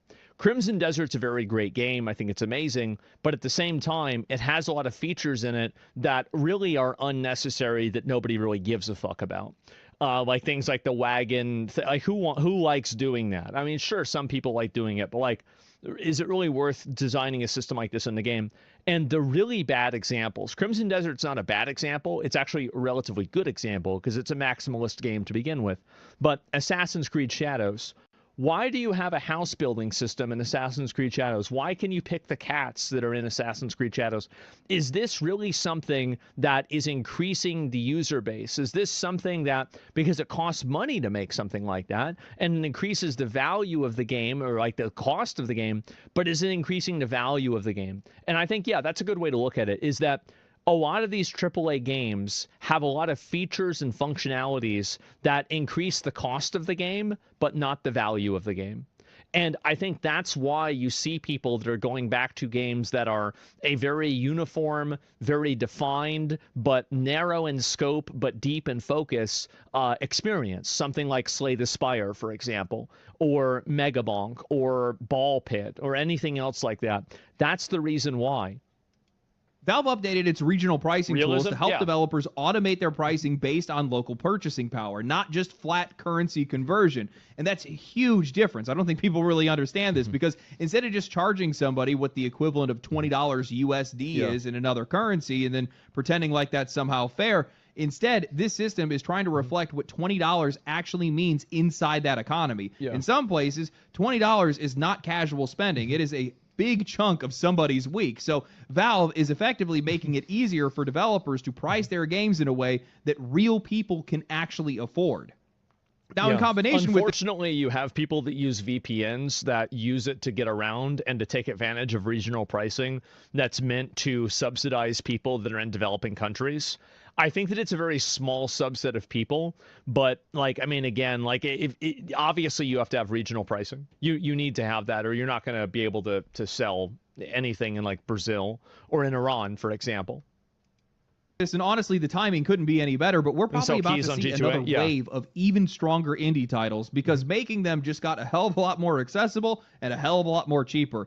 Valve just signed a deal with the makers of Garry's Mod to build Sandbox, a version of Source 2 with simplified creation tools and features that are brought over from Unreal and Unity, while also still maintaining the kind of optimization and performance that Source is known for, making it easier to not only build great-looking games, but also games for lower-end hardware, which is a pretty big deal. An even bigger deal, though, is that it's all royalty-free. And Gary Newman, the maker of Garry's Mod and Sandbox, explained exactly why when he said, "Valve gave me a chance. I'm already rich. I don't want to fuck anyone over. I only want to give opportunities to the next generation like Valve." Fucking patriot. I love to see this, bro. This is the way it should be. Did to me. We can all win together. Man, absolutely. Is that not a massive contrast from the rest of the industry? It sure is. Now, you're not only making it easier for smaller developers to make games of their own, make better games of their own, make more games for more people, avoid royalties, release their games directly onto Steam, but you're also letting these guys keep more of their revenue. and also Exactly. cut down on the kind of overhead that is constantly being shoved straight onto customers. And again, it's like what I said before about how Valve is really smart. Oh yeah, these people making these games, you're going to get paid because they're going to sell them on Steam. And you know what happens when they sell them on Steam? You get your percentage from that. So it's all about lowering the barrier to entry so you can hopefully get a few games that do really well, and then you capitalize on the Steam sales from that. So it's not that they're doing this for free. It's just that they're focusing the payment on a position where there's less of a barrier to entry. So that's smart business sense. And I think this goes to show just how unnecessary all of this is. Yeah. While some of the biggest companies in the industry are trying to find more ways to make gaming more expensive, more restrictive, and more predatory, somebody else is out there trying to make games easier to make, easier to distribute, easier to make money off of, and easier for people to actually afford. Yep, that's right. The split. You got one side that's building ladders, and the other side is trying to build toll booths. At some point, we got to stop pretending like this is just some market or inflation or it's just bad luck. This is a choice. And if this industry keeps choosing to push normal people out of gaming, well, then they're definitely going to deserve They're going to stay what out of comes gaming next. Yeah. I remember this one time where I was uninsured, no savings, and I chipped a tooth. And for basically an entire month, I had remember to eat Tylenol like it was candy until I could save up money. And then I finally got the crown, and when I did, I still had to make payments on it. But the entire time that I was going through all of that, the one thing that I had was that I had a crippling addiction to playing EA NHL, where I was doing these online hockey leagues on a website where you get with a group and you guys play through like whole tournament brackets and stuff. And while it was the only game that I had time for while I was working that much, it saved me a lot of money, and it also saved me a lot of pain. Yeah. It got me through it. I'll never forget that. And that's why I take all of this so seriously. This is why I want people to have fair access to entertainment, because I know how important it is. And also, going through everything, I also know how predatory the world has become over the years. And I'm going to keep calling it out. I should keep calling it out. Anybody that has the really opportunity bad. should, every single chance they get. And, you know, when you're coming from low income, everything is chip damage. Everything is built against you. You know, it's expensive. I had to take a job where it's expensive to be poor. There's a lot of like really small things that, for example, like I don't have to pay because I have a lot of money. And like, let me think of a good example. Like if you can afford to, it's like little simple things. Like for example, like DoorDash. Like if you have a bit of money, you can get DoorDash. But if you have a little bit more money, you can get the Dash Pass, and then you have to spend less money. It's the same as Uber Eats or something like that. It's like being able to afford a membership to Sam's Club, and then you can buy things wholesale rather than buying them at Walmart. And then buying them at Walmart is cheaper than being able to buy them at the gas station. But it's the difference between having the disposable income that's discretionary of $6 versus $16 or $26 versus $60. And many people don't have discretionary spending income that's that low, especially whenever you're talking about multiple other products. Yeah, minimum balance fees. Yeah, minimum balance fees is a huge big one. Overdraft fees. You know who doesn't have to worry about overdraft fees? People that have a ridiculous amount of money in their account, or that have a good amount of money in their account. People that have think about, like, when would you ever have to worry about an overdraft fee if you're, like, really well off? Never. And so there are so many hidden fees and costs and things that poor people have to deal with that rich people don't ever think about. Or even, and this is not even rich people, these are people that are financially secure, right? So these are problems that, like, the bottom half of society has to deal with, basically. And especially the bottom 20%. That's the really bad stuff. That's the purgatory level shit. I worked across the country working 14 to 16-hour days, 7 days a week, just to be able to crawl my way out over 4 years to find security. Then I stumbled into this job. Thank you, guys. Struggle bus? Yeah. No idea. Thank you, guys. But, you know, the entire time I just learned how everything is built against you. And here you now have these game companies that want to come in and they want to add another layer on top of that. No. Another Don't piece. Don't let them do it. Walk away. Find something else. Find other games to support. Find other platforms to support. Figure out your hardware situation. Buy a PC. Buy a small PC. A tiny build. You don't need anything crazy, man. Well, just wait till you get the, like, I mean, the thing is that if you want a PC to do gaming in, you probably have some sort of PC now. look at the parts with that PC and build your own. I will promise you that if you have a good amount of time and a very little amount of money, you will always come out ahead making your own PC. And I said this even whenever I was involved with Starforge and everything. And like we sold fucking, you know, the custom-made PCs. Those are like, the fact is that you will always be able to get a cheaper PC if you build it yourself. Like now, I'm very fortunate that this is a pre-built, that's a pre-built. I've got one other pre-built over there. All of the older ones that are downstairs, those are all made by me. And you can build yourself a PC nowadays, a good PC. I would say you're looking at $1,000 to $1,600. I could be out of date with that based off of the recent price increases, but prior to that, that was about where you were at. 2,000? Really? With or without RAM? Is it really that bad now, guys? I haven't built a PC for like 5 years. Holy shit. You know, even if it's an older gaming laptop, play indie games and do that instead. This is not going to work out for these guys. Abandoning the lower and middle class is essentially just going to dry up all of your earnings. If they well, it will happen over time, because think about, like, in this, like, he and I are great examples of this. Now we're very financially secure. We're doing well. We can buy whatever the fuck we want, basically. Here's the difference. We grew up not being able to do that. And the habits that we developed as we were growing up leads us to continue playing these video games and spending more money. So basically, it's like you're cutting off the evolutionary cycle where you don't have younger people that didn't have a lot that found a refuge in gaming that then got older and got more discretionary income. Well, when you don't have that, now you've lost your pipeline to your high-end users. That's the problem. And that's a long-term problem that manifests in 20 years, not overnight. If these guys actually think like 10, that they're actually going to be able to support everything using the upper class, it's not going to happen, just because by their nature, the upper class typically does not spend that much time playing these kind of games. I got a lot to say about spending this, money on this kind of entertainment. They have other forms of entertainment that they spend money on. And you're just not going to get the same level of income or the same level of loyalty that you would normally see from people that are somewhere in the middle. These guys are just going to continue to lose money at an ever-increasing rate, and it's going to get to the point where it's just going to collapse these companies entirely. Yep. Maybe that's what has to happen. It's already happening. The only way for any of this to be able to fix is for some of these guys to just straight up go out of business, or to just have their... That's not a bad thing. I mean, again, like it's not a bad thing. Like that's nature.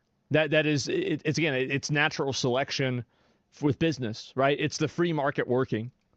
The stock cut in half. That's how it is. Their staff's cut in half, and their presence cut in half, and then just lose to somebody else. Capcom isn't having the same issues. I think actually maybe anyway, now they are. Hope you guys enjoyed the video. If you guys did enjoy the video, like the video, subscribe to the the channel, share it with your friends, share it on social media.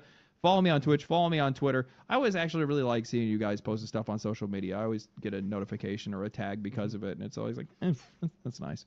Anyway, thank you guys for watching. Stay cool, stay righteous, stay safe. Catch you in the next one. Peace.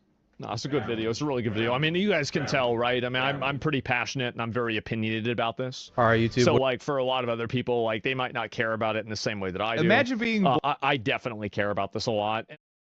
So this is a video I uploaded, I guess it's like a few hours ago. And by I mean the editors uploaded.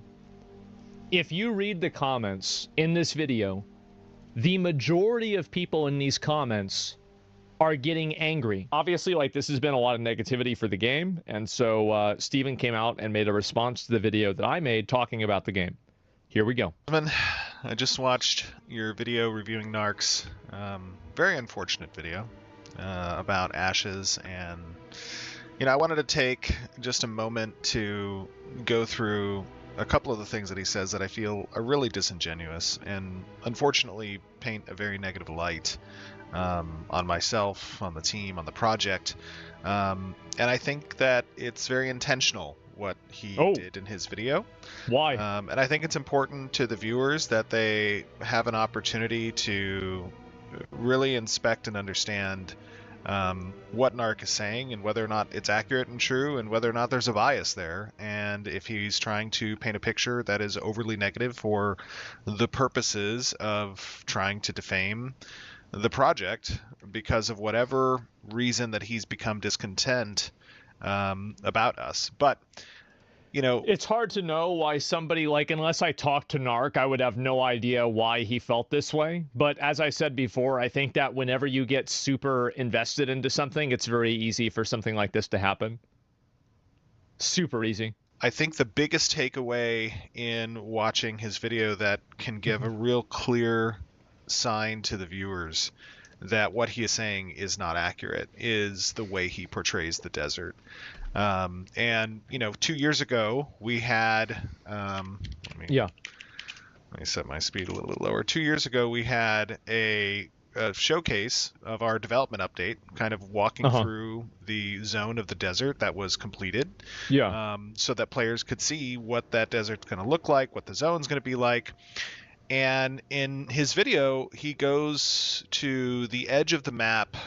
Basically, you can see, you know, kind of this area, which is the entrance into the desert. And this desert is supposed to be relatively large. I mean, it's going to go all the way kind of down out here. And this section is still incomplete, right? We are building the game. We are in alpha. We have been very clear that there is a significant amount of work, of course, for us to do. The approach that I have taken with this project has been one to kind of show that process very clearly to the players. And he makes a claim that, you know, what we show is not real or is fake to some degree or some way, and that's just completely false. He purposefully... So is this in Alpha 2 right now? Or Alpha 1 or Alpha... I guess it's Alpha 2? This is in the game right now. Switch to 1080p? Oh, sorry. Goes out to the edge of the desert in his video without giving... So it's... Get the global markets in the palm of your hand with eToro. Trade stocks with 0% commission. Get access to over 7,000 stocks in over 20 exchanges worldwide. Invest in whole and fractional shares, starting with £50. eToro. Start trading today.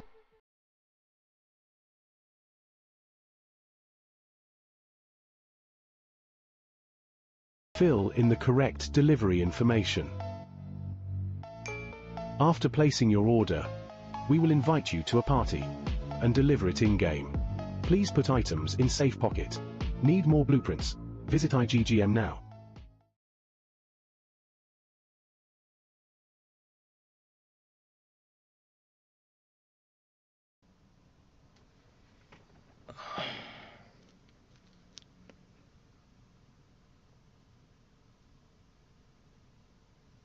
So the area was in the game.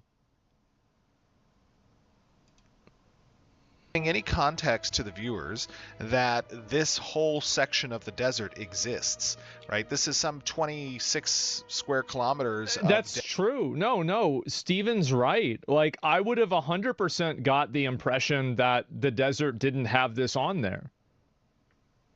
The area is in the game that Narc showed, but it's just the edge and it's not fully finished. So both things are true. What Steven is saying here is true, and Narc saying that part of the desert is unfinished is also true. But from my video that I watched of Narc, I got the impression that the things that were being shown, and correct me if I'm wrong, for those of you guys that thought this from the original video, that the desert showcase that was showcased 2 years ago or whatever was not in alpha. That was my impression that I got. Okay, so everybody got this same impression. Okay, good. I'm not saying Narc lied. I'm saying I got that impression. Desert area that is present within the world. And he doesn't show any. This looks exactly like what was in the Alpha 2 test. Yeah, I'm going to be honest. I think Narc misrepresented it. Because, so, okay, this is the reason why. And I like Narc a lot, so I'm trying to, I want to be nice because I do really like the guy. But I think he painted a picture that was intentionally inaccurate. Because it's very obvious that when you have an alpha for a game, the entire game isn't completed or finished. But to say that the desert that we were promised wasn't in the game is only a partial truth. And I think the partial truth hinges on not taking into consideration that the game isn't fully completed. Like, I've played AAA demos that are like this. Like, I played, like, let me think of some examples of this. No Rest for the Wicked, the demo for that. Like, a lot of the game wasn't finished. I played, I think World of Warcraft is the best example.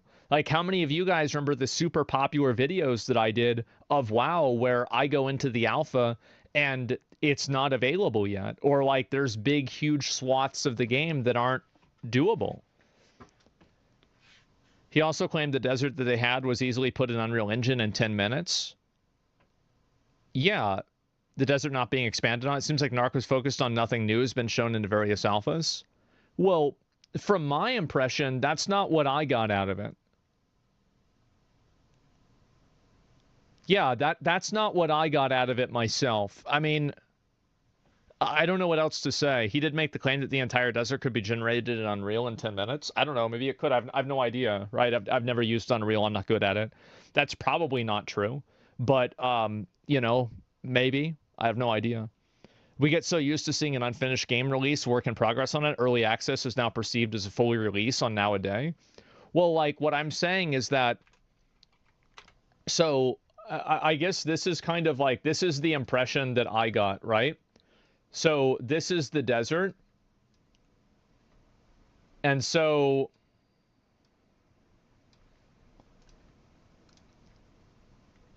basically this is the good part of the desert and the red is the bad part of the desert, right? I got the impression that this is basically where the alpha is now, right? Is this an accurate evaluation? That if you look at the alpha for the desert at this very moment, it's basically this. More or less, right? I mean, like, size, disparity, irrelevant, not important, but just generally that's what it is. A bit bigger, but yes. Okay. So, yeah, I was totally misled. I was totally misled. And it makes sense. This is the... Jesus Christ, this is embarrassing. Alpha. Yeah, this is the alpha part. And so it's not finished. You got played, sadly. I didn't get played. I didn't. No, that's the thing. Is that I didn't get paid or played. Yeah, that's the problem. A lot of other people got played and people got mad at me because I wasn't played. This point is misrepresented by Steven. Pull me up and I will explain. Okay. I'm going to let this person explain. And then we'll continue the video. I apologize. It's been a very contentious thing for me. And so I'm very caught up in this. Can you quickly pull up the Narc video showcasing the desert? I can. I will do that. I think that's a really good idea.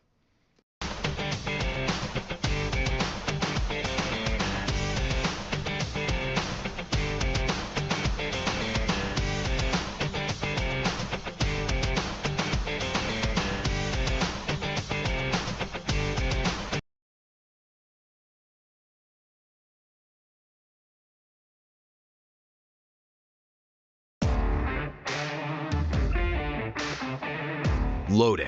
Pay less. Game more.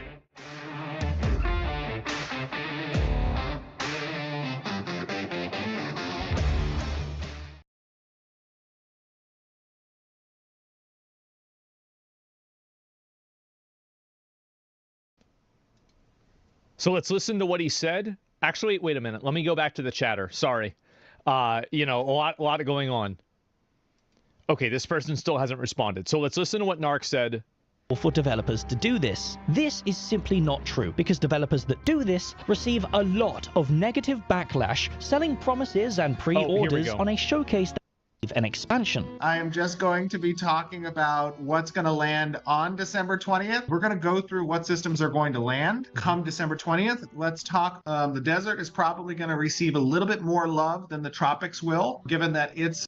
This prompted people to finally expect some remnants of the desert showcase that was shown in 2022. Yet, what we received was this, an empty wasteland that could be generated in Unreal Engine 5 in seconds, with the Winstead and Mirrorleth nodes being copy-pasted onto them, slightly rotated. The state of the desert has obviously sent a lot of people into a confused frenzy, with Reddit posts popping up expressing this concern. This isn't just isolated to me, guys. This is what everyone in the community feels. However, these posts are now being locked by Steven Sharif himself, and people are being... So this is in the alpha right now. This is the desert? Okay, so how did this get misinterpreted? The part Steven said is complete already in the game for the most part, and Narc got mad that they said launch phase 2 with the full desert and they didn't add anything.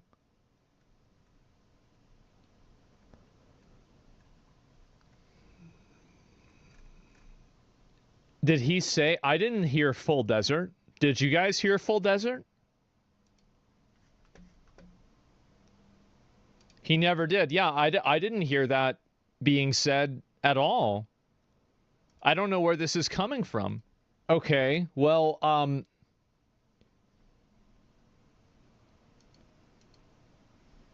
I mean...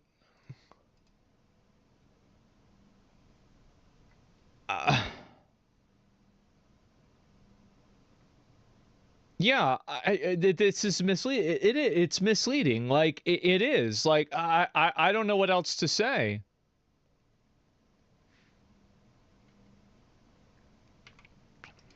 Is present within the world, and he doesn't show any of that, which I think is really just unfortunate. Here we have a little player here. Hold on.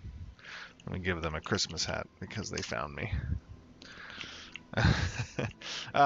So, you know, just kind of running through this space, you know, you ask yourself, why would Narc purposefully show for 1.5 minutes in his video a completely barren section of the edge of the map to try to demonstrate to the viewer that what we showed was not real, when in fact there is a... It was misleading. It was like this absolutely misleading.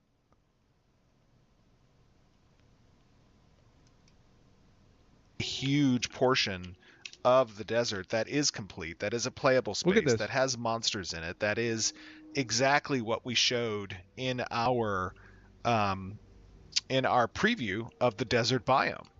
It's completely disingenuous, and it's intended to influence the viewer's perception of us, of myself, and to demean, you know, our character, which is just completely unfair.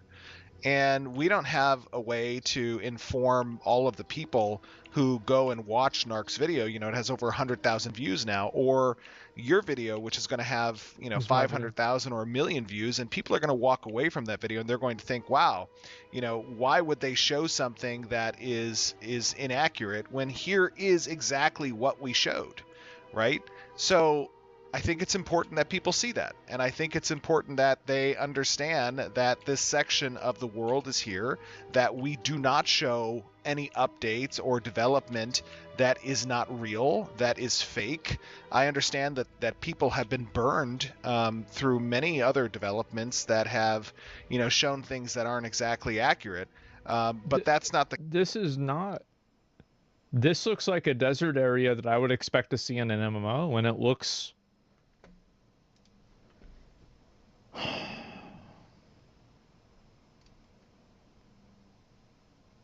It's some kind of a boss. Yeah, this looks fine. It looks really good. Yeah, Steven is also misrepresenting this. No, he's not. So Steven saying the desert is incomplete and Narc saying the desert is not what we were promised, one of these statements is true and the other one is simply not true. The alpha was never advertised to be 100% like asset or feature complete. This was never a promise. It was never advertised. And in every single alpha for every single game, this is what happens. And if you play any game in an alpha state, you see situations like this. And if you don't believe me, look at me playing games in alpha states, like search Asmongold Alpha, and you'll see me playing games that are like this. No shit, yeah. Yeah, PoE 2 doesn't have 3 acts, exactly. 虎杖、お前の力が必要だ。ここは選ばれたんだ。殺し合いの場にね。ごめんね。虎杖君、まだ死ぬわけにはいかねえんだ。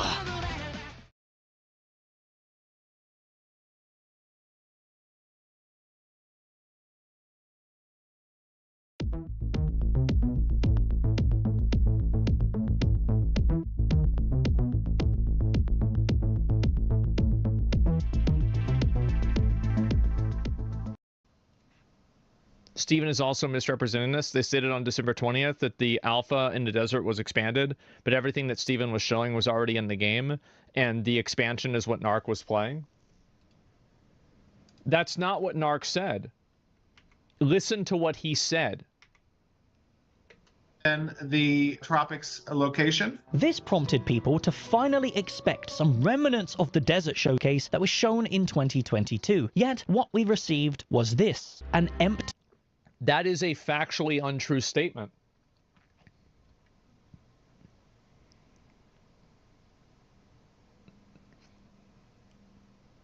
I don't know what else to say. wasteland that could be generated in Unreal Engine 5 in seconds, with the Winstead and Mirrorleth nodes being copy-pasted onto them, slightly rotated. The state of the desert has obviously sent a lot of people into a confused frenzy, with Reddit posts popping up expressing this concern. This isn't just isolated to me, guys, this is what everyone in the community feels. However, these posts are now being locked by Steven Sharif himself, and people are being banned by Steven Sharif himself for simply stating their concerns. There was a beautifully written post about this, talking about how the project is not the open development that we were promised, and it's Steven's reply to this thread that made me reconsider. Somebody says, yeah, I mean... So, what is this? You want me to go back? What am I going back to?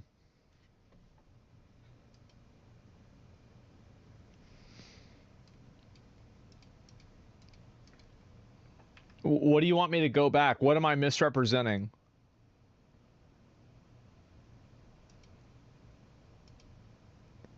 This is what I was saying before about how people have a bias for the first person who tells them something. How can you possibly defend this level of this is such an obvious misrepresentation. How can you possibly say it's not? I don't understand this. Like, it's so fucking obvious.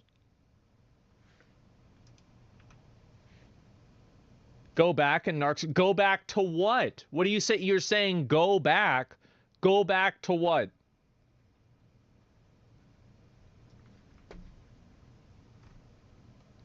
Narc mentioned the expansion and then wrongfully showed the edge of the map, but Steven showed in his response video the old showcase area, not the expansion.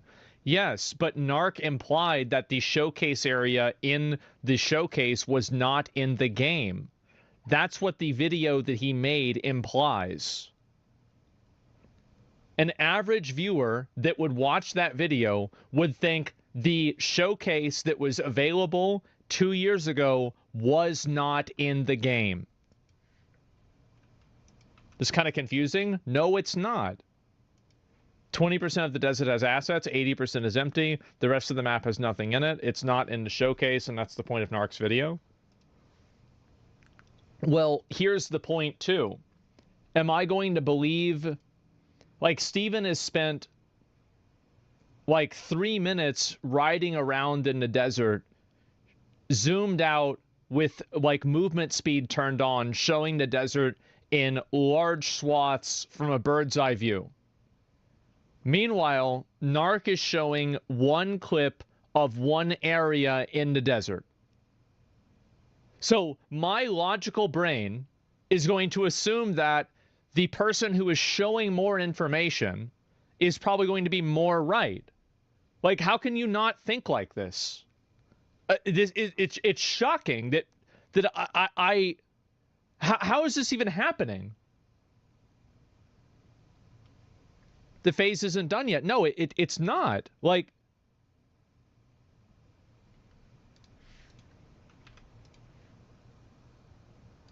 log into the game. How much of phase did you plan? Didn't get banned, chatters? I can't. No, you're not going to get banned. You're why you're not going to get banned for disagreeing. You're kind of annoying, but like, and you're not going to get banned for this. Log into the game and go look. Where's Narc's minimap? It's not shown. Phase 2 is being rolled out in patches. This is the test server stability. Thor did the same thing this morning. He debunked all this on stream within the first hour while bug testing.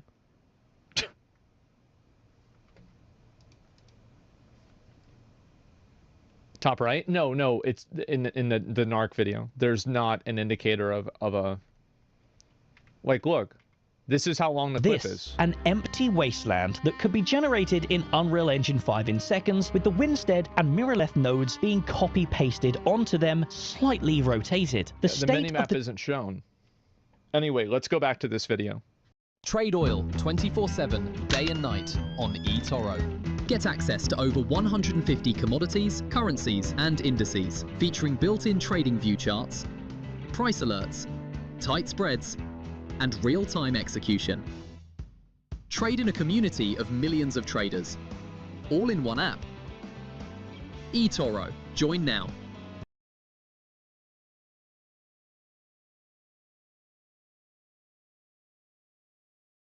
At Betway Casino, stake €10 and get 150 free spins.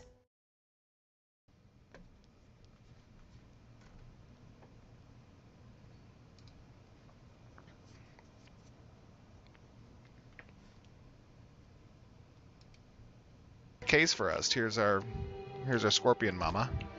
It's a big boy. Let's take a look at her. How's she doing? You mad?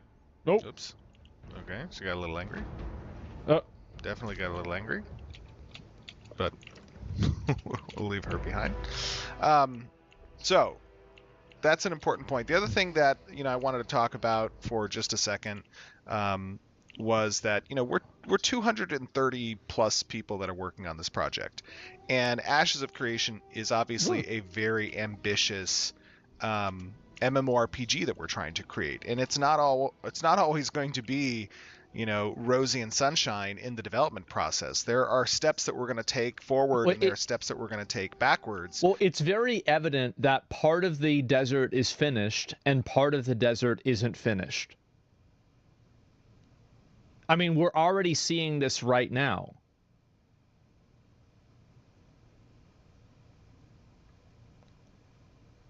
Like, And that's okay as long as we stick to that transparent, aspect of showing our community, showing our core audience what we're working on and, what's up and coming. We're now in this Alpha 2 phase where players are capable of participating. Somebody says Narc shows the minimap at 10:09. Let me see.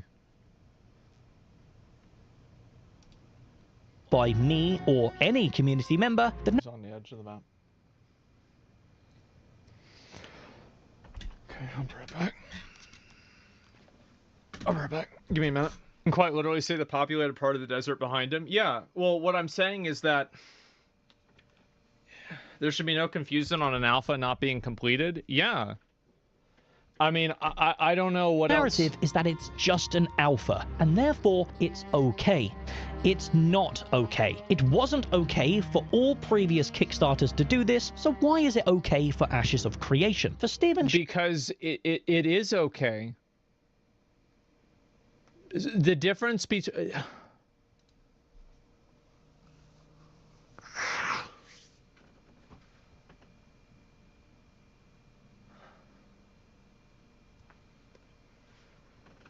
Oh, all right. 5 days a week, although we've been up for the past almost 3 weeks now, in phase 2, and not everything. We have a roadmap, a very clear roadmap of when additional systems and features are going to be included, and we're going to obviously try to stick to that feature roadmap. But there are things that can happen in development that can set you back, and we are open and honest about what. Oh, Avi, bro, I can explain. I think Steven and Narc both have a miscommunication. No.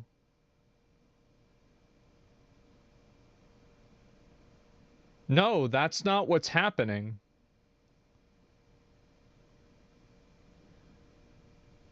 Like, no, like, look, I like Narc, but that's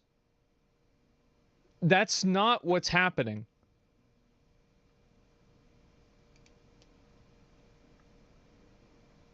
Those things can be, and it is very unfortunate when, Narc, for the purposes of